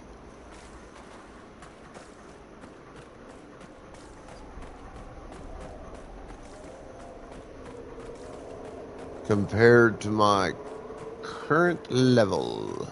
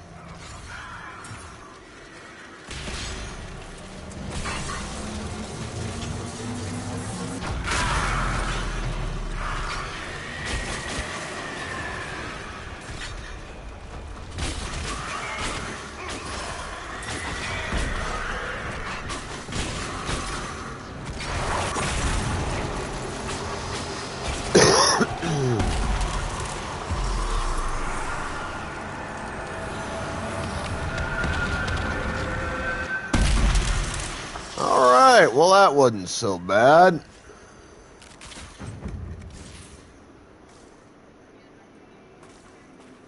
That wasn't so bad at all.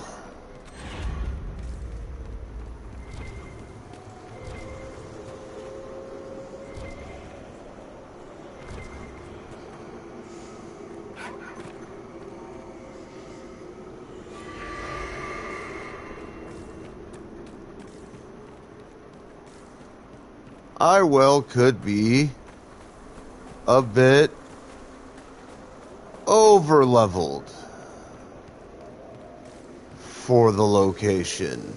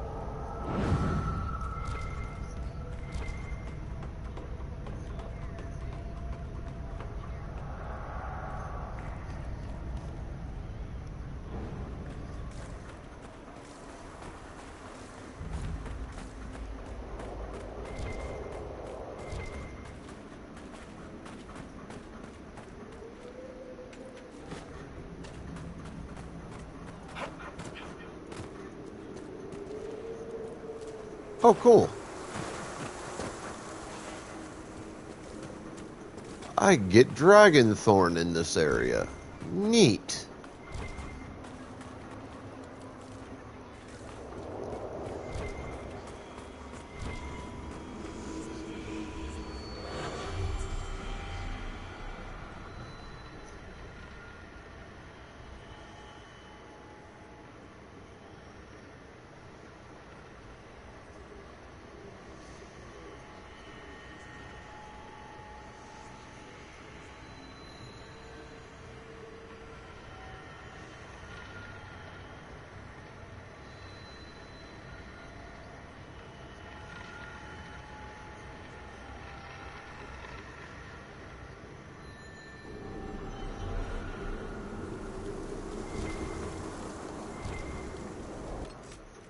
Wasn't there,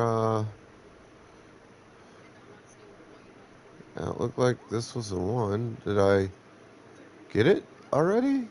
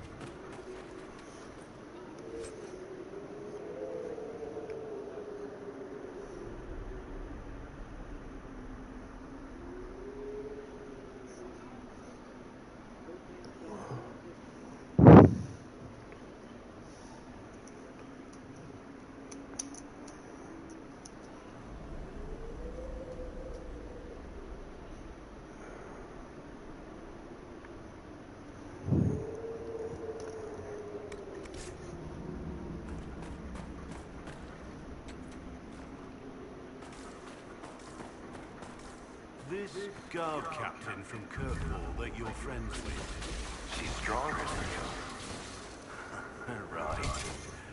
Just checking.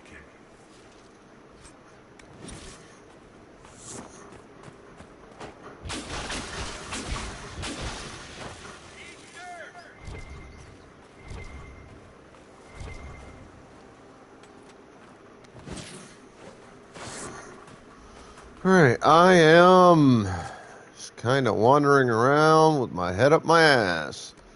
Time to head back and restart trying to get where I need to go.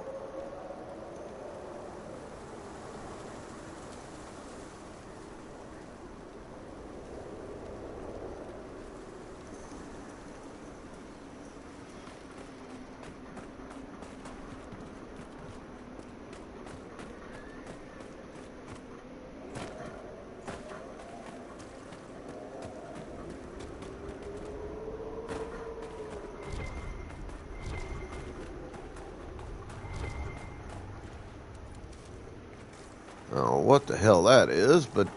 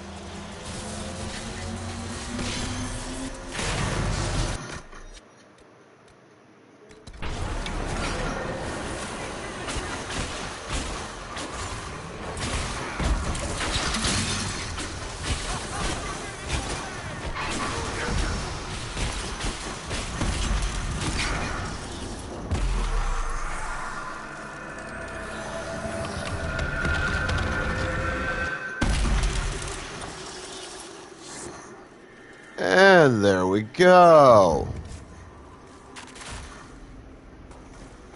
I like how I've built this so that I can summon the storm and not be forced to maintain it through my own mana.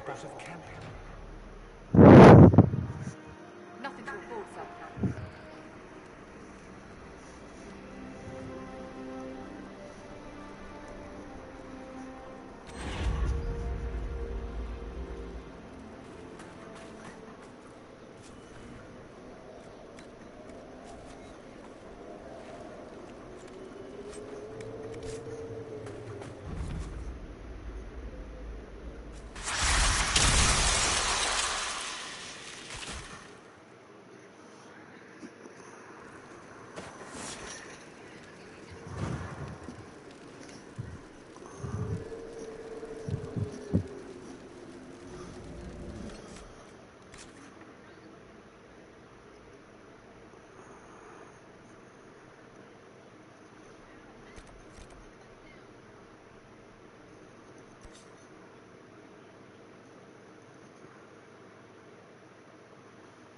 Right,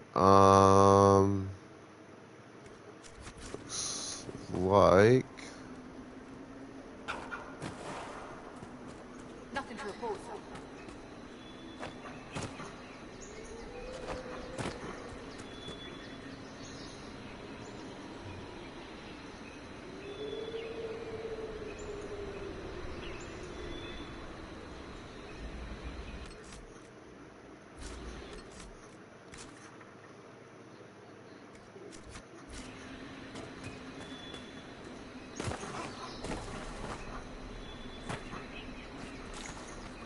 Well...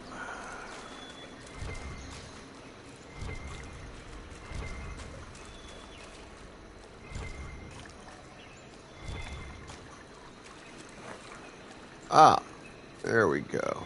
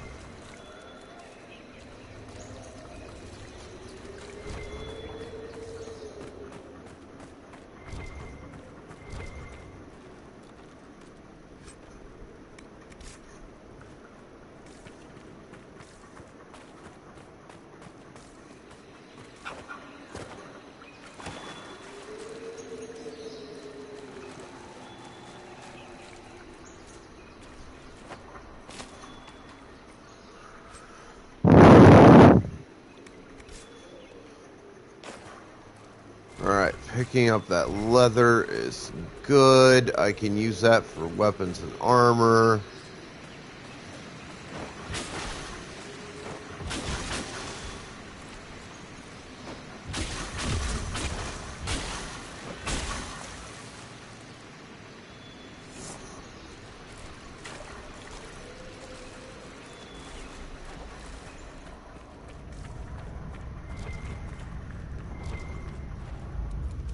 There's some potion upgrade stuff.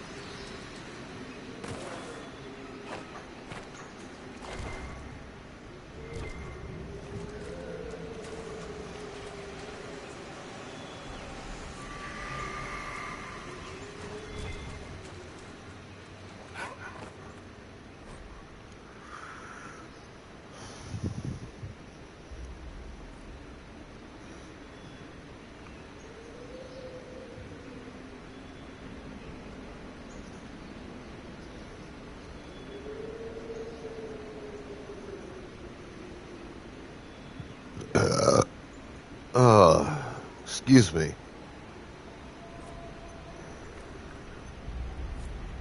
Something feels wrong here. It's worse by the door. I agree. Something's not right. The feeling at the door. It's gone now. An enchantment designed to keep people out. A warning. Or possibly a test. Explains why the miners kept away.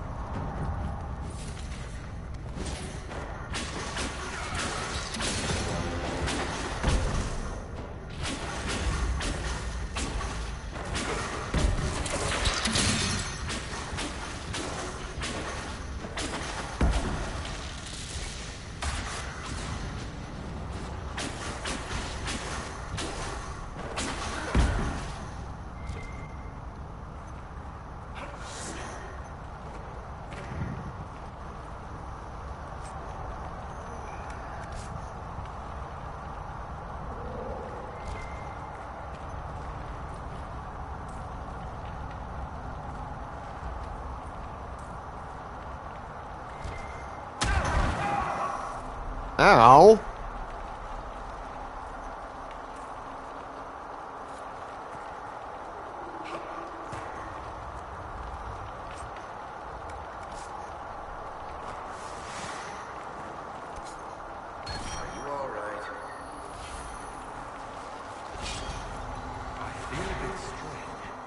Went straight to you. Or to the mud, perhaps. doesn't seem to have harmed you. It wasn't a trap, was it? If the enchantment of the entry was a test, this may be the reward.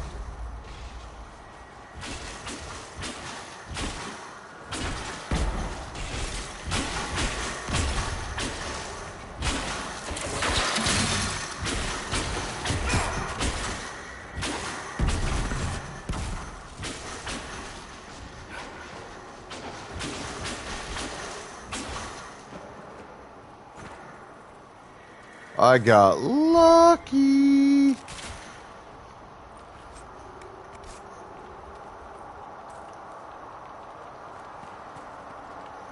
That desperate retreat could have ended with my ass on fire again.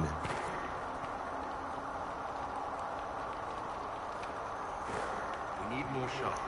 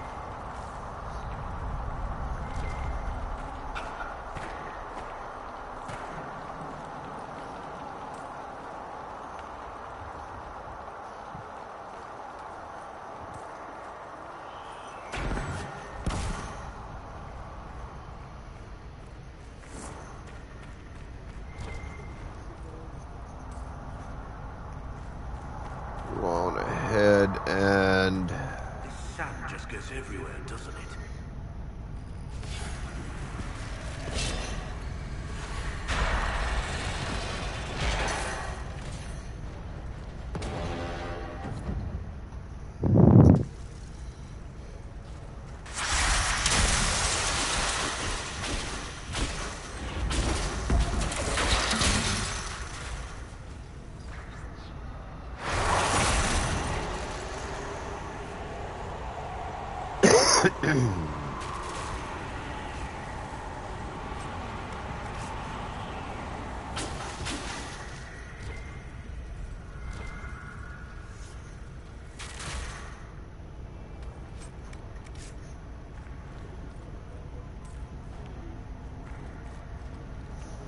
Oh, look.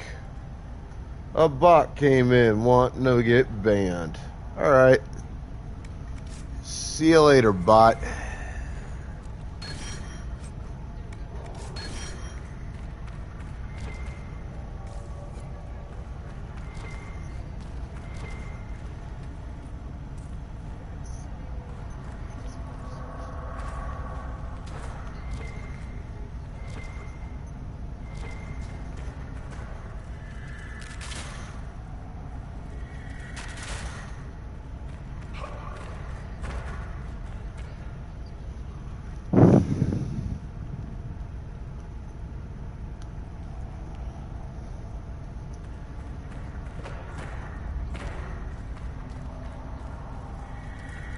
Now I know what the fucking shards are for.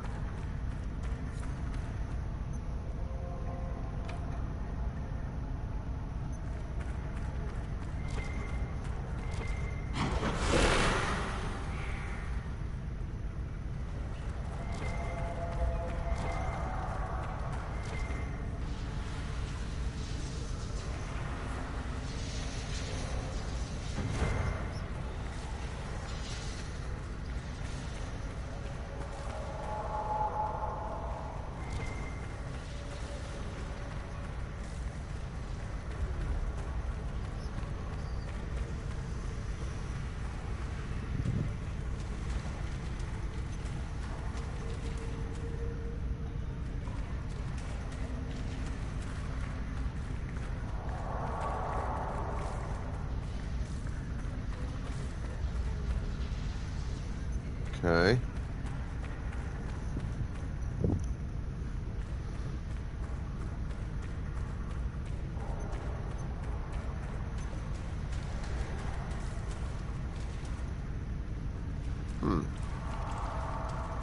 All right.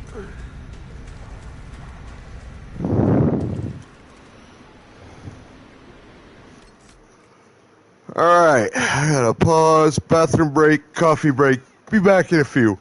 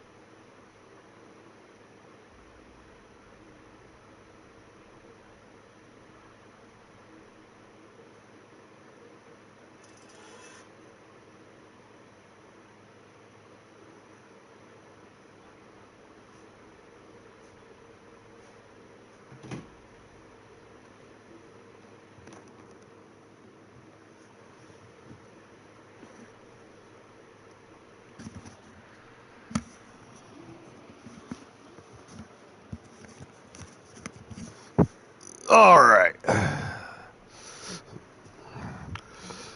Now I've actually got some stuff here done. To be honest, I don't much care about doing stuff here. I'd rather come over here because I've got stuff to do. Let's get that started so I have that ready for tomorrow. And maybe it'll open up some of the areas I need to go in some, in some of the places I've been to where I've cleared most of the stuff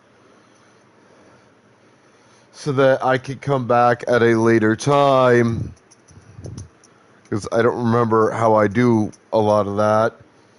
I mean, I have been further in this than I am right now in off-stream play, but that was basically practice.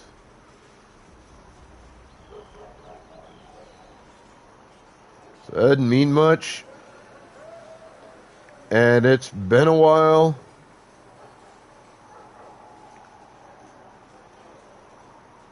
There's a lot that I don't recall off the top of my head, so I'm kind of going through this partly blind to event sequences.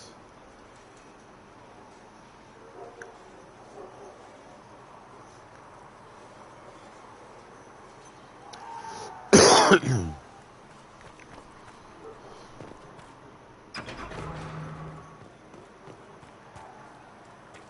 luck sealing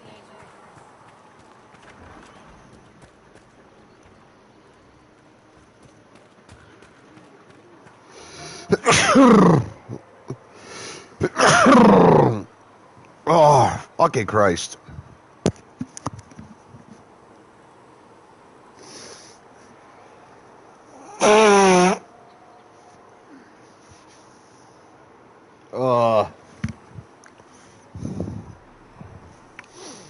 I hate being sick. It sucks ass. Alright,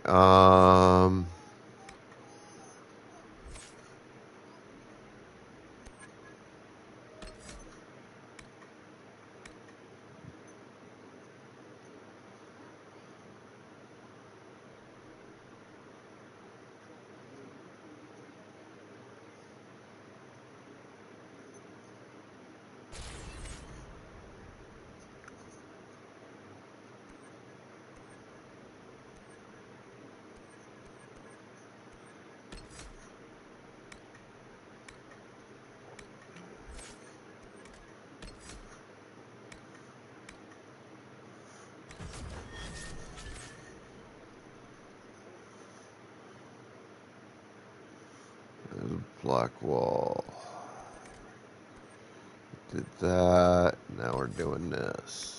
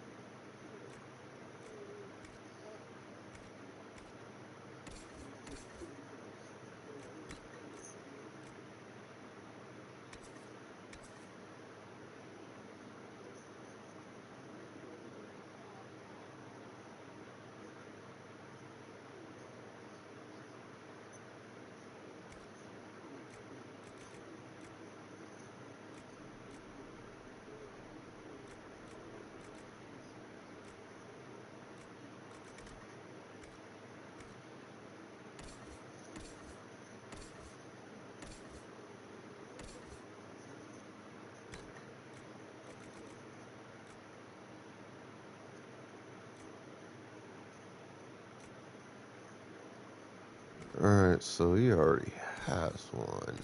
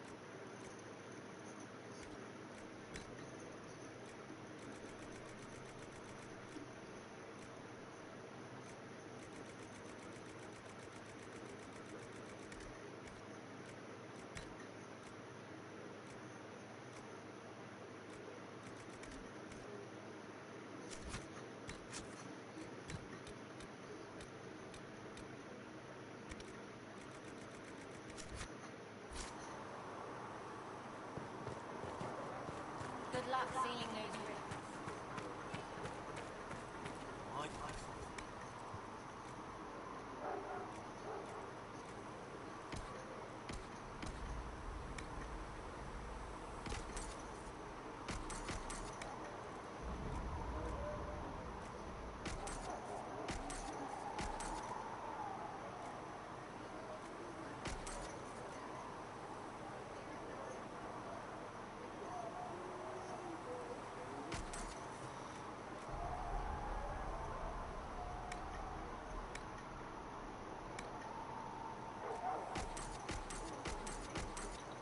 Those are the forging tools of an apprentice.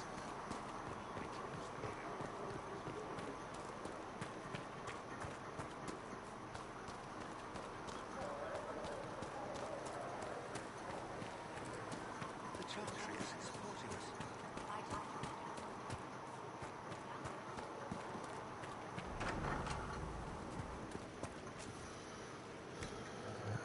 Right.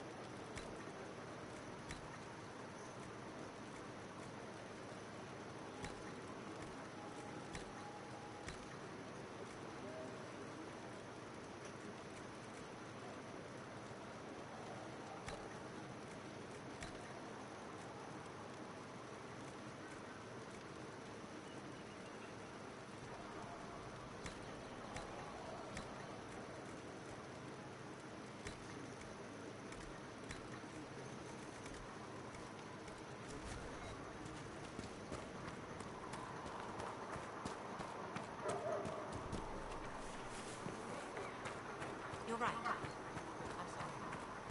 When you spend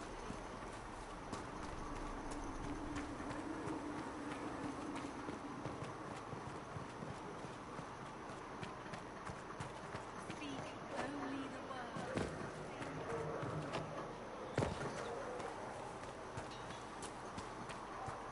Travel safely. Please send Thistle our thanks for the refreshments. 180?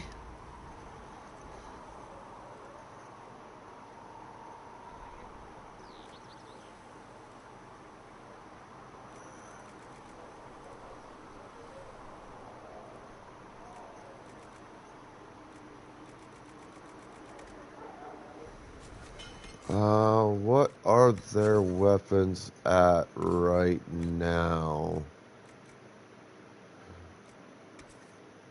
126.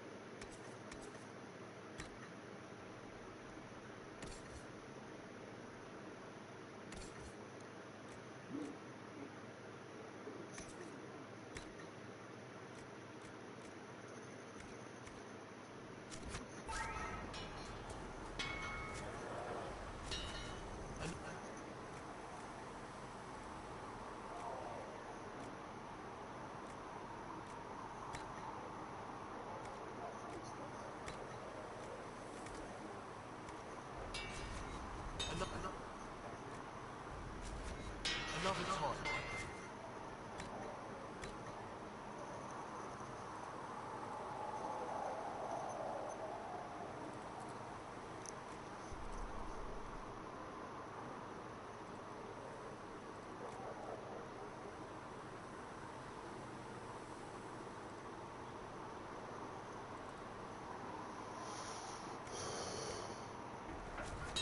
You need something?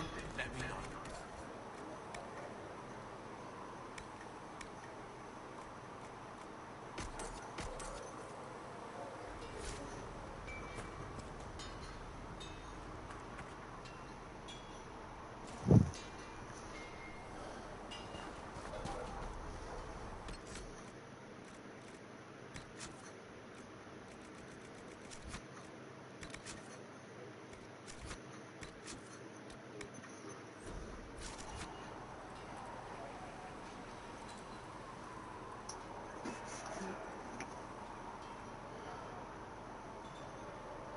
Alright, it is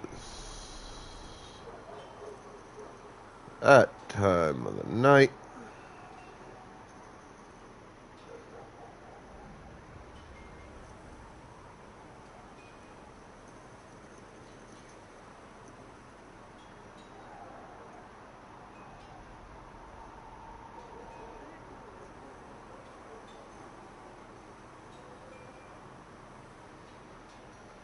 Right into my friend Drunken Sorrows, who's playing COD BO6.